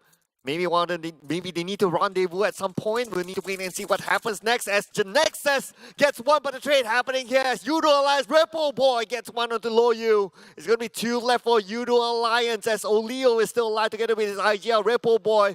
Oleo will need to fend off the rest of Genexus. Ripple Boy taking a longer rotation, coming up from the back of Genexus. Here comes a bit too much for him. As long trying to play around the terrain, that was a really hard call coming out from these guys. And Genexus going against no other teams than, never mind, MAB. What was a shot from afar from Tabah NSEA finish them off? Well, just too bad for MAB, the team that we kind of predicted that didn't happen. But Insomnius gets a nade onto Xiao. Boy, the nade! Talking about the nade! Ate gets 1 onto him. And it's going to be Xiao Boy eliminated by Insomnius. And Team SMG out at 7th place, 1 elimination point. Now Tabah NSEA Magic try to have his guard up while Frankie going for DBD. But the thing is, they still have to settle down with so many teams, including Create VIP. Still have 4 men well and alive. Genexus down to 2 with 1 bleeding out. Create VIP on the other hand, not inside of a circle. They have to fight against Sam9 if I'm not mistaken, right across them. But the thing is, it's just so hard to get in. Oh, yeah, the circle doesn't favor Crit VIP at this moment. They need to fight their way through. And a lot of open area right in front of them. They need to be prepared. 10 more seconds on the clock. Dingoz on the left may stop them from afar, so they need to be aware of their opponents. Now with 1 active buggy, they could still use it to get into the circle. Dingoz is Yoodo. Can't actually be helped by the side of Arte. Tabah NSEA is next to DBD, who's rushing in, here we going go. for the flush. DBD start to move first, but are they ready for Tabah NSEA taking down on 6? And now they try to stop Yen as well, down to 2. Jimmy can actually make it. The bridge happens as they can't have enough Jimmy! man. And Echo that's left for the side of DBD, being shot down by the rest of Tabah NSEA. They're having their defense really well up here. Sam9 try to steal off the eliminations from afar. Oh, can they do it? But then again, let's look over onto the Dingoz. Number 5, 8 elimination points for them in this Mirama. We're down to the top 4 teams. DBD is still around as Crit VIP fights their way through into the circle. We got Insomnius together with Sam, currently playing by the rim of it. Razor starting to move in, and Kuza will join in. Tabah NSEA, can they get themselves a double chicken in a day? Or will be finally Sam9 getting their double chicken or Crit VIP? But 1 knockdown for Crit VIP, tapped to the Mini 14. Also in a very small compound here, but lucky enough they got himself a barrier. They're still inside at the edge of the circle, but the moment he got himself cornered up by the blue zone later, they need to leave for Sam9. Tabah NSEA on the southern part of the circle, while Crate VIP is right across Sam9 with nothing to hide from. Another crate just been dropped. We heard a couple of gunshot, preemptive shot, warning ones from Sam9. But they need to move forward because the circle will shrink now, Cloud. Definitely. Yeah, and anytime now, a couple more seconds and we'll see the next circle pop, and we'll know who will be blessed by the circle and who will be cursed by it, or maybe all of them will be cursed. Now the circle will show itself, ladies and gentlemen. Keep your eyes on the minimap as the circle will pop. Crit VIP, the only team without a compound. The other 2 teams, Sam9 as well as NC, they do have a compound, and the circle favors NC. This could be another chicken dinner for them. Like it or not, Crit VIP and Sam9 have to actually walk on the open, in the open plane of fields, and definitely have not much to cover with. Well, Tabah NSEA, they got themselves again the best compound to work with, and still have a lot of covers. Even the terrain, it's so hard to spot them out. Sam9 or Crit VIP, whoever make the move first will be shot down straight away by 2 teams there. Oh, Crit VIP. What are they going to do? Are they going to rush straight into NC, or are they going to go towards Sam9? They need to make this choice. 12 more seconds on the clock, and they're currently in the open. Sam9 pretty much in a similar situation. They'll be pressured by the blue anytime soon. And the long range coming in from Flags. That will stop Sam from going through, as Sam will be taken out by Flags. Nothing much they can do. And Magix is going to secure the elimination point out of Sam. Now, the rest of Crit VIP losing more men. While Sam9 is trying to do what Crit is trying to do as well. Kuza making sure he can't move, but look at Flax. He got such a nice spot on top of this rooftop, looking over everything that's going on. But in the meantime, he can still hide himself. But overpeaking will cause him quite a lot as Magic's being knocked down here. Rush taking out on Kuza. They have to fight both teams for Tabah NSEA, and they have the time to reset as well. Oh, and Sam9, they're making their move right now as Flex tries to secure the elimination point of Razor, and he will get what he wanted. Insomnius is still alive with about 50% of health left. Kuza can still be picked up, playing really by the rim of the circle, and Frankie will be taking out Sam9. Sam9 now finding it hard to go through as Rush secures another elimination point on Kuza. 3rd place for Crit VIP with 4 elimination points. Nice within NC, and Sam9 as Frankie takes out Dap. It's going to be Putra, and Adib still alive. This is just Tabah NSEA farming up the eliminations. They got everything in their hands. All the winning conditions is theirs to take. But Sam9, how can they hide? Only a couple of haystacks, that's it. Flags is just a problem. A big one. Such a hindrance for Sam9. Ooh. As the circle shrinks even further, Putra managed to hide himself a bit more, but Flags making sure he's not going to move that crosshair. The last member, another chicken dinner for Tabah NSEA. That's 2 in a day. 2 in a day in the bag, this time with 12 elimination points for Tabah NSEA, the first team to achieve 2 chicken dinners in the PMPL, and it only took them what? Day 2 to do this. Tabah NSEA, no jumper, no problem, and I think if you kind of think about that, well, they're the ones laughing at jumper at this moment. That's true. You saw how they were just farming eliminations there. It's just the perfect view that Flax got for the team. That both Crit VIP and 79 couldn't even move there, and this sort of in luck. I have to say that was based on which team being favored by the circle. There's only one team that being favored at that moment, and definitely dares to take all the winning condition they have for Tabah NSEA. Congratulations for them. And this is what I mentioned before. The moment there's nobody actually tried to stop them rotating into the circle on the southern part of the map. That's why you do know that Tabah NSEA have a shot at winning. And they did that in the second game today in Erangel. They did that again. They got themselves in second place in Erangel again in third match today. And they did it the third time for the fourth match here. Yeah, I mean, there's no doubt, right, that luck did play a role earlier on. If they didn't get the circle, assuming like the circle goes 100% towards whether it's Crit VIP or towards 7-9, that team is highly likely to get the chicken dinner because there's so much open area in between all these teams that anyone who exposes themselves will be taken down. So they had the luck, they had the compound. I mean, Lady Luck was smiling on them. What else can I say? But you still have to give credit to them for taking that compound and also defending it throughout the game, and that gave them the chicken dinner. That's true, to defend that sort of compound. And who was it behind them again? Was it DBD or Axis? DBD. It was went DBD to who it. was trying to Yeah. actually take that compound away from them, who's trying to corner them a bit later than usual. But the thing is, Tabah NSEA managed to secure that, and that was a vintage point. That was a point spot they really needed. And it just shows when the circle kind of comprises the last few ones in there. And this is why we talked about DBD trying to rush in.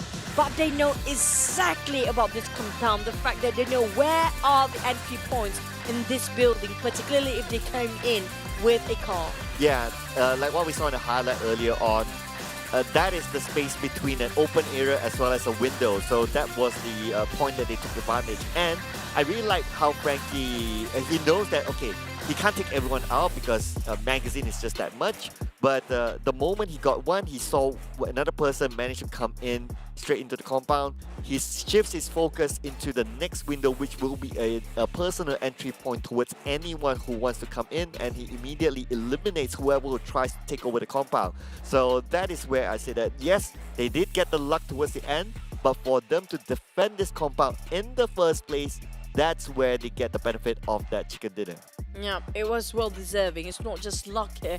But I have to give another praise towards another team here. Crit VIP with the addition of the Yakuza. Definitely, it changes so much for the team. They have been consistent for 2 games, maybe 3 games in a row now with the most grenade being used. But for the elimination points, this definitely Tabah NSEA staying and throning themselves at #1 spot in the overall ranking with 27 points. Such a gap if you compare with the second place here with only 3 eliminations. Basically, they have been dominating this match entirely from the start of Tabah NSEA with double-digit elimination. The only team with double-digit. Oh yeah, with the only team with double-digit elimination points, so brings them to 27 points. 7-9 on the other hand, the second place finish, so it's going to be 15 total points. And like what you mentioned, Crit VIP, they're actually starting to be really consistent, especially when Kusa starts to come in. Sometimes it's about like, you know, he has been a champion before, and he's rubbing off that champion mentality towards the teammates, so it's kind of showing now for Crit VIP. But we have to give props to our MVP in this round. It's going to be Frankie, the second chicken dinner for Tabah NSEA, and a different player getting the MVP. It just shows that they are all-rounders. He's actually a very innocent guy in real life. He's a very shy person as well, but when it comes to the game, he's not shy at all. It just shows how much he was aggressive in the game just now, stopping all the teams trying to move forward. But I have to say, Tabah NSEA, this is what expected of them, because we do know they are one of the best team in last season. So this is not something shocking for us anymore. Not newsflash, but definitely they can go even higher and further. Whoa! But they got themselves already Second day, 100 over points. And the first team to achieve 3 digits in the overall rankings. And they even have a gap between them and Sem9. It's a 17-point gap, so that's fairly decent. Now Sem9 and GEEK 3 points gap. Team Heart, that's 1 point gap. That's going to be 1 point with Team Secret. And you can see like everyone else, well, for the most part, at least on the first half, they are really close by. So Tabah NSEA, I think people didn't really talk about them that much, but all of a sudden they managed to shoot themselves up to the #1 spot, and they pushed down a lot of these powerhouses like GEEK, like Sem9, like Team Secret down as well. If you compare with MUGEN right now, just so far off, 90 points in difference, that's how big it is. But if you compare in the first page only, the gap has been widened when it comes to the 6th and the 7th place. There's 20 points gap in between already. So up to the 6th place, they still manage to catch up if they want to take the #1 spot. But what's more important is that every single week we're going to have that point system. This one point system is going to be stay up from clean slate again, right? Because by the end of the week, it's where their placement at. That's what's more important. Yeah, it's the weekly bonus points that matters at the end of the day. But let's check out this recap from the previous round. So it's going to be 12 elimination points, 1,782 total damage for NC. And they start off around the areas of Validemar. That's the default drop spot. If not that, then the second drop spot is in Ruins. But in this case, it is here. So as what I mentioned, an easy entry for them just because of how the circle is. And because of their natural drops around Validemar, going up the hills first is easy. Now, if you're late, going up those hills is super hard because there'll be a lot of teams that like to take those hills. Now, from then on, they just need to pick their spot and they need to defend. And that's where it becomes very important, like what we saw their fight against DBD. Well, DBD was quite far from here. They were trying to make a long rotation because they were late. So that's why they couldn't take that spot, because Tabah NSEA, the moment the circle revealed itself, they already went to the prime position, high grounds that they needed to have, and stayed there for quite a bit. But the rest of the team, what we mentioned before earlier, on the right side is just too much. Definitely there's only a couple of teams that's going to emerge victory out of that, because there's too many teams are gone blazing around, and that just shows that most of the team being knocked down there, instead of, you know, the other way that we're talking about on left or on northern side. Nobody else was actually in the southern part except for DBD, who were being shut down by the side of Tabah NSEA. They're not even here again, like the previous round. Yeah, I guess it's again another trend. Like you see, just look at this. So originally they weren't in the circle. It's just that they need to move further forward, and that's how they get in the circle, and that's how they secure also those prime positions. And again, it's about defending this compound here against DBD. DBD has no choice. It's either they go to NC or they go to Sem9. So they chose to go to NC, which is fine. It's a 50-50 call anyway. And they went all the way, but NC flex, showing how it's done, how to solo defend one certain angle of this compound, and it did really well. And for those of you watching out there, if you aspire to play pro, to go pro, to win your tournaments, this is how you defend this sort of compound. This is something that you can learn from these pros. And also look at how open field it is, how wide is the field for Flax to see through everything. And they divide it into two, where Frankie, Magix, and also Rush trying to scout out anything that's happening on the right side. So they're trying to secure their chicken dinner, even though they are 100% in it for the win, but they're still playing it very cautiously by doing a lot of formation the last minute as well. But just to mention one more team that we didn't highlight enough just now, it was Dingoz. They got themselves 8 elimination points, and they still managed to get themselves in the top 8 just now. So that's a really good improvement for them if you compare yesterday and earlier today. No doubt. I think that is definitely commendable. Then it's great. 8 elimination points is definitely not easy. Even in fact, they got more than a lot of those teams at the top in terms of elimination points. But will we take a short break, ladies and gentlemen? After this, we will be back for the final game today, which will be played in Miramar again. So make sure you do not go anywhere. It's only a 5-minute break, and we'll be seeing you right after this.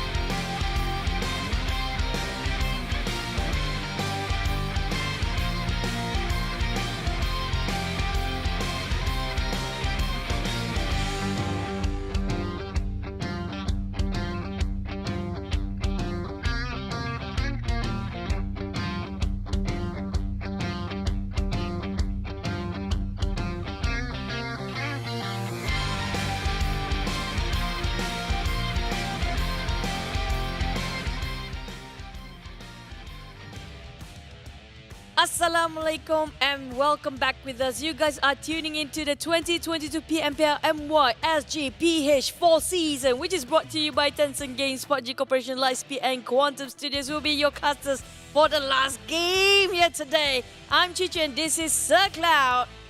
Oh boy. Oh boy. Oh girl. Oh girl. But you know what else is Oh boy. Oh boy. Oh, girl. Oh yeah. This is our official smartphone partner. That's going to be Realme, ladies and gentlemen. And what you're looking at right here is the GT Neo 3, the dual chip gaming level flagship that it comes together with. And of course, it comes together with a MediaTek Dimensity 8100 5G chipset as well. So this is an amazing piece of technology that we can see right from here. Besides that as well, with a great phone, you need a great line. And it's going to be our official digital telco partner. That's going to be Yoodo. So switch over to Yoodo and play PUBG Mobile for free. And once you get all that in place, you have to visit our official livestream partner. That's going to be TikTok. Hashtag #BeTheOne TikTok challenge is currently on. Follow our official PUBG Mobile TikToks. There's going to be PUBG Mobile My Official, PUBG Mobile Esports.sg, as well as PUBG Mobile Official PH. But let's check out the stats from the previous round. That's done. Now back to the game. Now look at how damage output coming from. This tally up quite nicely, not like the previous game. We saw a bit wonky there where damage output didn't reflect on the eliminations. But for the side of Tabah NSEA, I have to say, because of Frankie, because of Flax, because all the guys, they know exactly where to stand, where to look out for, and the compound was perfect for them. 1,700, this is the highest, one of the highest with 12 elimination, but the rest of them. Now, we're looking at a lot of MVP, Flax and Frankie, 2 games in a row now. Yeah, Flax, Frankie, and now redONE coming into the flanks. 664 damage from Frankie, Flax has 642, and redONE is 610. So it looks like 6 is the magical number in this round. And what's interesting is that it's going to be Scouters putting in the most damage. Both Frankie as well as redONE, both IGLs in fact. Yep, they're really doing a good job here. Even though they have so much going on, like IGL have to call out the shots, they have to scout out things for the rest of the team, have to relay information. They managed to frack so much for the team side. This is just such a great asset for the team. But the next group we're looking over, Group B won't be playing. That's going to be Dingoz Esports, GEEK Fam, MAB Esports and Team SMG as we hop into our last Miramar match of the day. It's going to be ACDNE. Yes, so this is going to be the final Miramar, and then we'll tally up the scores to see who is the champion for day number 2. So yesterday was Team Secret. Could it be Team Secret again? Well, they still have their chance in this final round, as we'll be seeing Group A coming back from their break. HomeBois, Team Secret, Team Bosskurr, as well as Team HYVE is going to come back. So for now, we have seen NC, the first team to get 2 chicken dinners. Will we see a same one? Or will we see a new team getting a chicken dinner? Do keep your eyes on this final round. Yeah, the only reason why they almost got themselves a chicken dinner in the third match of today, which was the second in Wrangle, was because Team HYVE got that chicken dinner. So last match, Team HYVE was resting. Right. So that's why they got themselves that chicken again. So is it going to be Team HYVE again for today? But everyone's going to be resting after this. Yeah. So who? Everyone's going to be Yeah. resting. Who's So, playing? Up for grabs. Anyone? Grab that chicken dinner. Okay, now, so we can't put in our theory that the one that's resting after this is going to get a chicken. So we have no clue who's getting it afterwards. Who do you want it to be? I'm hungry. You want a satay, so might as well let it be us to get that chicken supper. Oh yeah, that's Yeah. great. Roasted. But you know what? Mm-hmm. I want to see this. I want to see a very cute video. Let's go.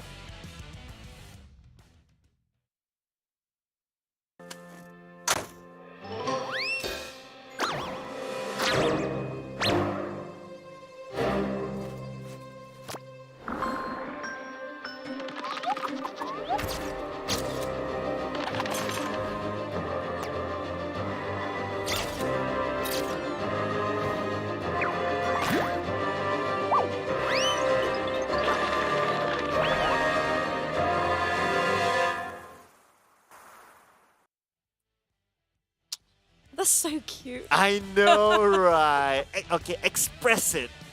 It's too cute. go. It's your Yeah. pet. It's just, it feels very nostalgic because you always have a teddy bear when you're sleeping back in the days, like when we don't have phones, right? Mhm. Teddy bear is your best friend that time. So it feels like you're reliving that moment when you were, like when we were kids. Not you. Maybe you're too young for this. Well, some of them are kids right now. It is a family-friendly show at the end of the day. But talking about family-friendly, you can bring your friends and family to watch the watch party that's happening on ground in this location. So this weekend is going to be Paradigm Mall Selangor, and next weekend is going to be Paradigm Mall Johor. The following weekend is going to be Ipoh Peripera, and we're going to end the journey at Suria Sabah, obviously in Sabah. So what's going to happen there is going to be the PMCT LAN event, and after the PMCT LAN event, there will be the PMPL watch party. So after that done, you can stick around, watch it with your friends and family, cheer on for your favorite teams. Or maybe you can also, when you're on ground, try to cosplay the Bramble Overlord set. Because that would be really cool. Because there's going to be the set that you feel like you are the superhero protecting the world gate. Wow, you're the protector and the guardian of the gate, possibly. But this is one of the most beautiful set that is in PUBG Mobile. And definitely you have to have your hands on them, because there's a limited time to get it, and this is definitely one of the best one that we've had in the game. But yeah, if you happen to have a cosplay of Bramble Overlord set, do actually take a bit of content and do some TikToks. You can join up the TikTok challenge. Yeah, hashtag be the one. And maybe you'll be the one and be famous. But we want to predict the one that's going to be the one Be after that this. one. Be that one. And this is our prediction here, ladies and gentlemen. I'm going for Step 9. That's pretty hard too. So Yeah. I'm not regretting my pick. You know, our predictions are actually done quite earlier today, so we have not any clue about how the performance of each team for today. So this is done way earlier. Hopefully Axis actually can win this one for me, and Sem9 as well, because Sem9 is so close of getting that chicken dinner. They got himself yesterday in Miramar, so high chances they might get it again. Yeah, so even Axis as well. I mean, Axis has been doing pretty... I mean, Axis are better when it comes to Wrangle, but not so much in Miramar though. So Sem9 it is. Yes, Sem9 is. Okay, there you go. Hashtag Sem9 on fire, ladies and gentlemen. I know a lot of Sem9 fans out there who want their team to do well. And if Sem9 gets the chicken dinner, they will be the second team to get 2 chicken dinners. That's true. Or even, we're going to see what happened yesterday happened again today, where history repeated itself if Team Secret secure this final chicken dinner of the day with another to bump up their overall rankings, because Team Secret always give us surprises. They've been a bit quiet today. They're very quiet yesterday too. Yeah. When last minute, suddenly they appeared out of nowhere. Yeah, Kid came out with a banger yesterday during the last game. So let's see if anything changes after this. So ladies and gentlemen, we'll be jumping into our final map. That's going to be Miramar very, very soon. And again, just a reminder, for this final map, Group B will be taking a break. So there's going to be Dingoz, GEEK, MAB, and Team SMG. They are going to watch other teams as they see other teams collect their points, and they obviously can't collect any more points. They're done for the day. They're just biting their nails on the side bench. That's all they can do for today. That's really unfortunate. But we've seen so many circle. We've seen Power Grid. We've seen Valdemar circle. Just now we saw Los Leones circle. Now, where would the next circle be? Your prediction, Cloud? Impala. Impala? Impala, let's go. It's kind of a hard shot. We got ourselves Valdemar, which is rarely been seen. So Impala is not impossible at all. Even the Oasis is actually in the fray as well. So we have no clue. Is it going to still Power Grid? No more Power Grid, please, because we're going to walk ourselves in our last match of today, week 1, day 2 PMPL. Let's go, Miramar.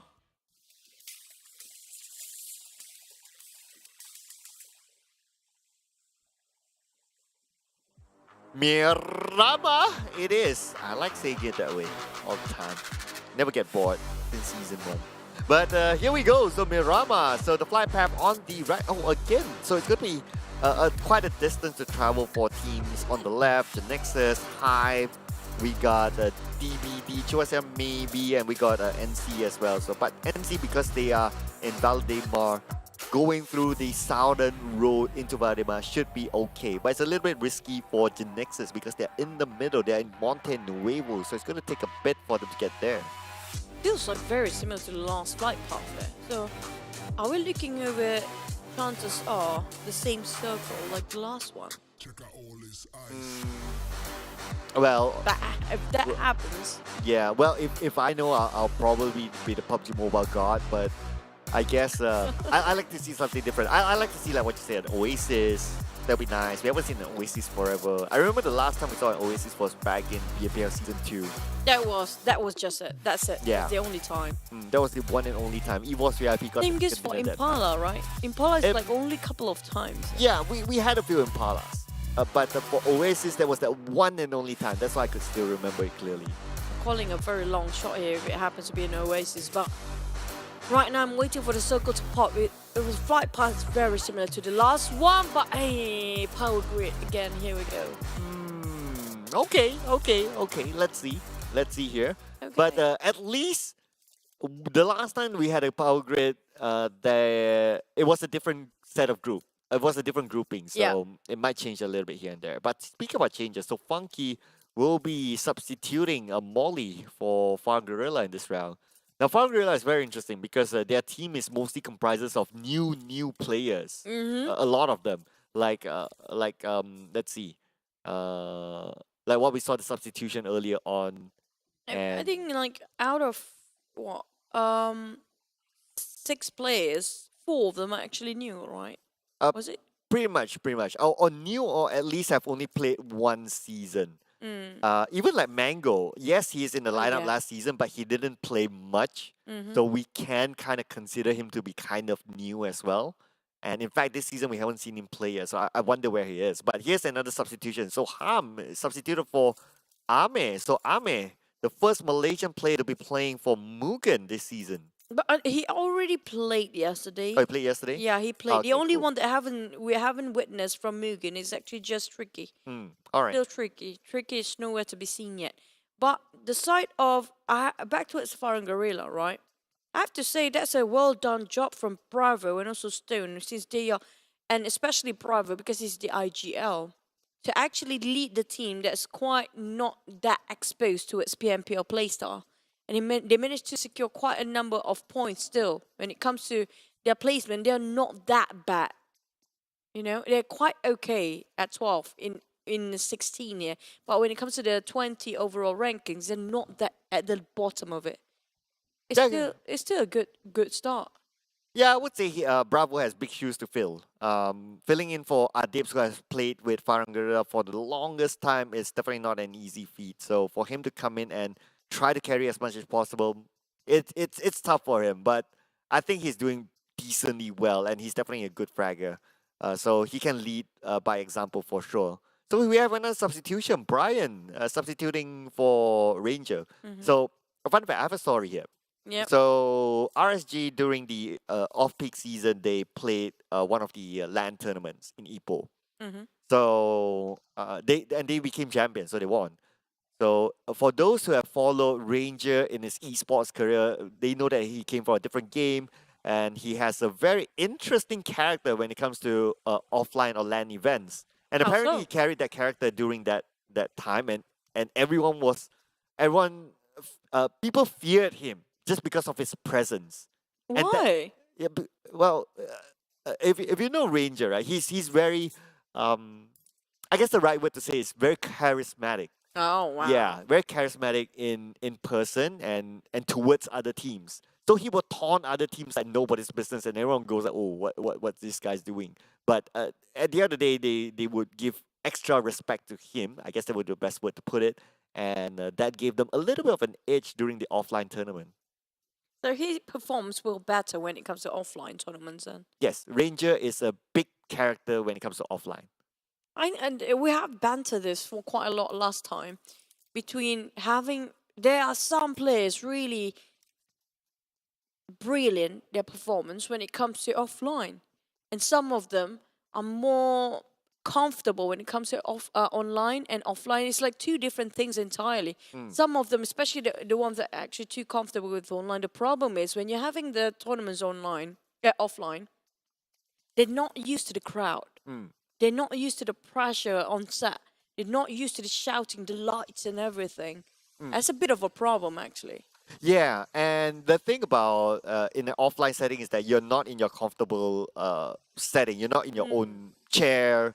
you're not in your own table, so you don't have things that you're accustomed to. You need to adapt to other things. And besides that as well, like what you mentioned, people shouting left and right, sometimes it gets distractive. Yeah. So that is also something to adapt. And during that tournament, Ranger was actually the MVP because he has so much offline experience, even back in the day when he was like, doing all those stuff, even overseas. So he lived to play this kind of offline. So that's why they benefited from him. Of course, online is going to be a different vibe. He gets a different vibe offline, right? But online. But if RSG were to play an online tournament, even in PMPL, assuming that we get PMPL online, hopefully in the near future, and RSG is Offline or there, I online? think they stand a good chance as For long as Ranger. offline, we Yeah. got confused with online, offline. Yeah, sorry, there are too many similar terms. But yeah, you get what I mean. I get it because I think it's a more stronger mental fortitude to fight in offline because you can't control the crowd, you can't control how people treat you. Well, online you get the options to not look at the comments, don't look at this, don't look at that, don't care about this and that because you are playing in a gaming house and within the same places where your teammates are. But for offline, you don't have that options anymore.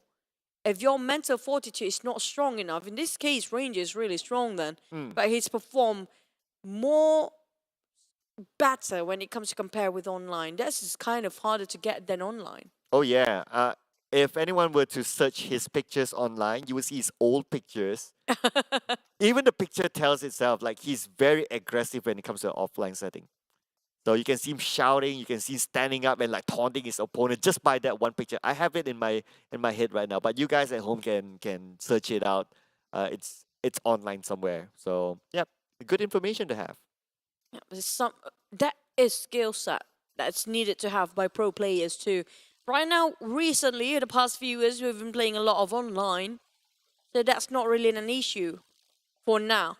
But in the future, hopefully, most of back then in our old days, most of our tournaments are actually held offline or LAN. It's not even online. Yeah. But for the future, I have a feeling we might be heading back towards the offline tournament where the set is really great and you will love the energy. But back towards the game we go. We saw just now, was it Tabah NSEA coming in very late from the southern part? Just now it was chucked in by the blue. Yeah, I think so. Same goes for Access actually. Yeah, it's Tabah NSEA. It's their regular play style to come in a little bit later, especially when it comes to this kind of map.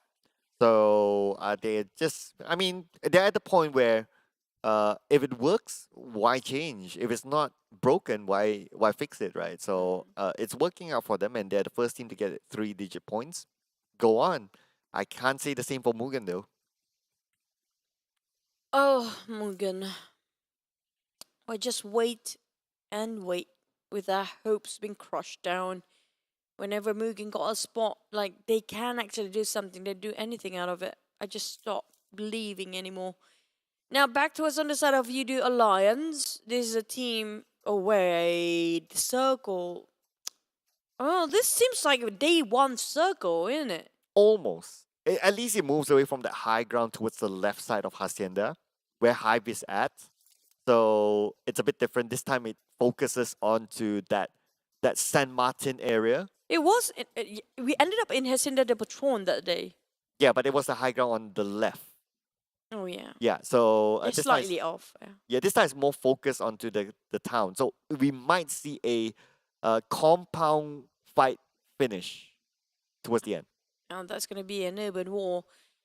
And a very long one, if you ask me, because there's so many compounds in between. It means they're going to play around the corners. But Axis Red 1 is actually the furthest away from the circle just now. If you guys witness the map as we speak. And they are taking this as long as they need to. As long as they need to. Because this is still the second phase of the circle, which going to hover around to 10 more seconds possibly to the third phase later on. So that's where everything go haywire. Because why?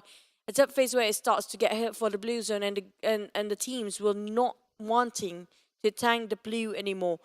But the center of the circle just now around St. Martin, will this be another team secret match then? Because that's what happened yesterday. So far, it looks like their home ground, San Martin, where they're obviously very familiar. They have been playing San Martin for the longest time, ever since in the back in the day of season 1. So if it's there, then definitely they have that advantage, no doubt. And people need to come to them. So as long as they can defend, they know how to defend, which I'm pretty sure they do, they'll be okay. Because they had the same circle yesterday, that's why they won themselves last Mirama of the day number 1, but day number 2 seems like a deja vu, but maybe a different case here. Back to us on side of Farang with the Scar L. Olio on the other side, trying to take down a Yoodo Alliance. Rebel Boy having a bit of a tough time to place himself covered for now, as Olio being tapped out by Stone. Definitely don't move that much because Olio not being clipped anymore. But Yoodo Alliance, they're kind of being surrounded here by many teams because we have one more team just arriving. Yeah, gotta be prepared for teams who want to take over compounds at this moment, normally by their 3rd or 4th phase of the circle. And speaking about taking over compounds, HYVE will need to get out of this place, as Genexus will be hunting them down. Genexus wants this compound for themselves, and this is the Genexus that I know of. And there you go, blanks. Going to be taken out by Biu. Is it going to be first blood? But Vigo trades it out by taking out Loyu. Biu is done. Edo 10 shot in down. 4th row on the other hand. Well, you know what? You can't fix what's happening, but you can do a bit of damage control for Edo close. 10. What a nice performance by both teams here. Trading one by one. But for HYVE, they're losing more men, while the rest of Genexus is just bleeding out right now. They're down to 3, but one of them is going to be revived anytime soon. But the circle shrinks again. Is actually very different from yesterday. It's a bit towards the side of La Bandita or even Minas Generalas. And might end up on top of Graveyard. Who knows? But the thing is, a lot of teams already in the center of it. Yeah, we see a number of teams in the center at this moment because I guess there's a lot of there's a good amount of high ground there that teams want to pick before the teams take them first. So some of the teams resort to just going straight into the middle, and that's absolutely fine. There's no right or wrong formula to that at the end of the day. Now, giving focus onto NC, I believe they will be coming down from the southern side and getting into the circle from there. Sem9 tries to stop them at the tracks. They're playing a little bit of a gatekeeping role, but I don't think Sem9 will stay there any longer as they have a compound to secure. That's true. Ron Picardo and NC just going to bypass this one. Not wasting any more time. They will try to... The thing about NC is that they will try to get themselves as much compound along the process and try to take covers and camp it out for a bit. But in this case of all rivals, they don't have anything to cover with them or anything to cover with at this point. With RSG, they're trying to hold towards their compound here, marking their territory. But the thing is, 4 rivals not taking that warning shot. They want to take and flush them out. And Voki going in first in the front line. Voki now at the lower ground. RSG at the high ground. Brian with a nade. Yet to cook up. Brian tosses out a nade without much cooking. Explodes, but it will not connect to his opponent. Again, it's going to 4 rivals against RSG. Voki breaking out his own nade as Appy goes down. How did Appy goes down? It's actually Voki right in front at first. But never mind, right now Jumper and Voki trying to do damage control, but they taken down on Brian first. Voki cooking up the nade. Couple of more seconds to go and just going to toss it right now. But it's taking it on sweet time, a bit lopsided, a bit messing there. While we have also Voki trying to take the other way round. It seems like a nice work duo coming up from Voki and Jumper. Things work out for 4 rivals right now, but they need to pick up their mates first. As Luke and Kim still there, would they want to go in? Because it's a bit too late. I think it's a bit of a waste if RSG is still forcing the fight here. No, they definitely won't go in. First, if they go in from that position into the warehouse, there's not enough time. Everyone would have resetted. That's number 1. Number 2, they will put themselves at a disadvantage because they're at the low ground. So definitely not going to be an option for them to go ahead with that fight. So they're going to stay and chill since there are only the last 2 members left. And we're still like 16 teams. So they're going to focus on survivability instead. Tabah NSEA, so X is just going to pass But the thing is, they don't want to pick unnecessary fight for Tabah NSEA. Usually when they are top 10, then only they really go all in here. Just giving off warning shots, but Frankie's still trying to connect everything that fires. A lot of bullets being sprayed left, right, and center as Axis stuck in between. Now, that's not a good timing, but DBD caught Tabah NSEA from behind. Very almost the same, just like last rotations, where DBD chasing tails of the side. Chasing the tails of the Tabah NSEA, and now Axis stuck in between with Sam9 the other side. I mean, like, Axis, this is just graveyard for them. Ooh, yeah, it might be. But 20 more seconds on the clock. Let's see if Axis can do anything. But DBD has a high ground advantage, and they're going to overlook Axis. They're going to lock Axis in, and Axis will be pressured by the blue. Just look at how far they are from the circle. It's going to be hard for Axis. Oh no, Axis. Noob definitely will not be picked off by any of his teammates, will not be revived here. As Team Hawk even, they want to be part of it. And Tabah NSEA don't want to waste. You know what, you guys are fighting here, it's not worth it because still 16 teams well and alive here. They make sure they got themselves in the zone first, in the safe zone first. But Farang waiting as a gatekeeper on the southern part. Sam9 on the other hand still lingers around graveyards just to make sure if they can get any extra points here. Ooh, Sam9 now. They're still playing on the outside of the circle, but look at the amount of teams right in front of them. They need to deal with Crit VIP at least. At Crit VIP, they have a compound, so it's going to be an advantage to them. Now Bosskurr in the middle of the circle with a couple of teams right in front of them as well, but no rush in terms of getting those compounds just yet as they still share the same circle. Bosskurr spotted out Team Secret out of nowhere. Where did Team Secret come up from? Was that a motorbike, by the way? That was redONE and I shot.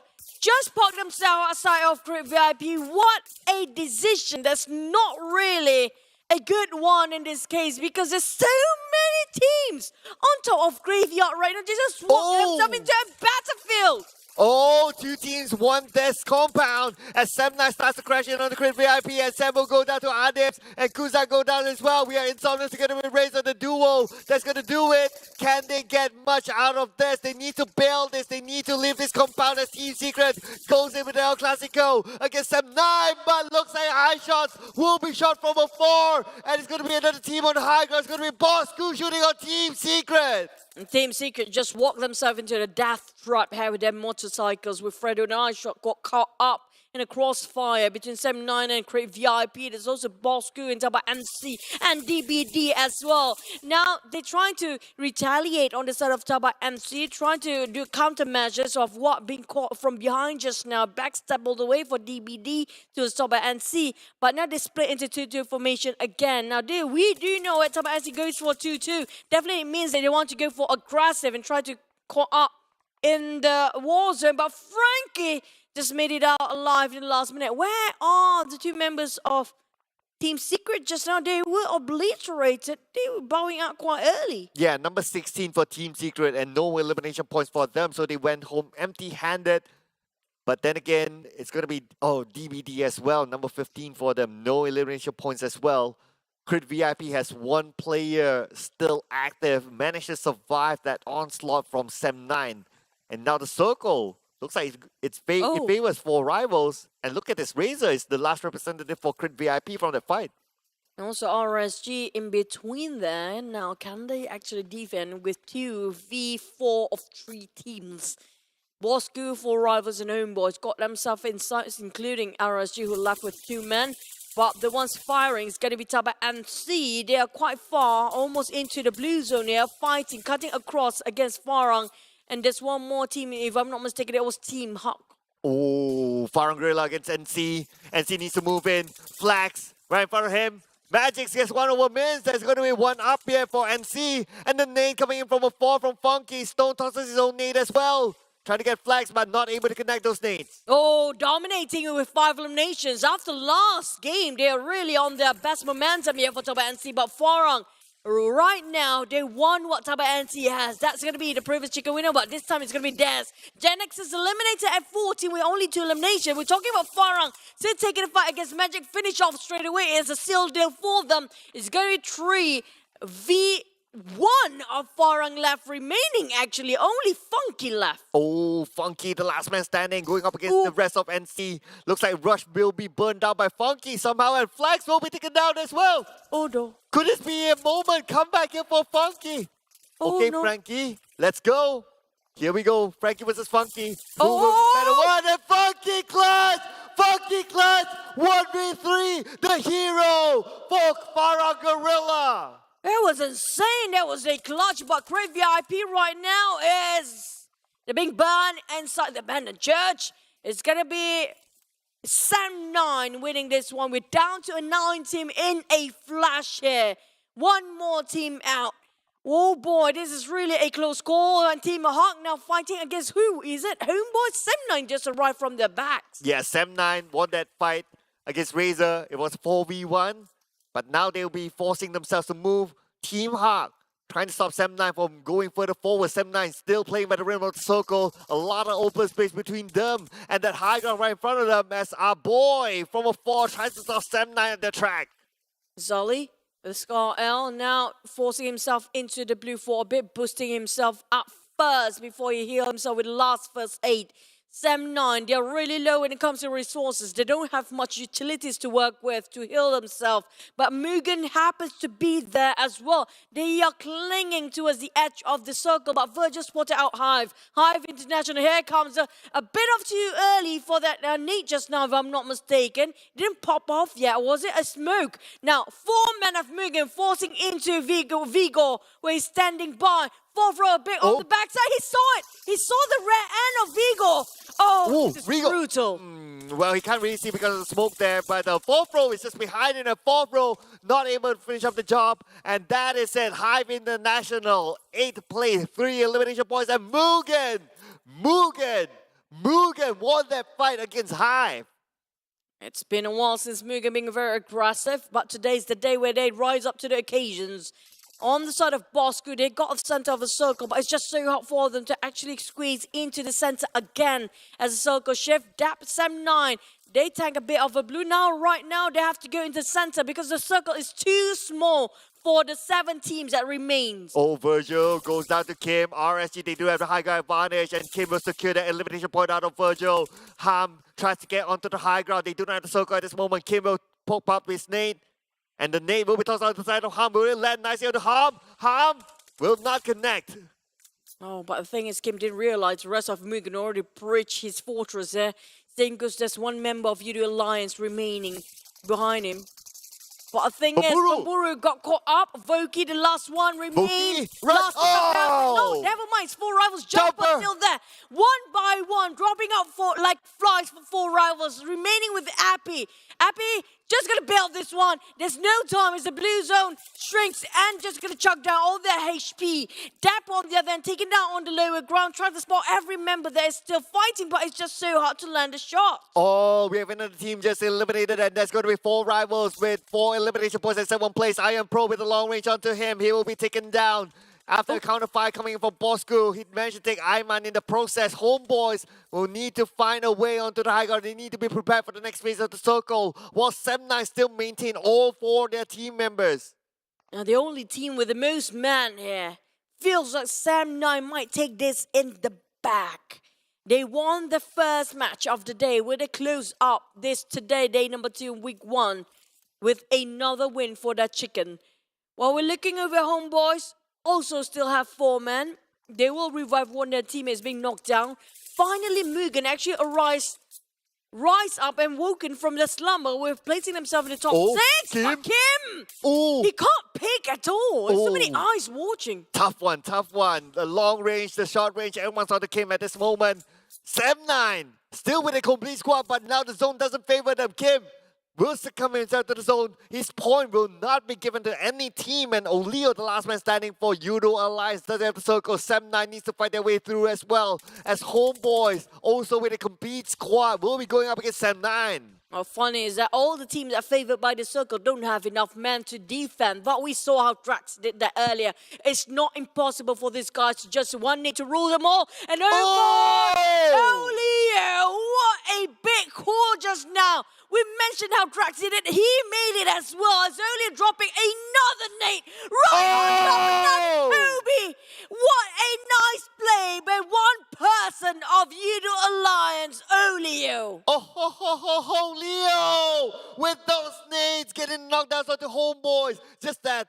Unfortunately, he couldn't secure those elimination points just yet, but Olio spots out Nasty. Nasty will go down. Can he secure that elimination point? There's still Harm. Harm will counterfire to Olio. Olio is still alive. Now Luke spotted out Olio. Now he got cramped up a bit too much. Luke's trying to spray him down, but I think it's Olio will finish off. He got himself only 2 eliminations just now, but it was well done, and also such a valid effort coming out from Yoodo Alliance. HomeBois, a lot of them are bleeding. One person is bleeding out, but still, where are the rest of Sem9? He got the most man. They slowly crouching into the compound. Same goes for HomeBois there. Oh, Luke is now in trouble, sharing the same compound as Sem9. Putra tries to find where Luke is, and Luke just too much for him to handle. Looks like it's going to be RSG out at 5th place. 2 elimination points as Sem9 has a key compound. Not just that, they have a key player as well. All 4 men well and alive. Utility-wise, still have a lot of resources to work with. HomeBois will have to be within the walls there. They can't even push themselves into the compound. Bosskurr dominating this compound earlier. They can't make a move yet. They're down to only 1 man. Same goes for MUGEN, but Ham Tank making sure that even though he's solo-handedly trying to take down all the teams, he will try to fight for his life. DBS. Ham, so close, but it's done and dusted, but Iron Pro! Oh, the blue zone is there? so close. Oh, just nice for him, but the shots coming in from Putra from behind, taking down Iron Pro, but Trix is there to counterfire on the Putra, and now Trix is still alive. Trix, he was down, but the captain is now, he's up, and now he's picking up his teammates. Will that be enough? But okay, wait a second, hang on a second. There's nowhere for them to move now. That's all of them kind of waiting for the circle to shrink even further, and the blue zone there is. Right now is the time for them to get out from every corner they are trying to cover themselves, to hide, to take covers from, because the next moment the circle shrink, if they, especially on the side of Bosskurr, if they stuck there, it's going to be a bit of a problem. For HomeBois, on the other hand, they have only 1 way in, and that's going to be how Trix made it. Now, how will the rest of them make through? Get to Sem9, but Sem9 is just so comfortable right now. Oh, our boy, he'll play for place on boy at this moment. Ades tries to pre-fire onto the opening. Will not connect his shot. The neighbor will toss up by 6. That will send Ades away, and there could be an opening for HomeBois, but they do not know that our boy is just right behind them. Will our boy pull the trigger? This is really crucial for our boy. He doesn't have any choice than to shoot a couple of players right in front of him right now. He does have an exit out. For now, there goes the Molotov, tossing over. HomeBois kind of distracted. Sem9 and that's taken away. Boy getting on 1. It's just secure. It's actually Sem9 finish off 6. And our boy is making such a favor for Sem9. Oh, it's a steal away from Sem9. Our boy, the Kingmaker. Now HomeBois, they're caught between 2 teams. They're distracted by our boy. HomeBois, what you gonna do? And now Ades just need to focus on the Sem9. Our boy can wait later on. And Ades tries to get them 1 elimination point, but couldn't be able to do so. Sem9 still in 3. Ades will be cut down by Trix, and they even up the odds. And now it's going to be 2v1. With 1 bleeding out for Sem9. Our boy still waiting for the right time here, but he doesn't have much time. Clock's ticking, blue's closing, it's burning. Our boy has to show himself right for the world. And our boy bowing out in 3rd place. It's going to be them stealing that elimination away, and that's between Sem9 as well as HomeBois. It's a hard fight here for HomeBois. If they get this chicken, then it's going to be well deserved. But at the same time, Hard picks up Ades. They're going to be back at the trio. HomeBois, Iron Pro seems to not have any more healing items for him to reset himself. He needs to play with whatever he has at this moment. Trix tries to stop that from moving further forward. At this point, the zone is starting to close in. Trix starts to move in. Trix with the European towards the left. Will connect. Trix will be down. Now it's down to Iron Pro. It's going to be a double chicken dinner. Oh no! There you go. Sem9 securing the same like how Tabah NSEA did. They secure the first chicken in Sunhawk today. They secure another one for the closing for the last Miramar map as well. Winner chicken dinner for our last match in Miramar in week 1, day 2. Congratulations, Sem9. They fought the heck out of it all the way just now. 14 elimination points for Sem9 in this round, plus their placement, obviously. The chicken dinner brings them to 29 points for Sem9. Wow. I mean, I'll be honest, I would have liked HomeBois to get that chicken dinner earlier because I think that they had a harder route and they fought very, very well. But our boy just had to be there. No, it's just our boy and our boy stuff. What you gonna do? What you gonna do with a boy for you? Wow. Our boy, our boy. Yeah, there you go. Yeah. But the thing is that Molotov really makes such a big play towards the side of Sem9. Yeah. That Molotov was very distracting. If Molotov never- was burning. if that didn't happen, right, I think HomeBois stood a chance. Still have a shot at it, but yes, because it was really a tough call for HomeBois because one, they squeezed into, literally squeezing themselves into the circle just now. It's such a tiny window for them to get into it. But for the other teams though, whoever's actually in the center of the circle early on, most of them being decimated quite out from the map. And that was like what, third and fourth phase. Then most of them are gone within one phase of circle, fourth to fifth, if I'm not mistaken. Only half of the teams left, I think it's the first time we see 4 hours actually winning a fight. and actually working together with Jump with Voki. Yeah, For the so first time. yeah, so it's refreshing to see. Maybe it's their turning point. We do not know yet, but it had to come at the last game of the day, so we need to wait till tomorrow to see more samples.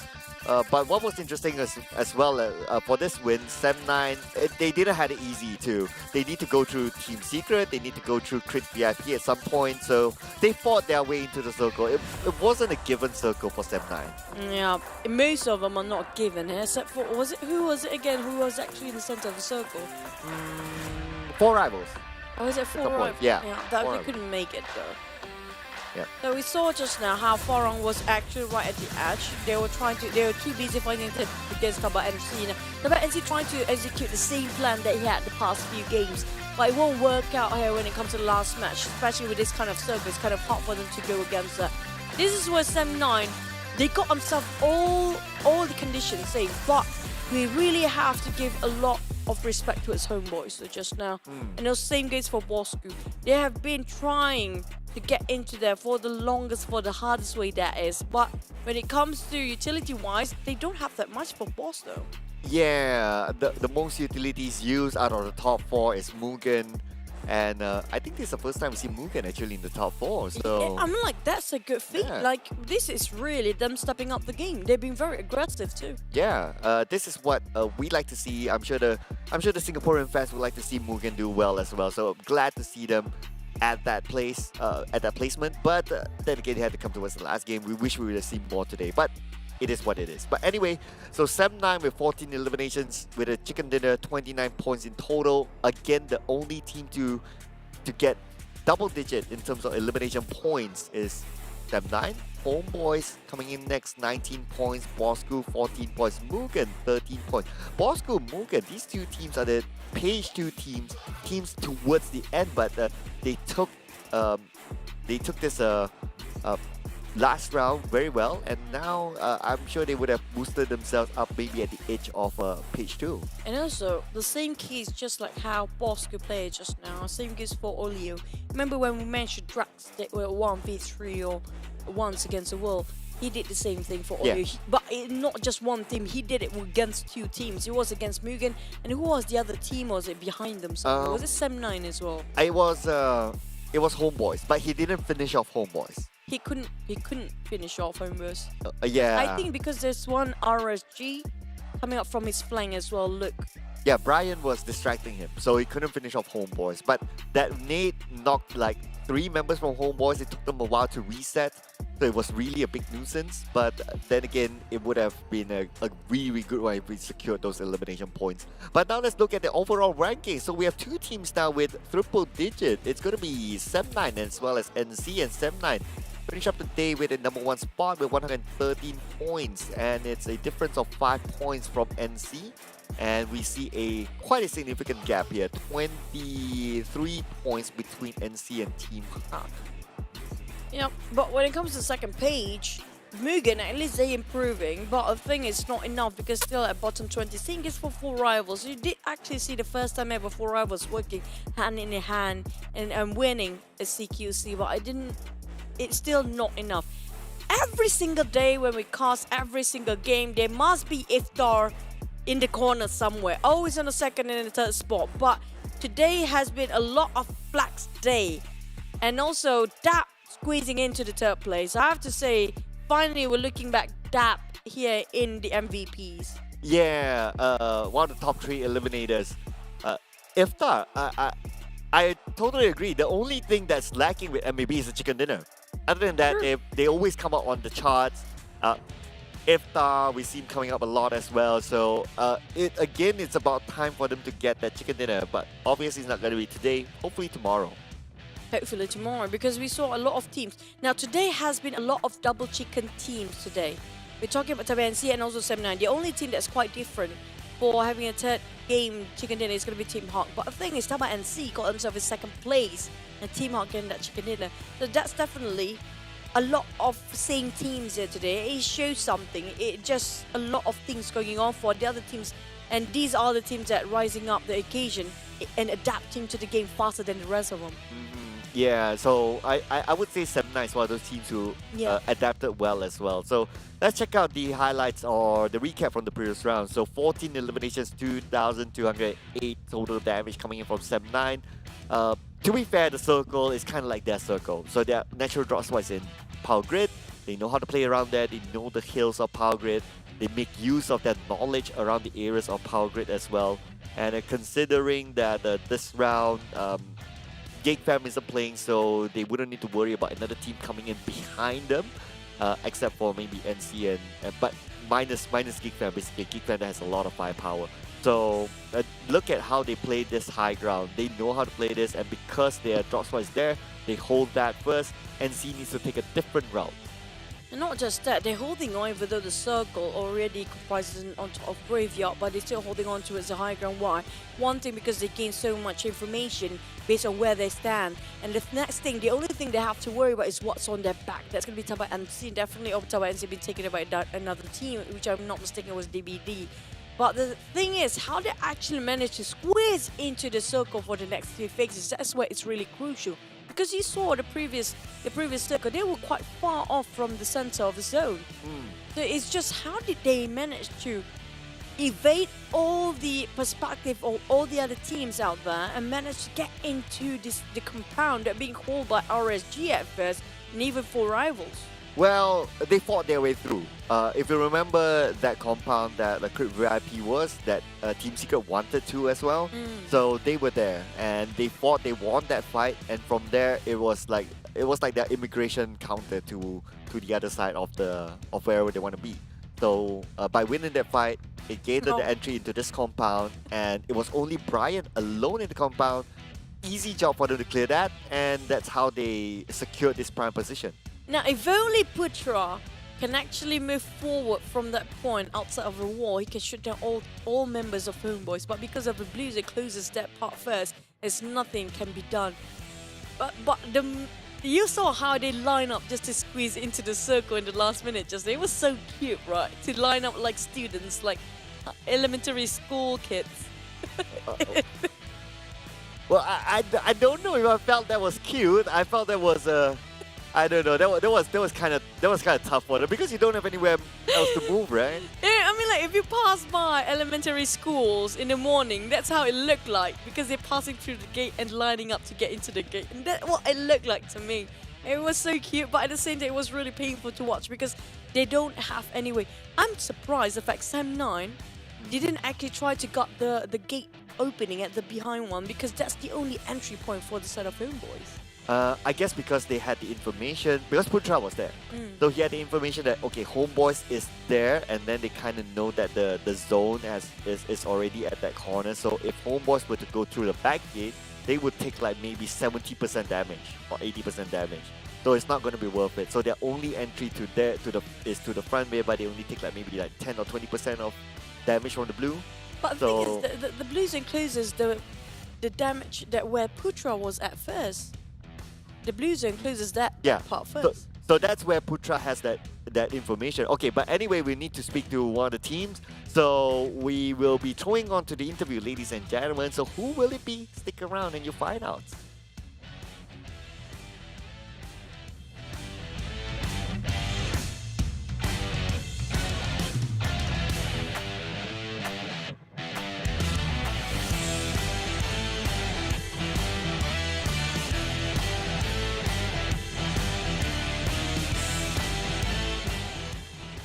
Hello, Assalamualaikum, Mampa. Congratulations to Sam9 with a double chicken dinner in a day. How do you feel for the team right now, Mampa?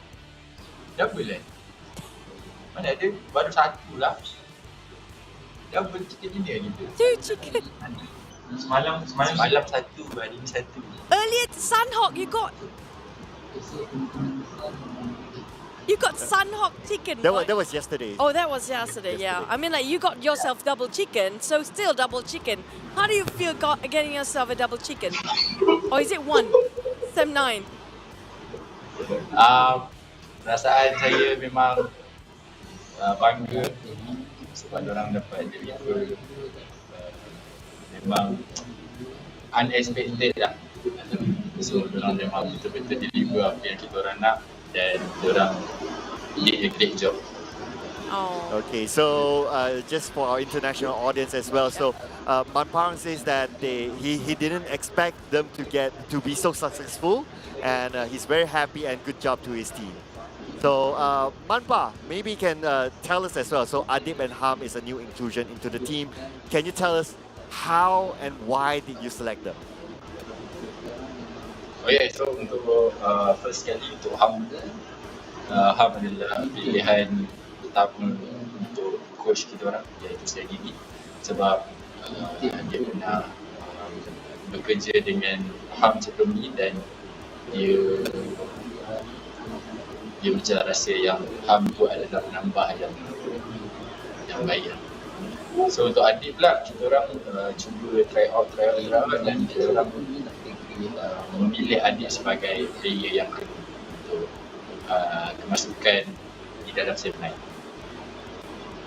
Okay, Mampa, for last question, I want to ask you, if you compare with the last season and this season, what the biggest difference that is when it comes to performance and overall of the team for Sam9?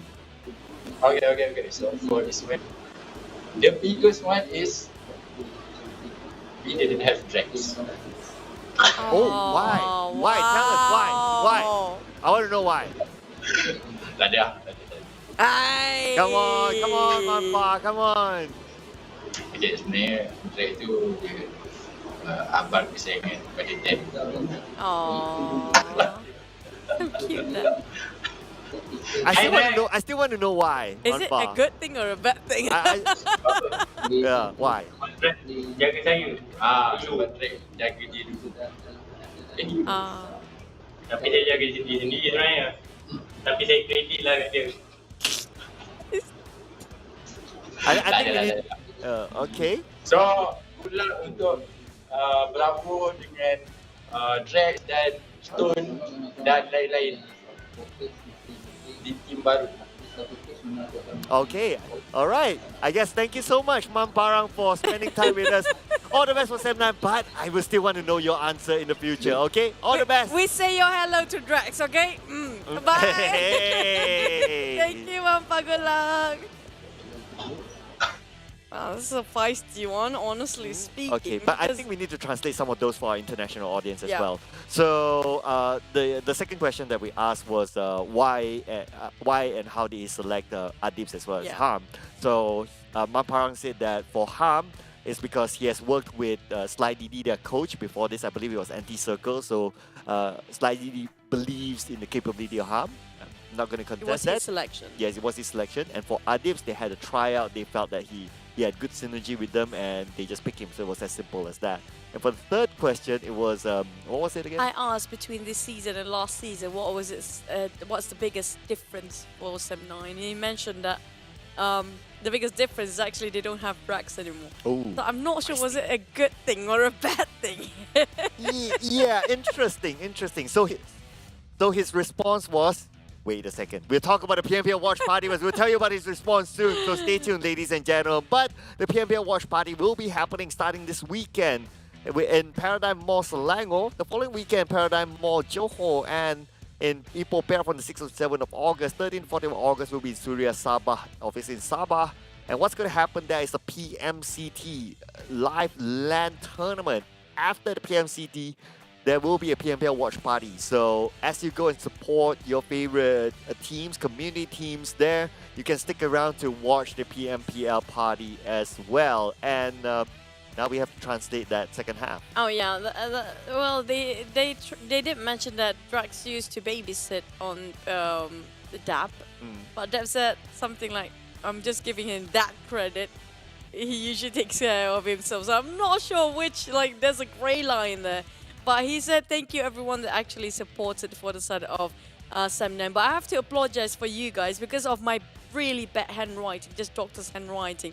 First match of today, it was won by SMG, not Sem 9. So the SMG and the Sem 9 really close enough. But it was actually Sem 9 Putra got the MVP. So if you actually look at overall, aside for Tabah NSEA for MVPs, right? Most of them actually are Sem 9 players as well. Yeah. I mean, I'm also very curious to know what's actually Manpa and also Just Dap. leave it be. I don't want to dive too much into it. I would want to. Check out my socials. The drama, my god. Check out my socials. We'll talk about that later after the show. Not really after the show, but you know, follow us. But anyway, we're done for round 2. Or day 2, in fact. Oh my god, it was such a blasting day, honestly speaking. But you guys watching at home, tomorrow there's still more. Yes, we have day 3, ladies and gentlemen. So make sure you're still with us. But before we end the show, we'd like to thank again our official smartphone partner, that's Realme, this beautiful phone right in front of us. Also our official digital telco partner, that is Yoodo, and our official live stream partner, TikTok. And that is it from us for day number 2. Make sure you tune in same time, same different day, same channel, and we'll still be here for day number 2. My name is Sir Cloud together with Choo Choo. We'll be seeing you tomorrow, and bye bye. We're gonna do a dance here for you guys. We're gonna do new dance moves, you know.